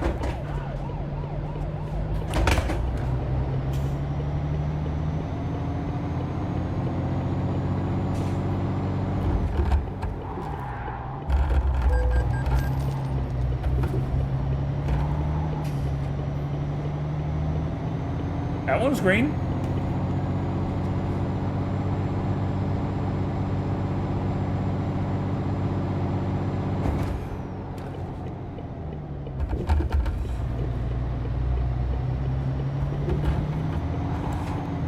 They didn't seem to care that time.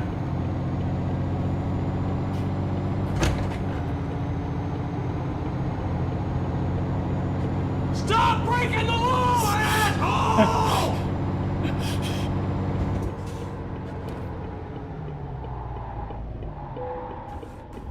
Stop breaking the law, asshole! Hey, we got a Mercedes-Benz. If we can make it there before we... Come on. Stop breaking the law, asshole! Oi!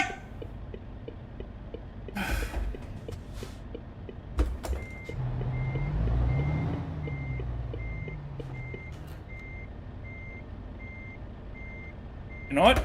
I think we're good. We just need to rest once and we should be fine. It says it's 4 in the morning. I don't understand how, but we can get him a nice Mercedes.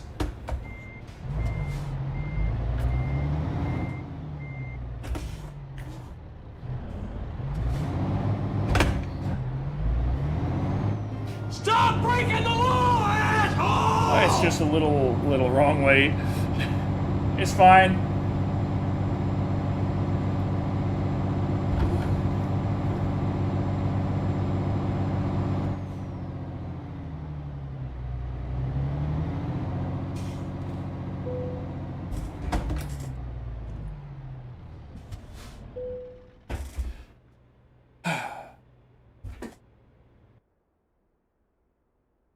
Okay.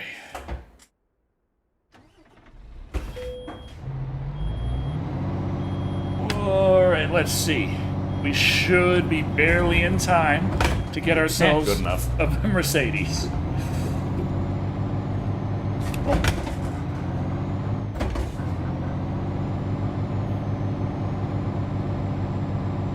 Hey, just say fucking leave. Yes, we can get a Mercedes. Alright, let's see. We got the new Actros Stream Space, Gigaspace, Big Space.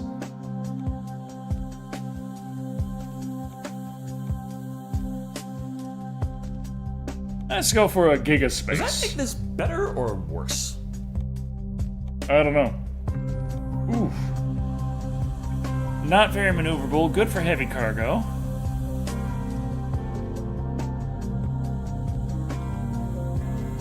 .625 horsepower engine.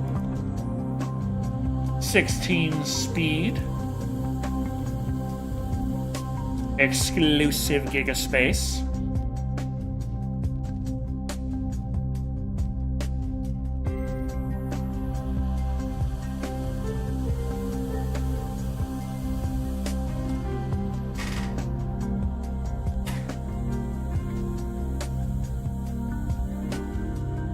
Just zebra. Yeah, zebra. Hey, just say fucking leave. And of course... No, not that. No, not that. There we go. Get ourselves our chrome skull. And... No. Betsy. There we go. 300,000. Yes, I would like to drive my new truck. We're going to send the old one to Irasu. I'm going to hire someone to take care of that one. And we got a new Betsy. There we go. Big old Betsy with some faux zebra stripes. Boom. Which 40k chaos god would you follow? Comb, god of blood, skulls, rage, and hate. Nurgle, god of life, death, and decay. Zeek, god of change, knowledge, magic. Or Slanath, god of excess and lust.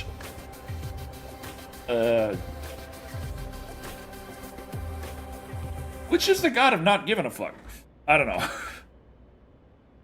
Okay.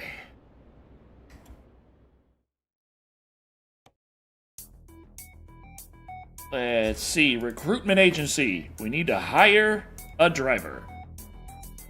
Nils, you're hired. You can go straight to Rossi. Drive old Betsy. Good enough.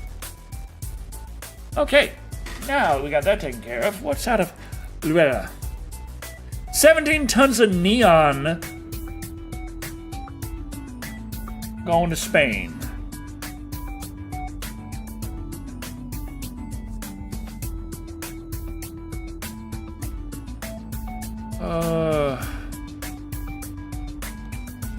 Got those potted flowers. Expires in 5.5 hours.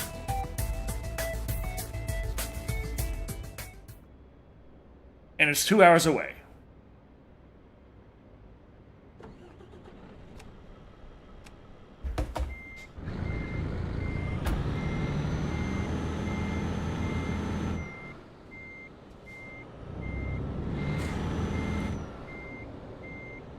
Okay, we got a Mercedes. Hell yeah.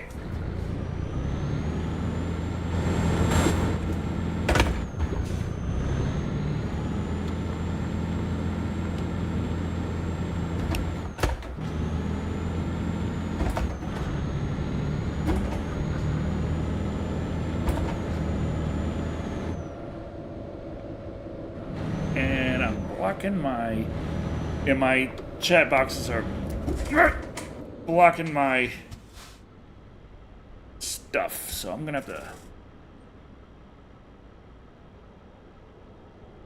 that a little bit to the side there, move that a little bit to the side there. Okay, there we go. There's blocking my RPM and blocking my speedometer.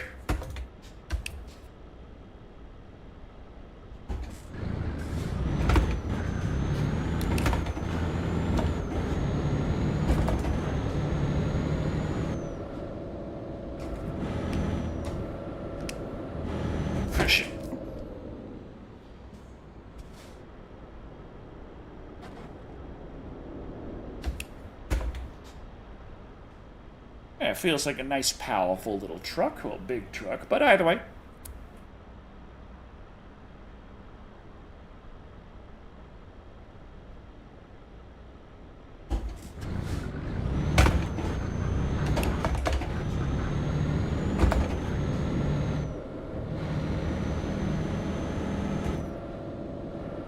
What? Every fucking light in the country.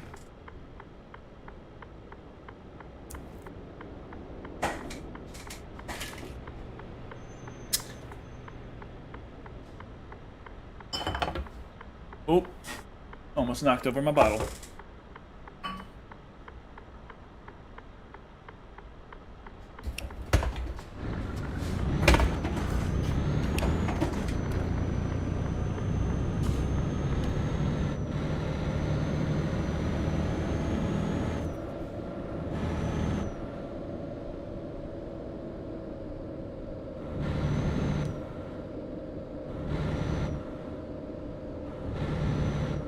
Oh, for...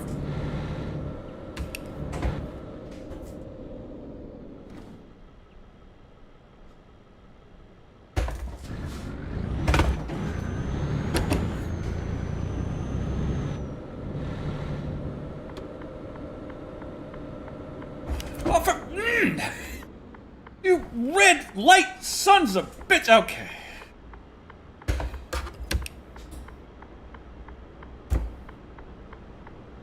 These red lights are really pissing me off, guys.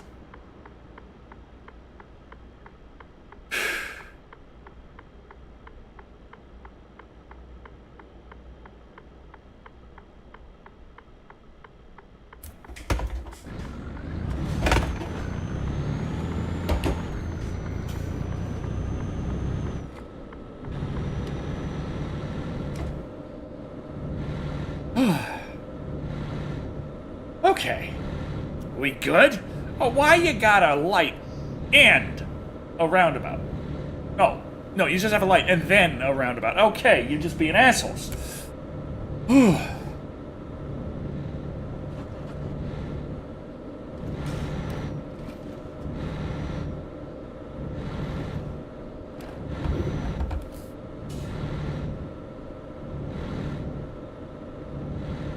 Okay.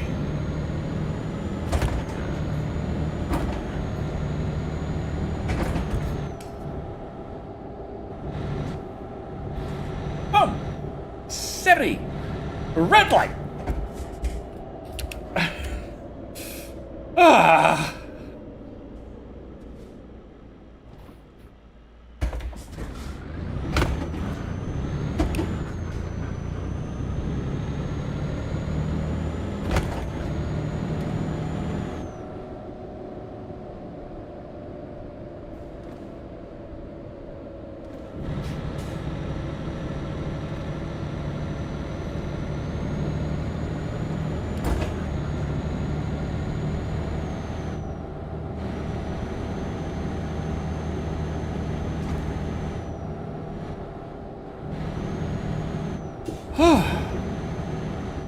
Okay. We good? We driving? Jesus Christ. Oh.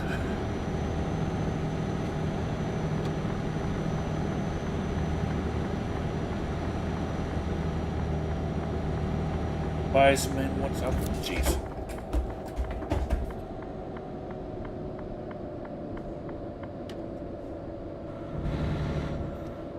$90.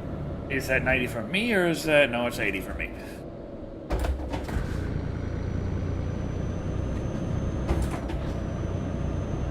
Wiseman once said, but Lana Slash will fill you with holes, but Salnesh has no problem refilling said new holes.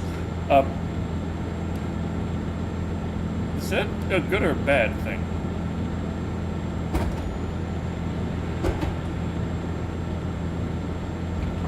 Why are you frickin' go?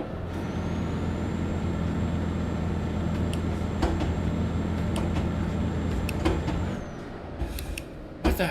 Come on.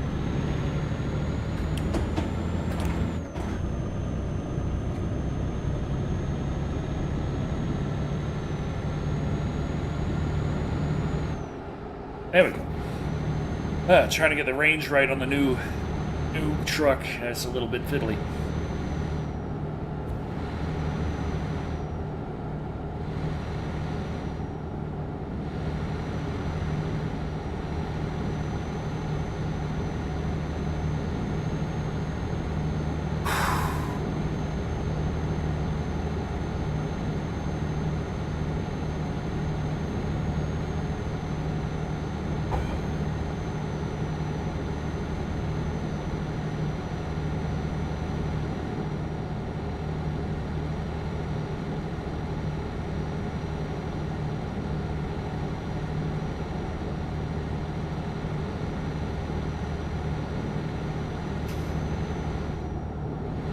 Depends on your point of view. I don't know what point of view we're having.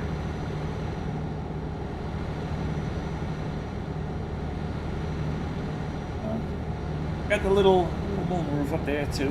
Okay.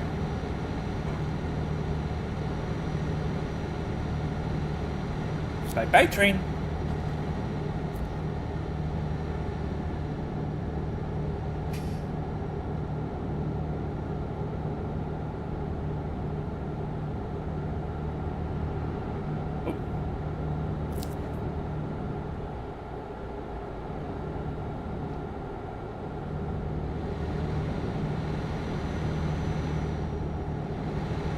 So we're gonna need another garage and another truck by the time we get to the next expansion.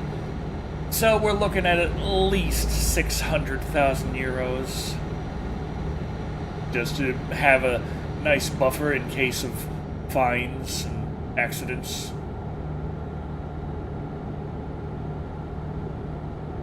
I consider how much we made on the last delivery. The passive income really helps.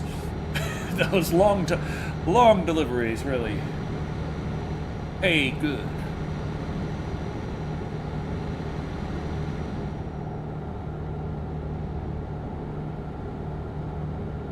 Ikra-ka-yi-da-yo.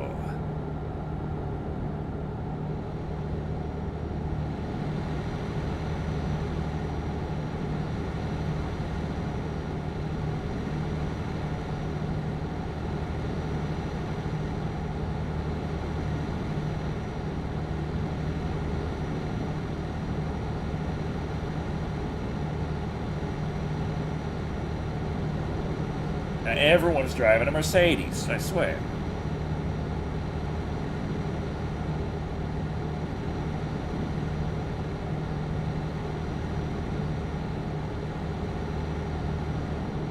Okay, it comes,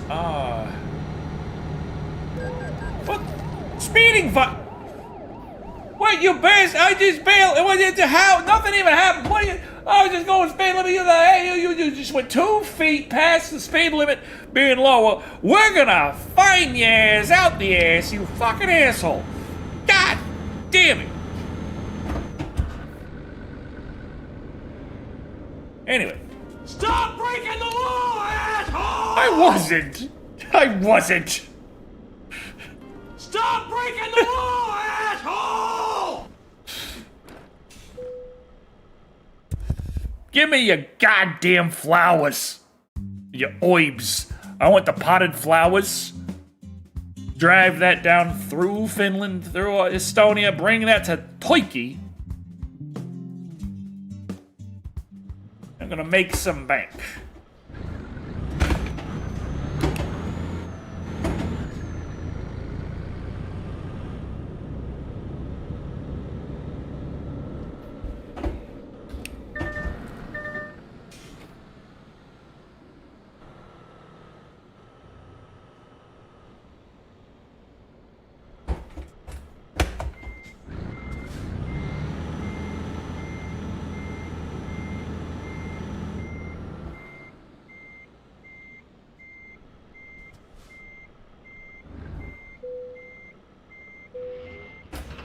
Okay.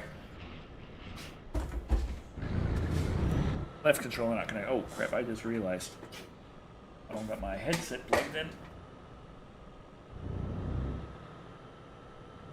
We got 3,400 kilometers to go, and we have 2 minutes to do it.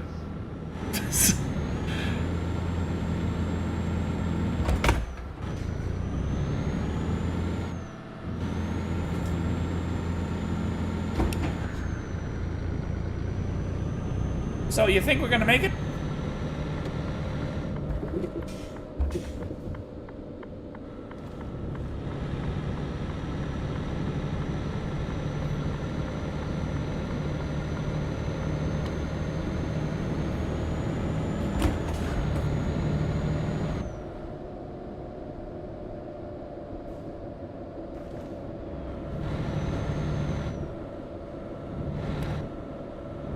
I don't think that's how you're supposed to play main healer. Just saying.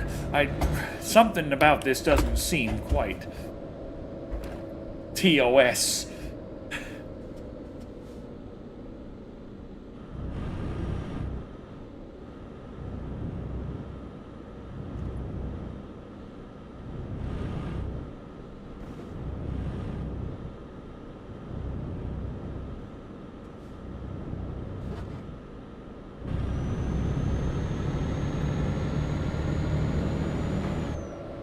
Okay, still speed limit 30, okay. I'll just go back down. Go! Jeez. Yield, not stop.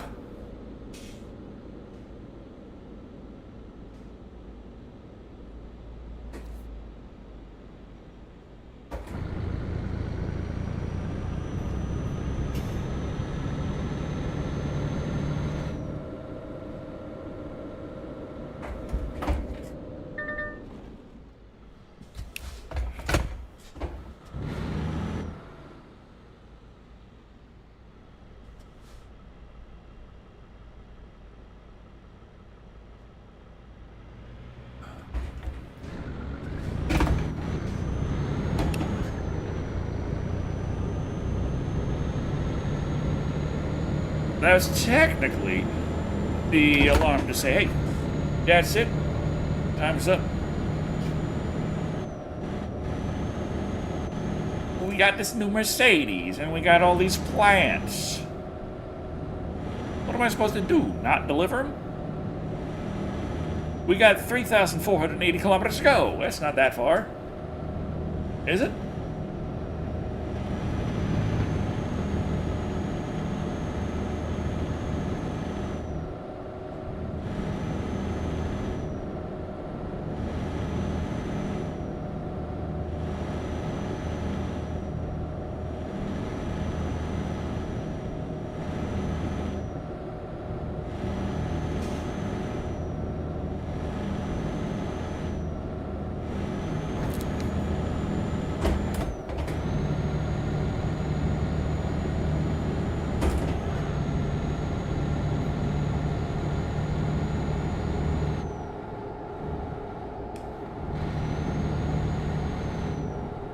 go.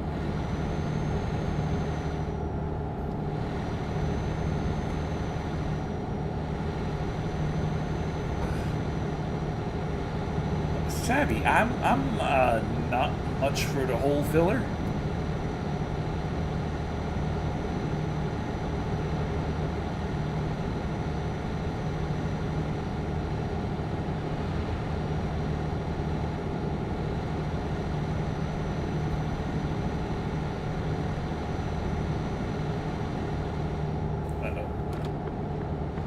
Stop, sir, stop it.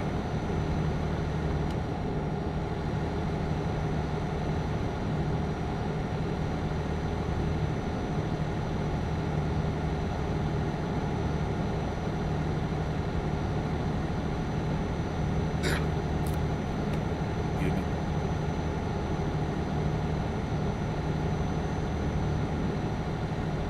"54 hours and 40 minutes. That can't be that long." Oh no. Jeez. Yeah, he was changing lanes right away. He didn't care.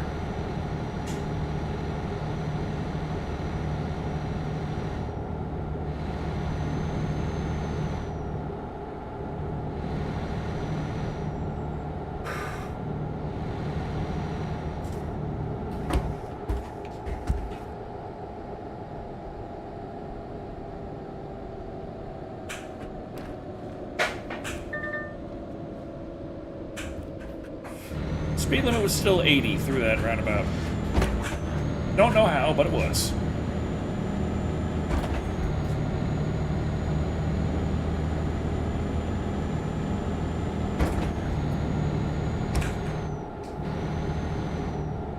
$60. What?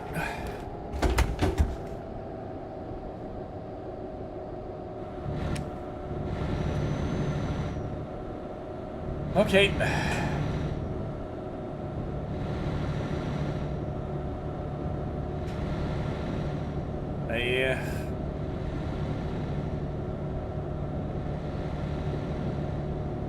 It is weird getting close to the end of production of Convict Chronicles Revelation. After 2 years of working on it, it's like, it's become less of a... You know, when I'm working on a video, it's like, okay, I'm working on this video, and then I'm working on the next video, and then I'm working on the next video. That's just kind of life. But that is also a never-ending cadence, working on videos. There's no end to it. There's an end to this video, but then you make the next one, and then you make the next one, and then you make the next one. And this is kind of how that goes. But yeah, I feel like that's the weird thing coming up to the end of Convent Chronicles. We're getting real close to the release date, and I still have work to do, and I'm still working on it, but after it is done, there is the question of what then? Because it is, for 2 years, I have just worked on this story. And yeah, there will be bug fixes to do, likely. There will be things to polish here and there. But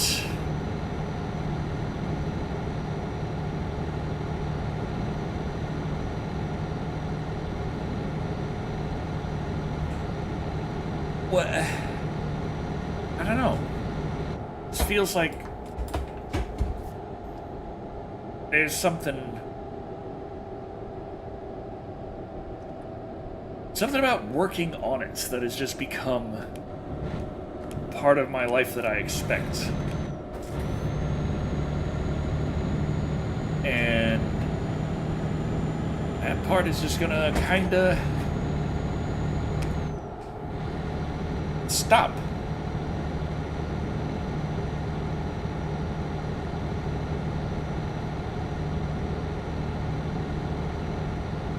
And then, I guess, is to decide whether or not you're going to be making the next one. Or what you're going to be making next, or if you're going to be making next.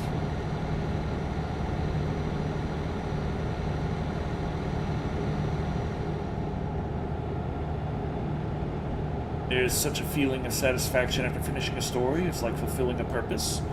I don't know, as one of the main things with Common Chronicles is just the feeling that it needs to be said. I need to write this down. I need to make this story. I don't know why, but I just feel the need to. Hell, half the story, I'm not even sure if it's right to say that I wrote it. It's just, I sat down and the plot came out of my hands. I'm like, this is how it goes.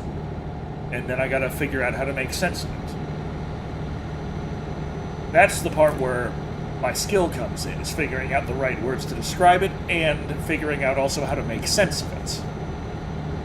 I'm like, this happens this way, and this way, and this way. Now, why does it happen this way, and this way? How's the best way to word that?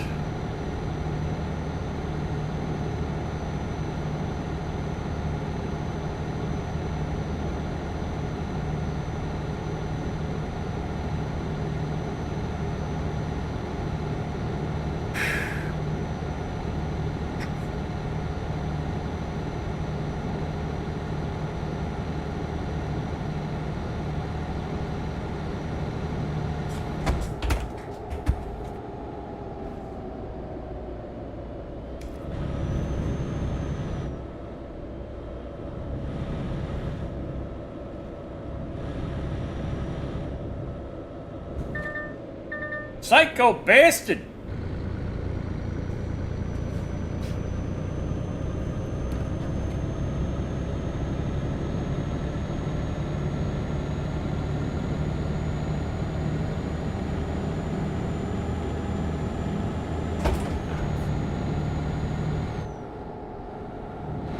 Okay.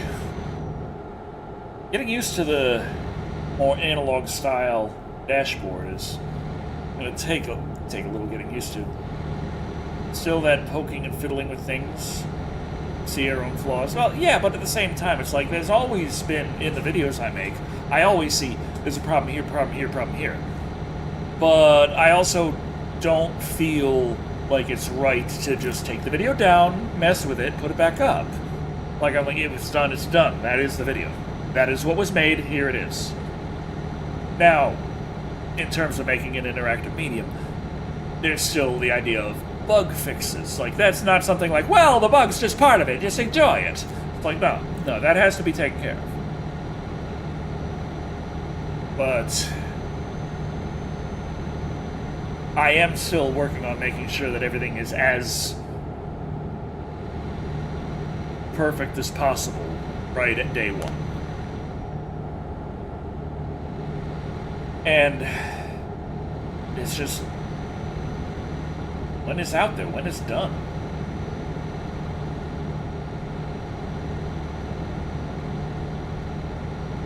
Will there be people calling for a second part? Or will there be people calling for my head on a stick? Or will there be both? I know at least there's going to be people calling for my head on a stick. That's a guarantee.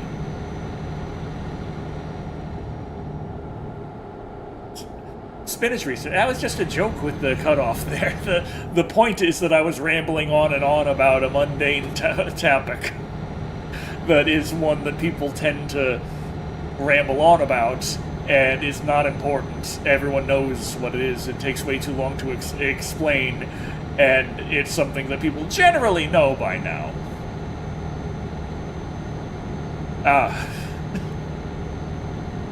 The thing about the spinach is that the spinach, the idea that spinach is a superfood was based on someone putting a decimal point in the wrong place when they said when they were determining the qualities of like what nutrients are in spinach. So the idea that spinach has so much iron was false. It only had 10% of the amount of iron. The decimal point should have been one more over.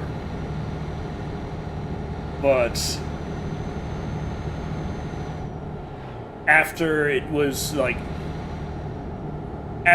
thought of as a superfood because of an improper filing,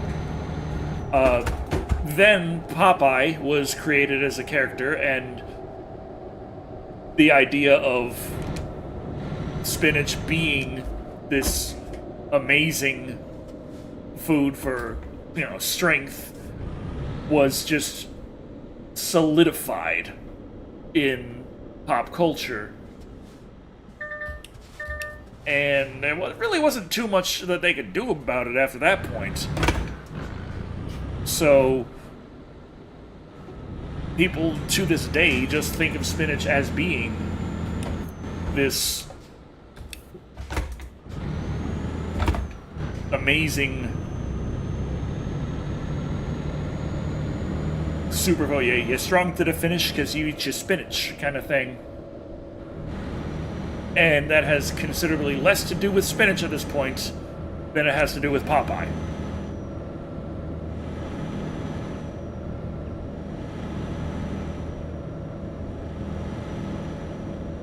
Stop.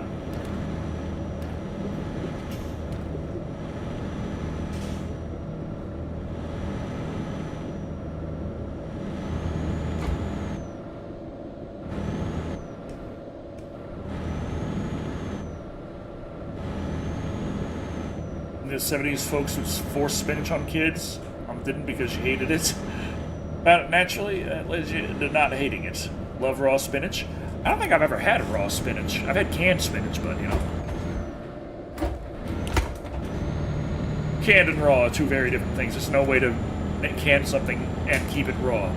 The canning process involves getting it to the temperature that it would kill all the bacteria, so that's a form of cooking, so...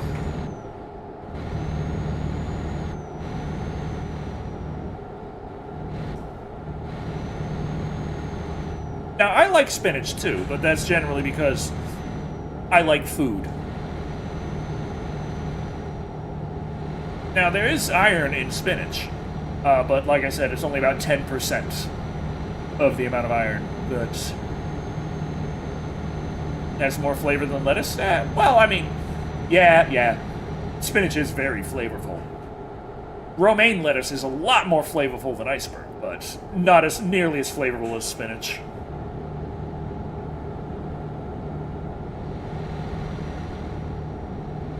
But collard greens and mustard greens, how does spinach compare to those? I don't think I've had raw spinach, but I'm thinking that it would probably taste similar to greens.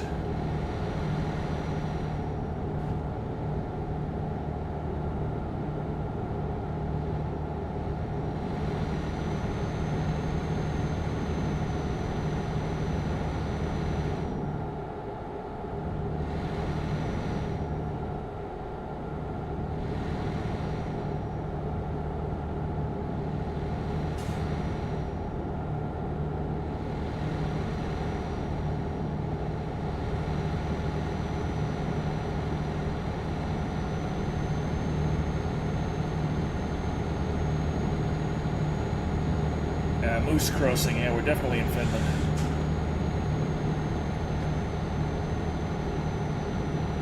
In meat, do we have the same amount of iron as in spinach? Meat has far more iron than spinach. If you want iron in your diet, red meat, that's the way to go about it.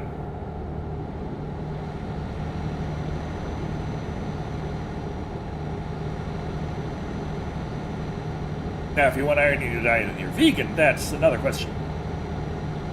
Spinach is probably still, like, you're gonna have to have a lot of it, but spinach, yeah. No good.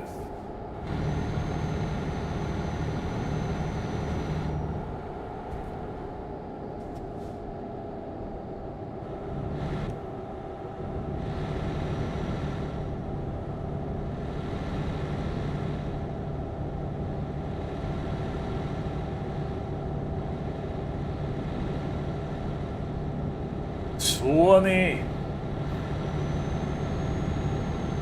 Ole hyvä!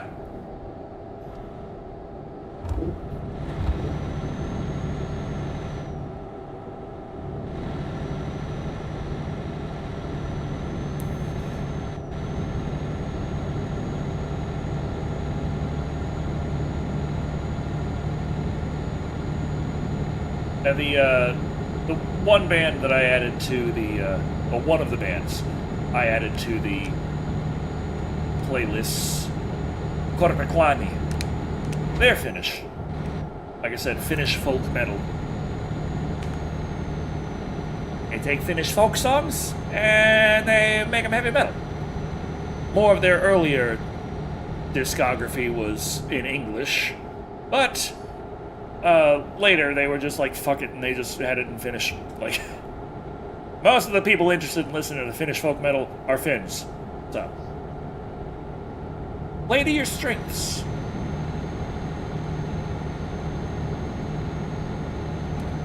Spinach, liver, and other meat. Iron frying pan, pills. I don't think I've had liver. But considering that the classic pairing for liver is onions, and I love onions, I am very interested in liver and onions.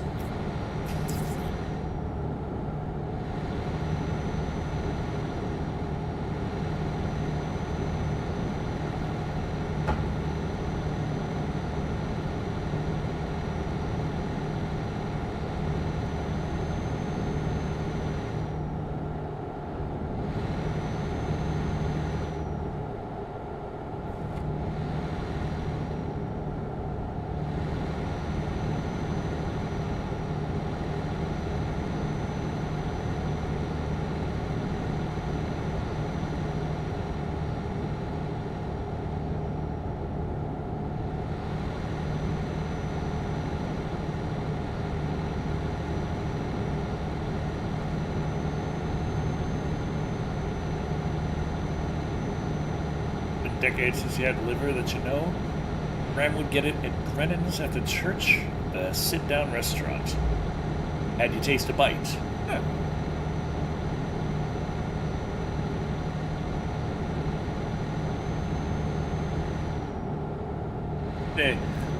I, of course, come from the past of I was starving to death.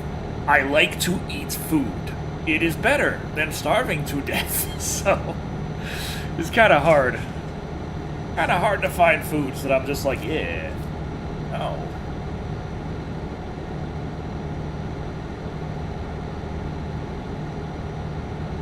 I mean, they got the PETA billboard with all of the animals, or they got the dogs and the cats and the cows and the chickens, and they're like, where do you draw the line? And everyone always is like, right here. And I'm just looking at it like, why is there a line at all? They all look tasty. No, I'm not going to go out of my way to eat a cat, but I could definitely see it being an option.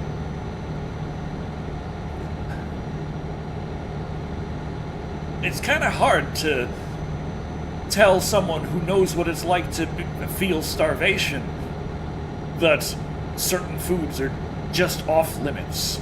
Like, are they though? Have you really thought about this? Do you have any idea what goes through your head when all you know is hunger pain?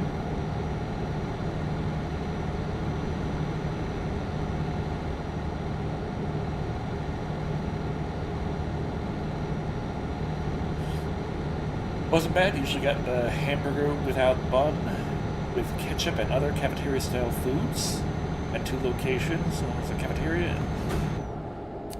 Go to taking, got food, never got a home-like custom.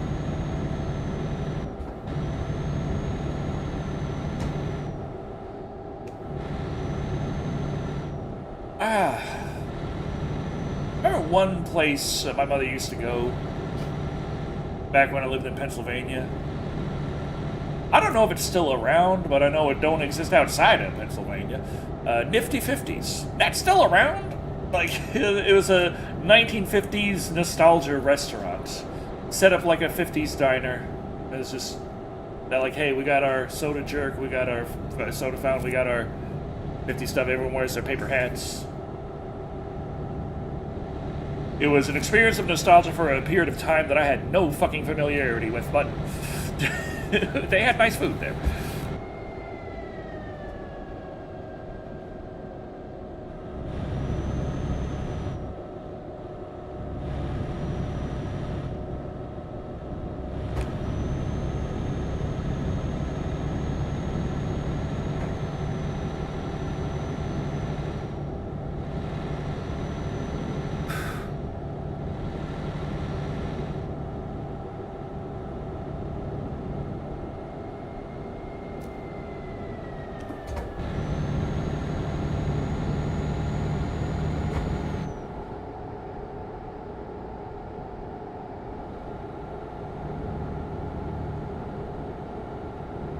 trucking.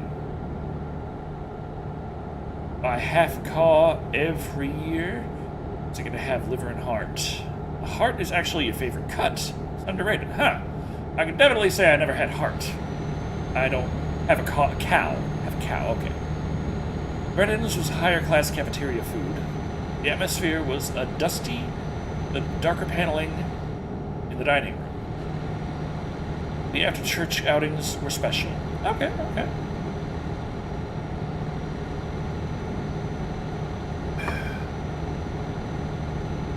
Yeah, I generally haven't been to church in my whole life, except one instance I remember. After moving down to Pennsylvania from Vermont, my grandmother did. My grandmother brought at least me. Probably my siblings as well. I don't remember their experiences, though. I only remember my own. But my grandmother brought me to church, and it's weird because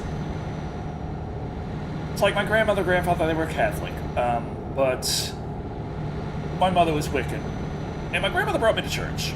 I remember that, but also my grandmother didn't really like me, so she didn't really necessarily want to, like, that's the idea of you go to church in your Sunday best. You want to have the best presentation. You're there with your community, and you want to look nice. You don't want to be there looking shabby.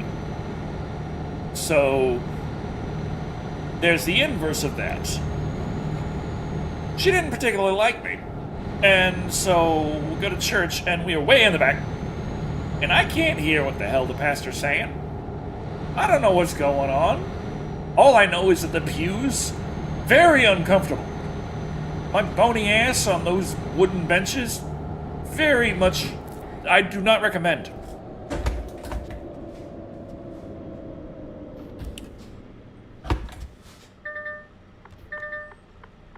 What the bullshit? Anyway, so my bony ass on these wooden pews, sitting there, guy way out there talking bullshit I don't understand, reading King James something, I don't know what the hell King James is. It sounds like he's speaking, but I can't understand a word he's saying. He's so far away, it's all echoey as hell, and he's talking in weird words I'm not even familiar with. And then there was a point where they start handing out, like, crackers and stuff. And I'm like, well, fuck yes, I'm fucking starving. Please, cracker me. And my grandmother, they're like, no, you don't get the cracker. I'm like, why the fuck not? I never went to church again.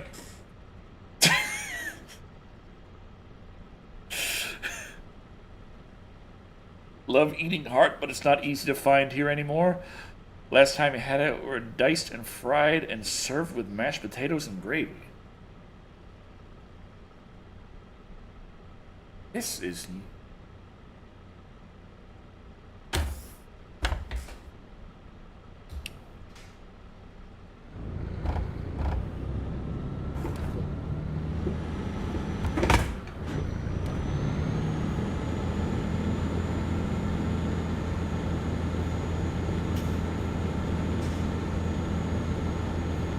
What the fuck? They just complete... The NPCs just completely blocked the fucking road.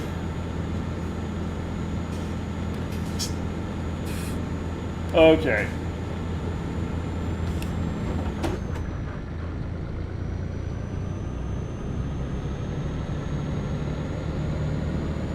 Stop breaking the law! I had to get it through there.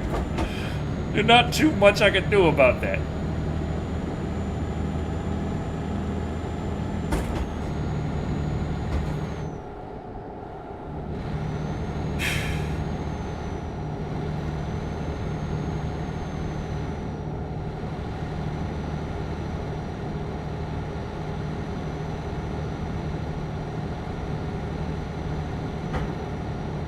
See, I stopped. I waited for them to move. They were not moving.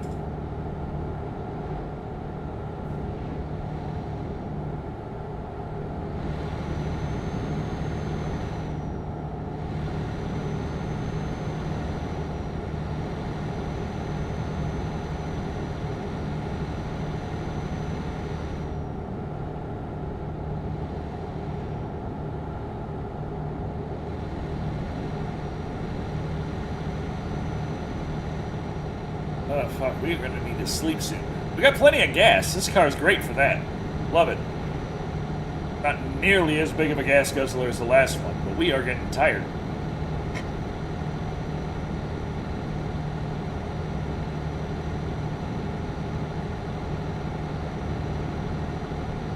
Hi, cops.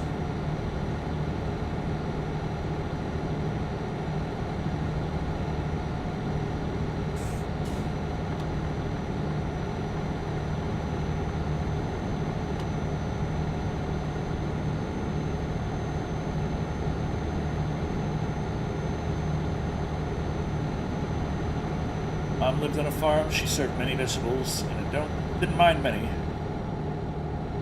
Some, though, ended up in a form that I just stared at. Canned peas, despised, lima beans, broccoli and cauliflower, nights, green beans, carrots, and corn. In Scotland, there's a tradition to eat a sheep head because in the Middle Ages, starving was so current, so they did no choice sometimes. Eat a head sheep because the only thing left. Question is, would you be able to eat the decapitated head of a sheep looking at you? Well, I feel like it wouldn't necessarily always be looking at me, but I mean, yes?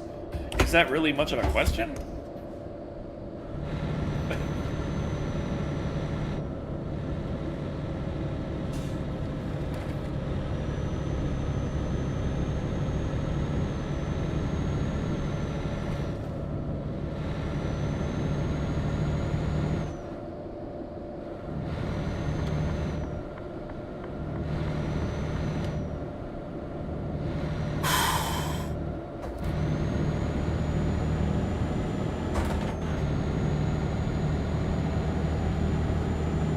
Like how much we eat? The brain, the eyeballs, the lips, the tongue, cheek meat, neck meat. Neck meat's, given. Of course, you're eating the neck meat. Either way, yes. I mean, it's food. Yes, you eat food.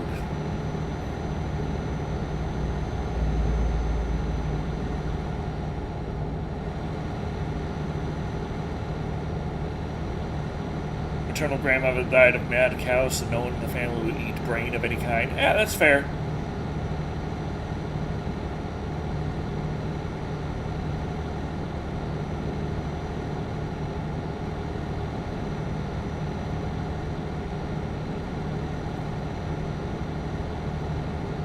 Oh, Animus, if you were starving, you would.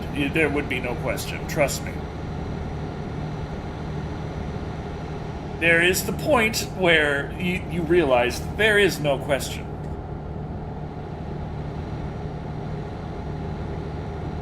You see, you say you don't know because you are still thinking from the perspective of someone who has not been starving.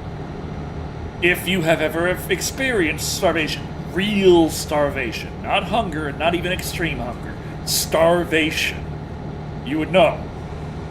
There's no way that you'd have a question at that point.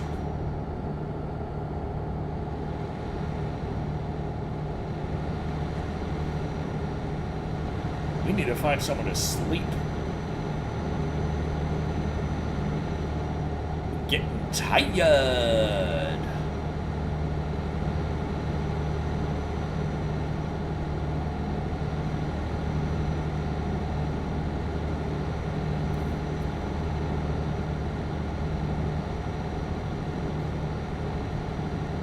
As someone who has starved, you couldn't do the head? I cannot buy soup out of cold, hours-old nugget. What? That's not English. What?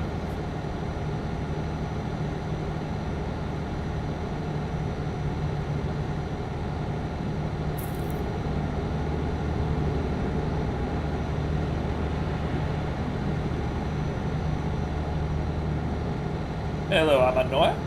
Hello, hello. Oh, we are about to fall asleep at the wheel. This is bad.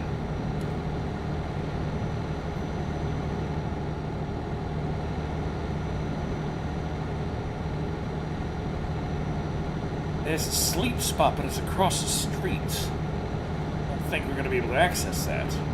Let's see. Oh, there's one on our side of the street. Yes. We can nap. We can go ZZs. We can do it.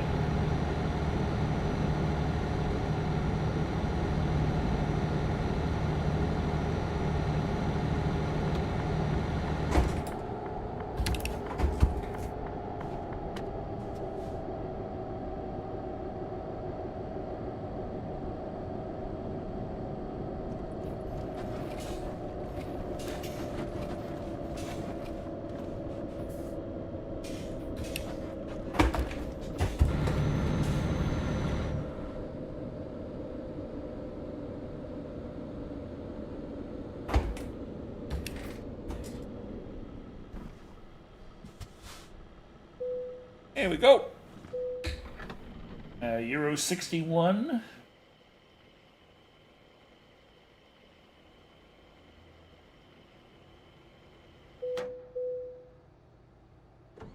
Oh. Okay, we'll get there. We'll get somewhere to sleep real soon. We'll be fine. Helsinki that way. Okay. We're gonna go to hell. Helsinki. Haha. Don't worry, they make the same joke in Finland.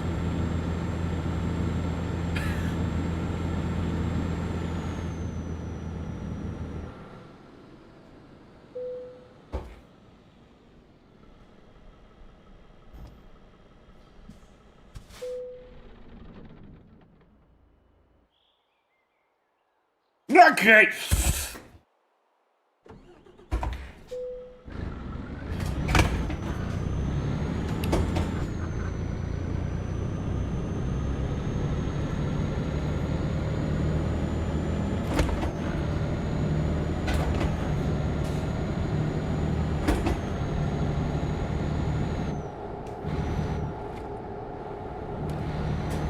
Stream is almost 5 hours in. It's near the end. It's past end. I mean, yeah, it is. But we still have like 2,800 kilometers to go.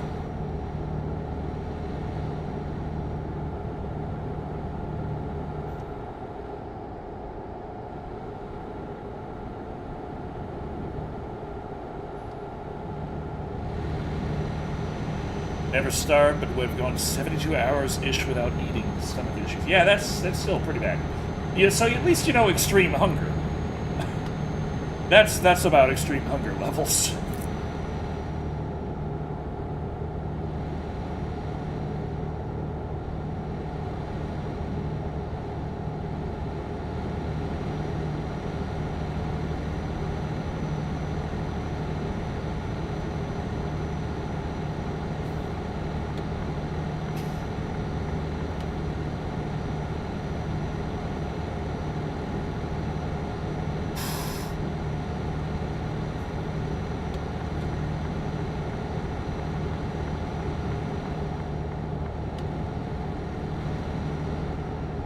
Guys gonna go faster, please? The speed limit's still 80 here. Just say it. Okay, they're not going faster.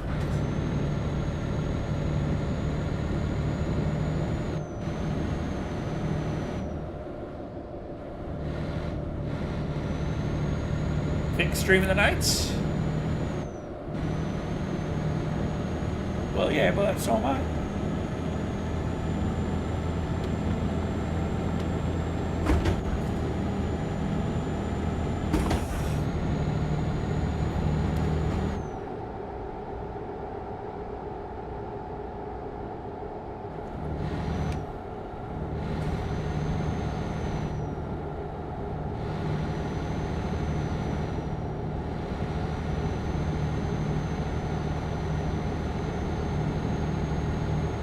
Damn it. I need more beer.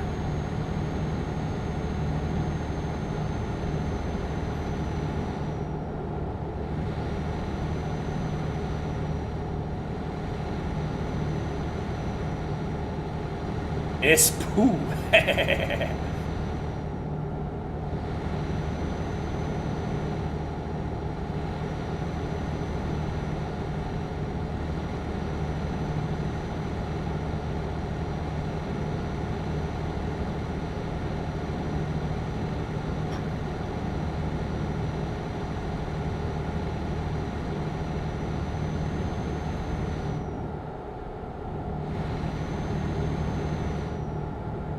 Countries are gorgeous. Well, I mean, we're in Finland.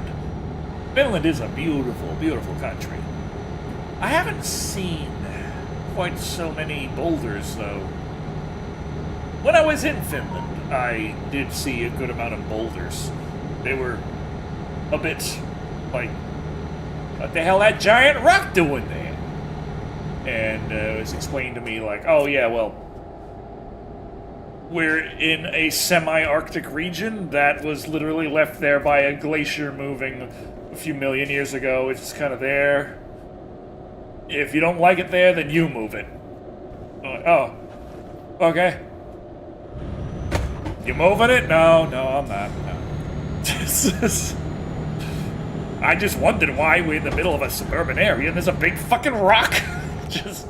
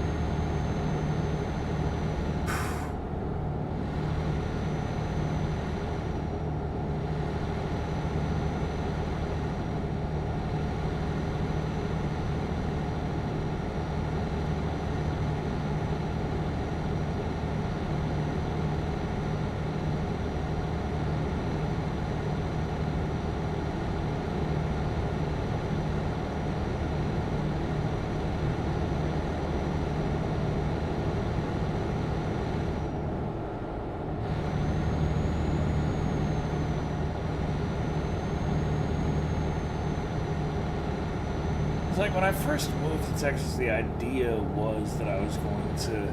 Like, I had a plan in place for moving to Finland. Obviously, that didn't work out. But...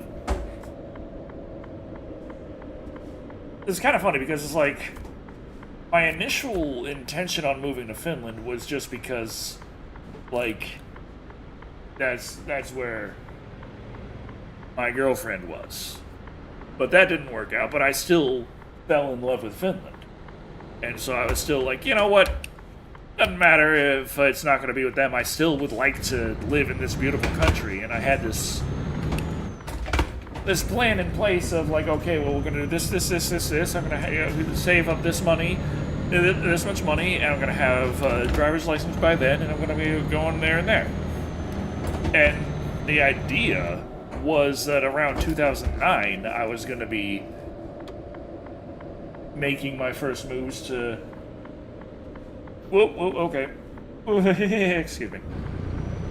Making my first moves to move to Finland, but... yeah, obviously that didn't work out. As, the person I was living with in Texas wasn't quite as helpful in person. Things didn't work out very well in a lot of ways. But while I was in Texas, figured out that I really like Texas. So I was like, you know what? It's fine.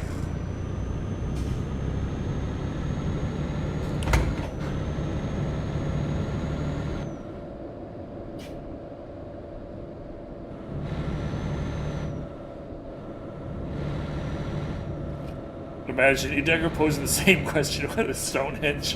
Why are these big fucking rocks here?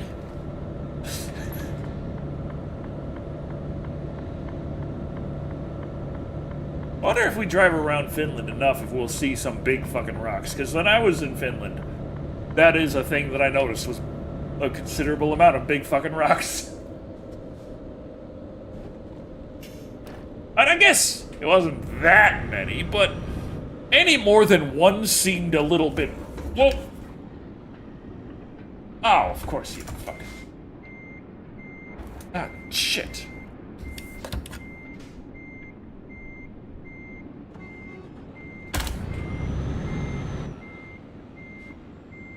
Why'd this guy gotta be right up my fucking...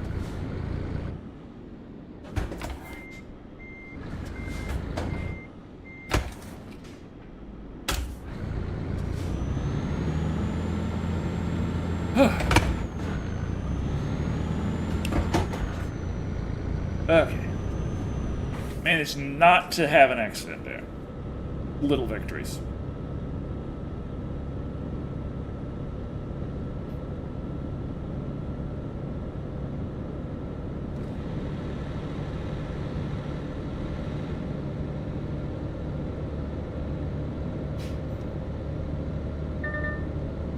Finland's a beautiful country. It's nice, it's cold, it's got fresh air, like the freshest damn air I ever breathed.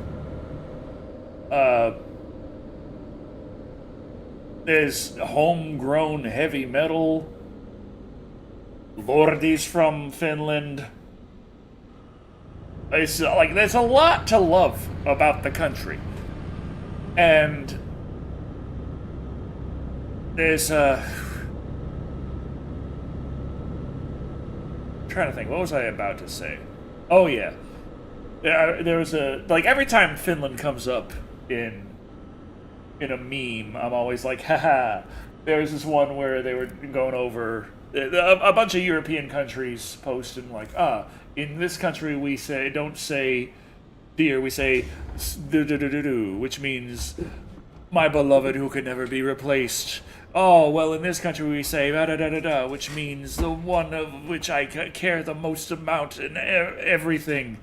And then it goes down to Finland. It's like, in Finland we say such and such, which means the one I hate less than the others. It's just... God, I love Finland. Warning, assholes are closer than they appear. Oh, don't you know it.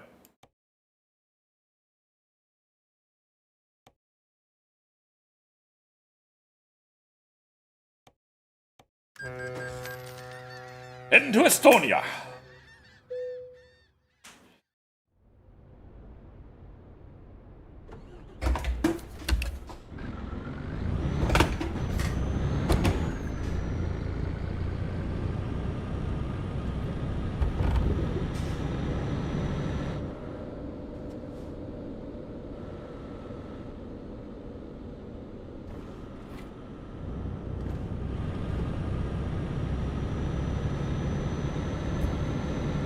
A lot of jokes made about Canton and about Ohio, but I really like it here. Springs and falls are especially gorgeous. I've never been to Ohio. Like, Pennsylvania was alright, but I wasn't really, like, in love with it. Vermont has its charm, but wasn't really in love with it. When I went to Finland, I was like, this place is amazing, I love it, and I was very ready to move to Finland. Then, in trying to move to Finland, I moved to Texas, failed to move to Finland, and then decided, you know what? Texas is alright.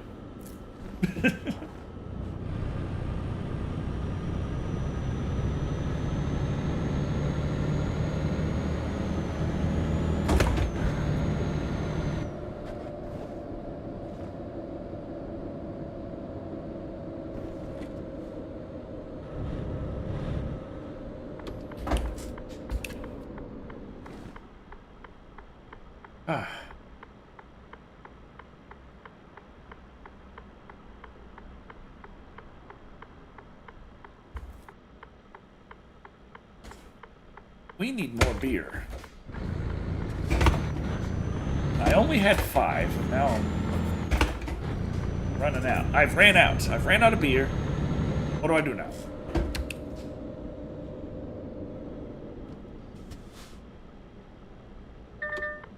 I know there's a car there.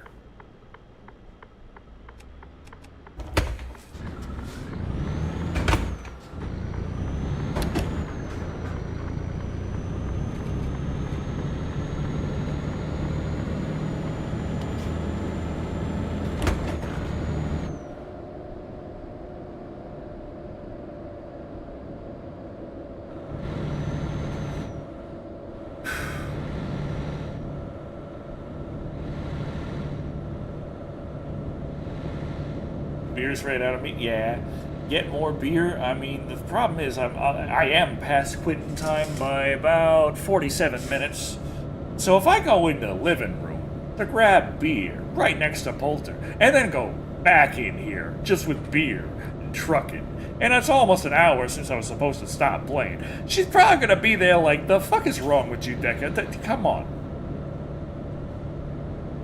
But, on the other hand, Lou has not scratched my chair. Like, hey, it's time for walkies. And we still have 2,637 kilometers to go. I don't make the rules.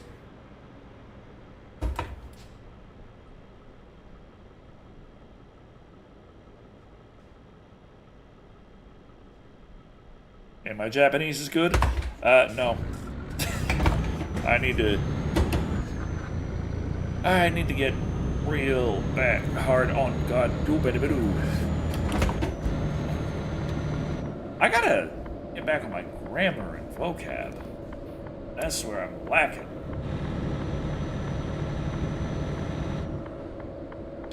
Like, my reading suffers because of my lack of grammar and vocab.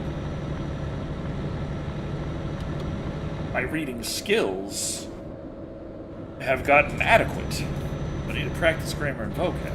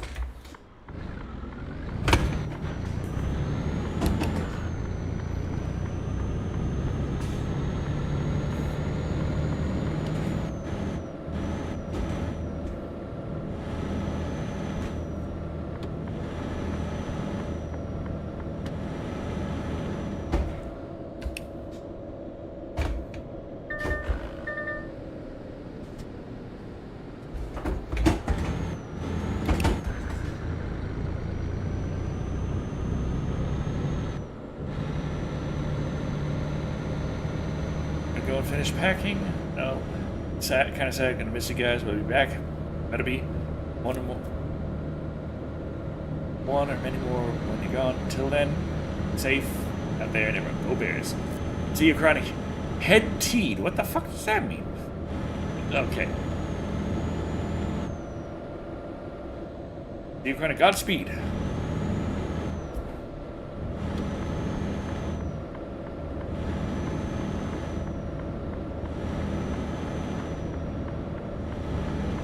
Oh yeah, I know. Go Bears, Chicago Bears. Like, what the fuck, I've already done it. What did I hit? No, I don't know.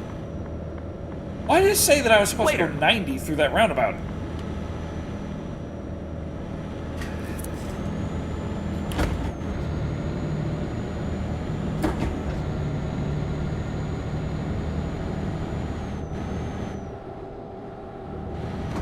Okay, now it says I go 90 here. Alright. Here we go. This beautiful Mercedes. Let's see how it go.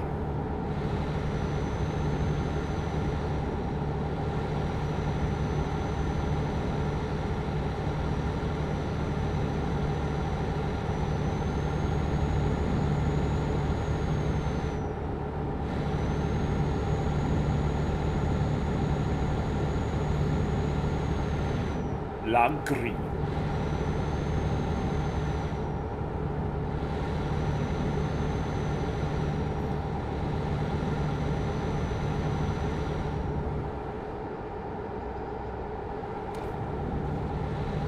Okay, here we go.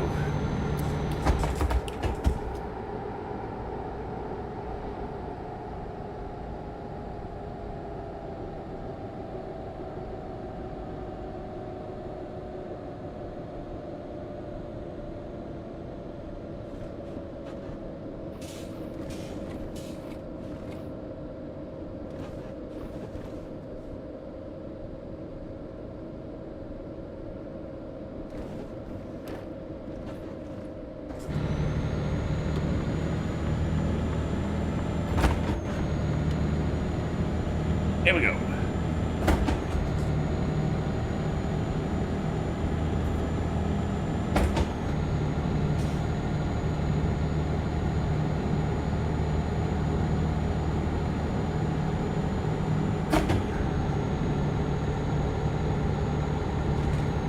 Whoa. That's bad.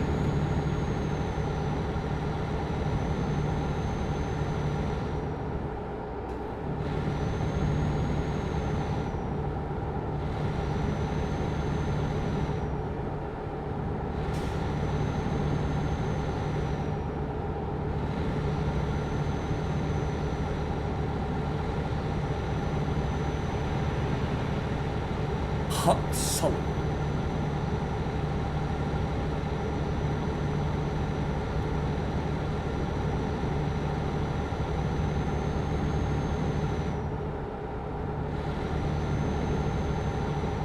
Hello, officer.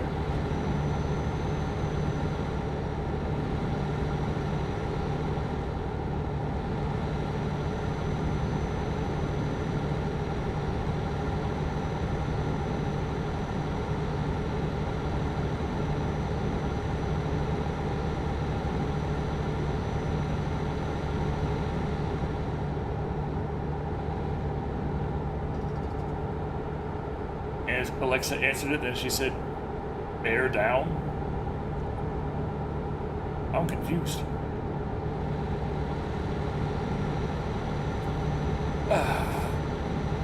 Oh shit.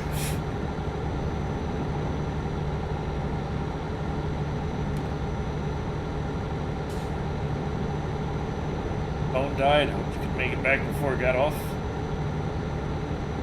Stop streaming.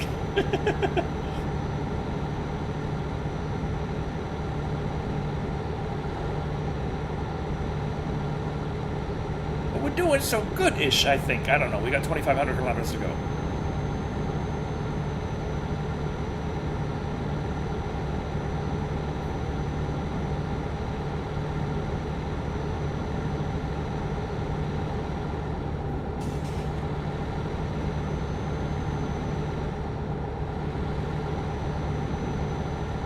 Shit! Fuck!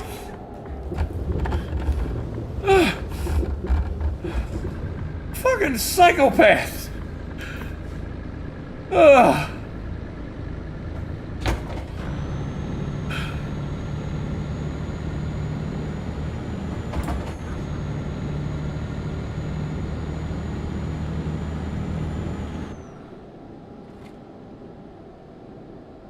Hello, officer.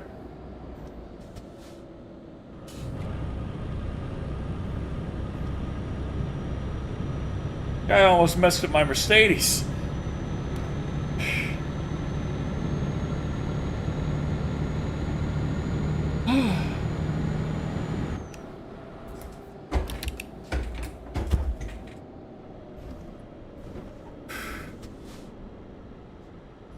Attempted murder! He tried. He tried. But I was like, no, no, you don't. And he didn't. Oh, shit. I'm supposed to turn.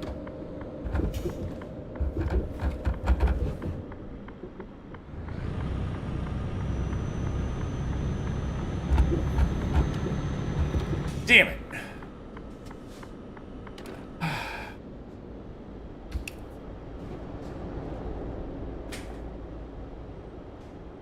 I got distracted.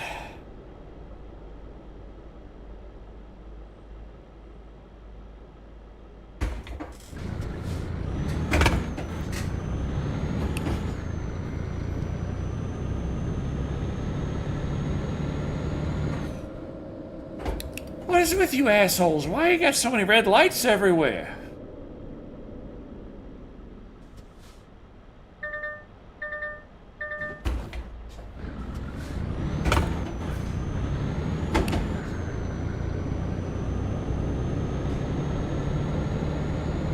No, you don't.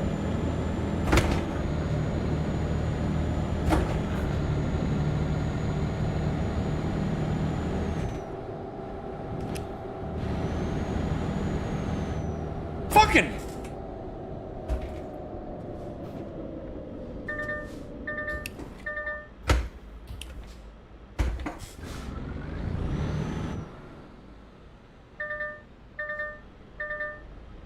Oh, this country sucks.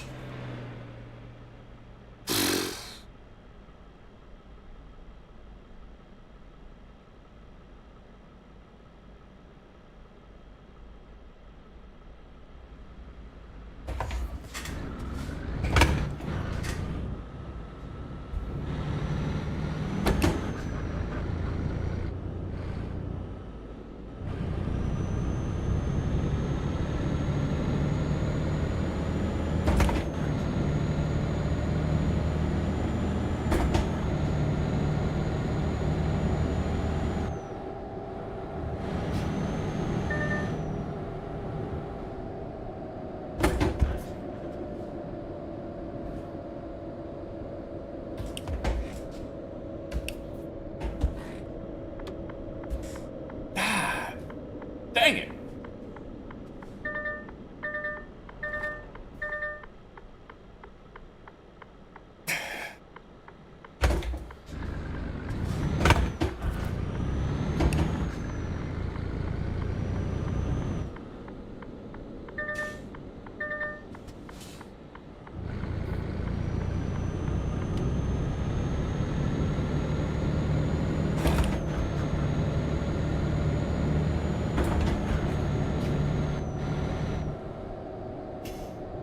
Oh, you gonna step on it?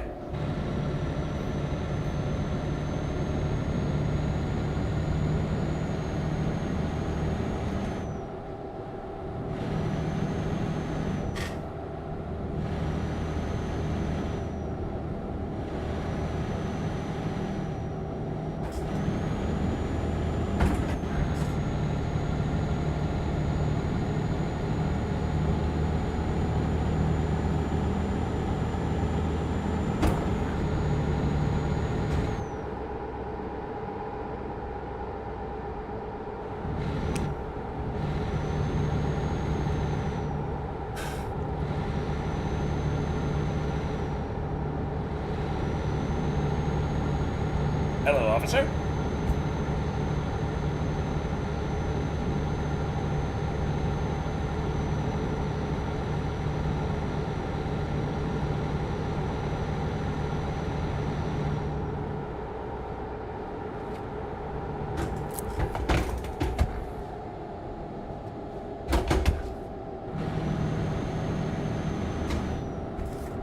There we go.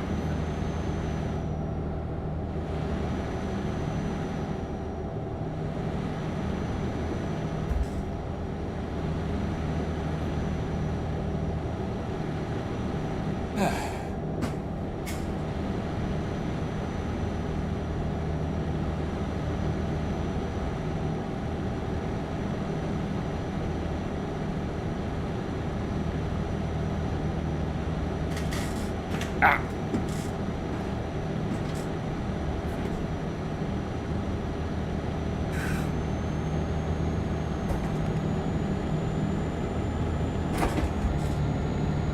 What are you doing?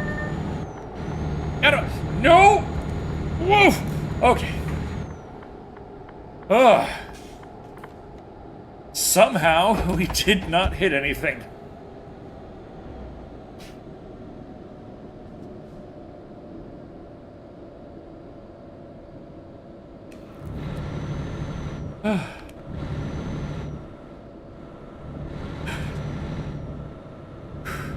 Your heart leaps at those. Or just, I'm here in virtual reality.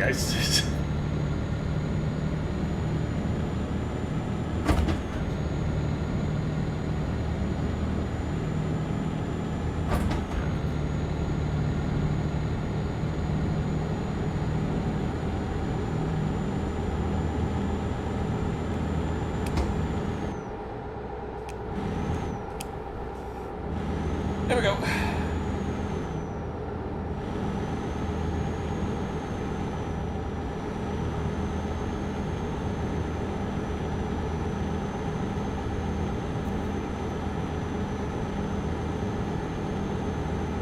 Sounds like you messed your pants. By the way, it's encouraged that you keep bottled liquor or mouthwash when you have constrictors.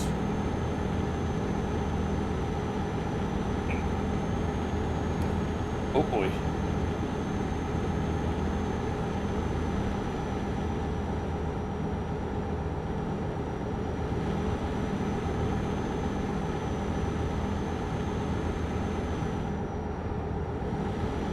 I feel like I recognize this road. I don't know. This one just seems to... Oh, God. Yeah, definitely.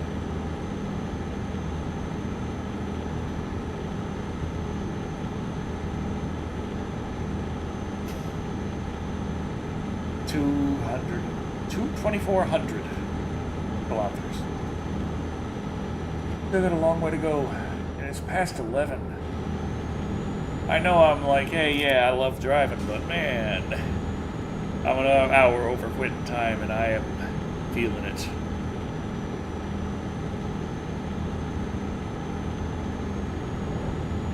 It's just the second thing I took, though. The first one wasn't really that... I mean, it was just one job, and it just took the entire damn stream.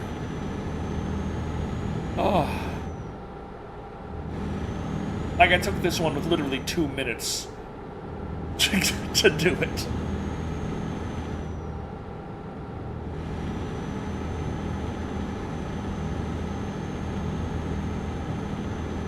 Oh yeah, it is that church with the weather vane. The little chicken on top. The chicken church. Oh, frick. Ah, a speeding violation. I'll violate your speed.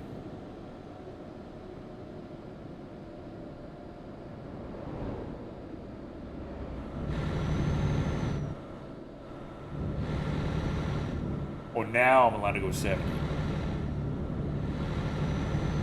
Ugh, okay, I think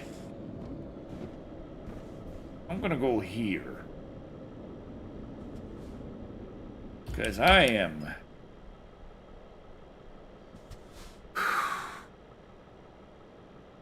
I am tired. So...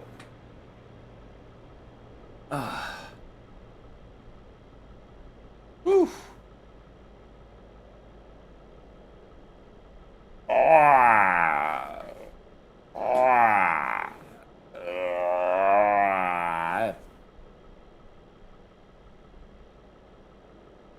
think that'll be it for today. Oh, I dropped my oh, please. Nothing's broken. I don't think. Oh, I hit the ground so hard it popped the lenses out. But it's fine. Those lenses are add-on lenses. Okay.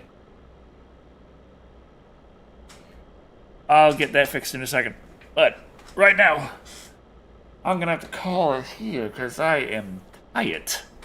But thank you all for watching. I have a Shado, and remember, you can't drive 3,500 kilometers in 2 minutes. Why did you think you could? Anyway. Let us see.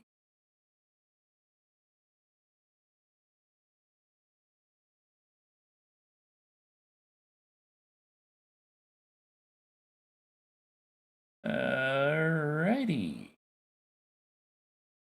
Yeah, Thick Black Daddy is also doing a car game with Forza Motorsport. Close enough.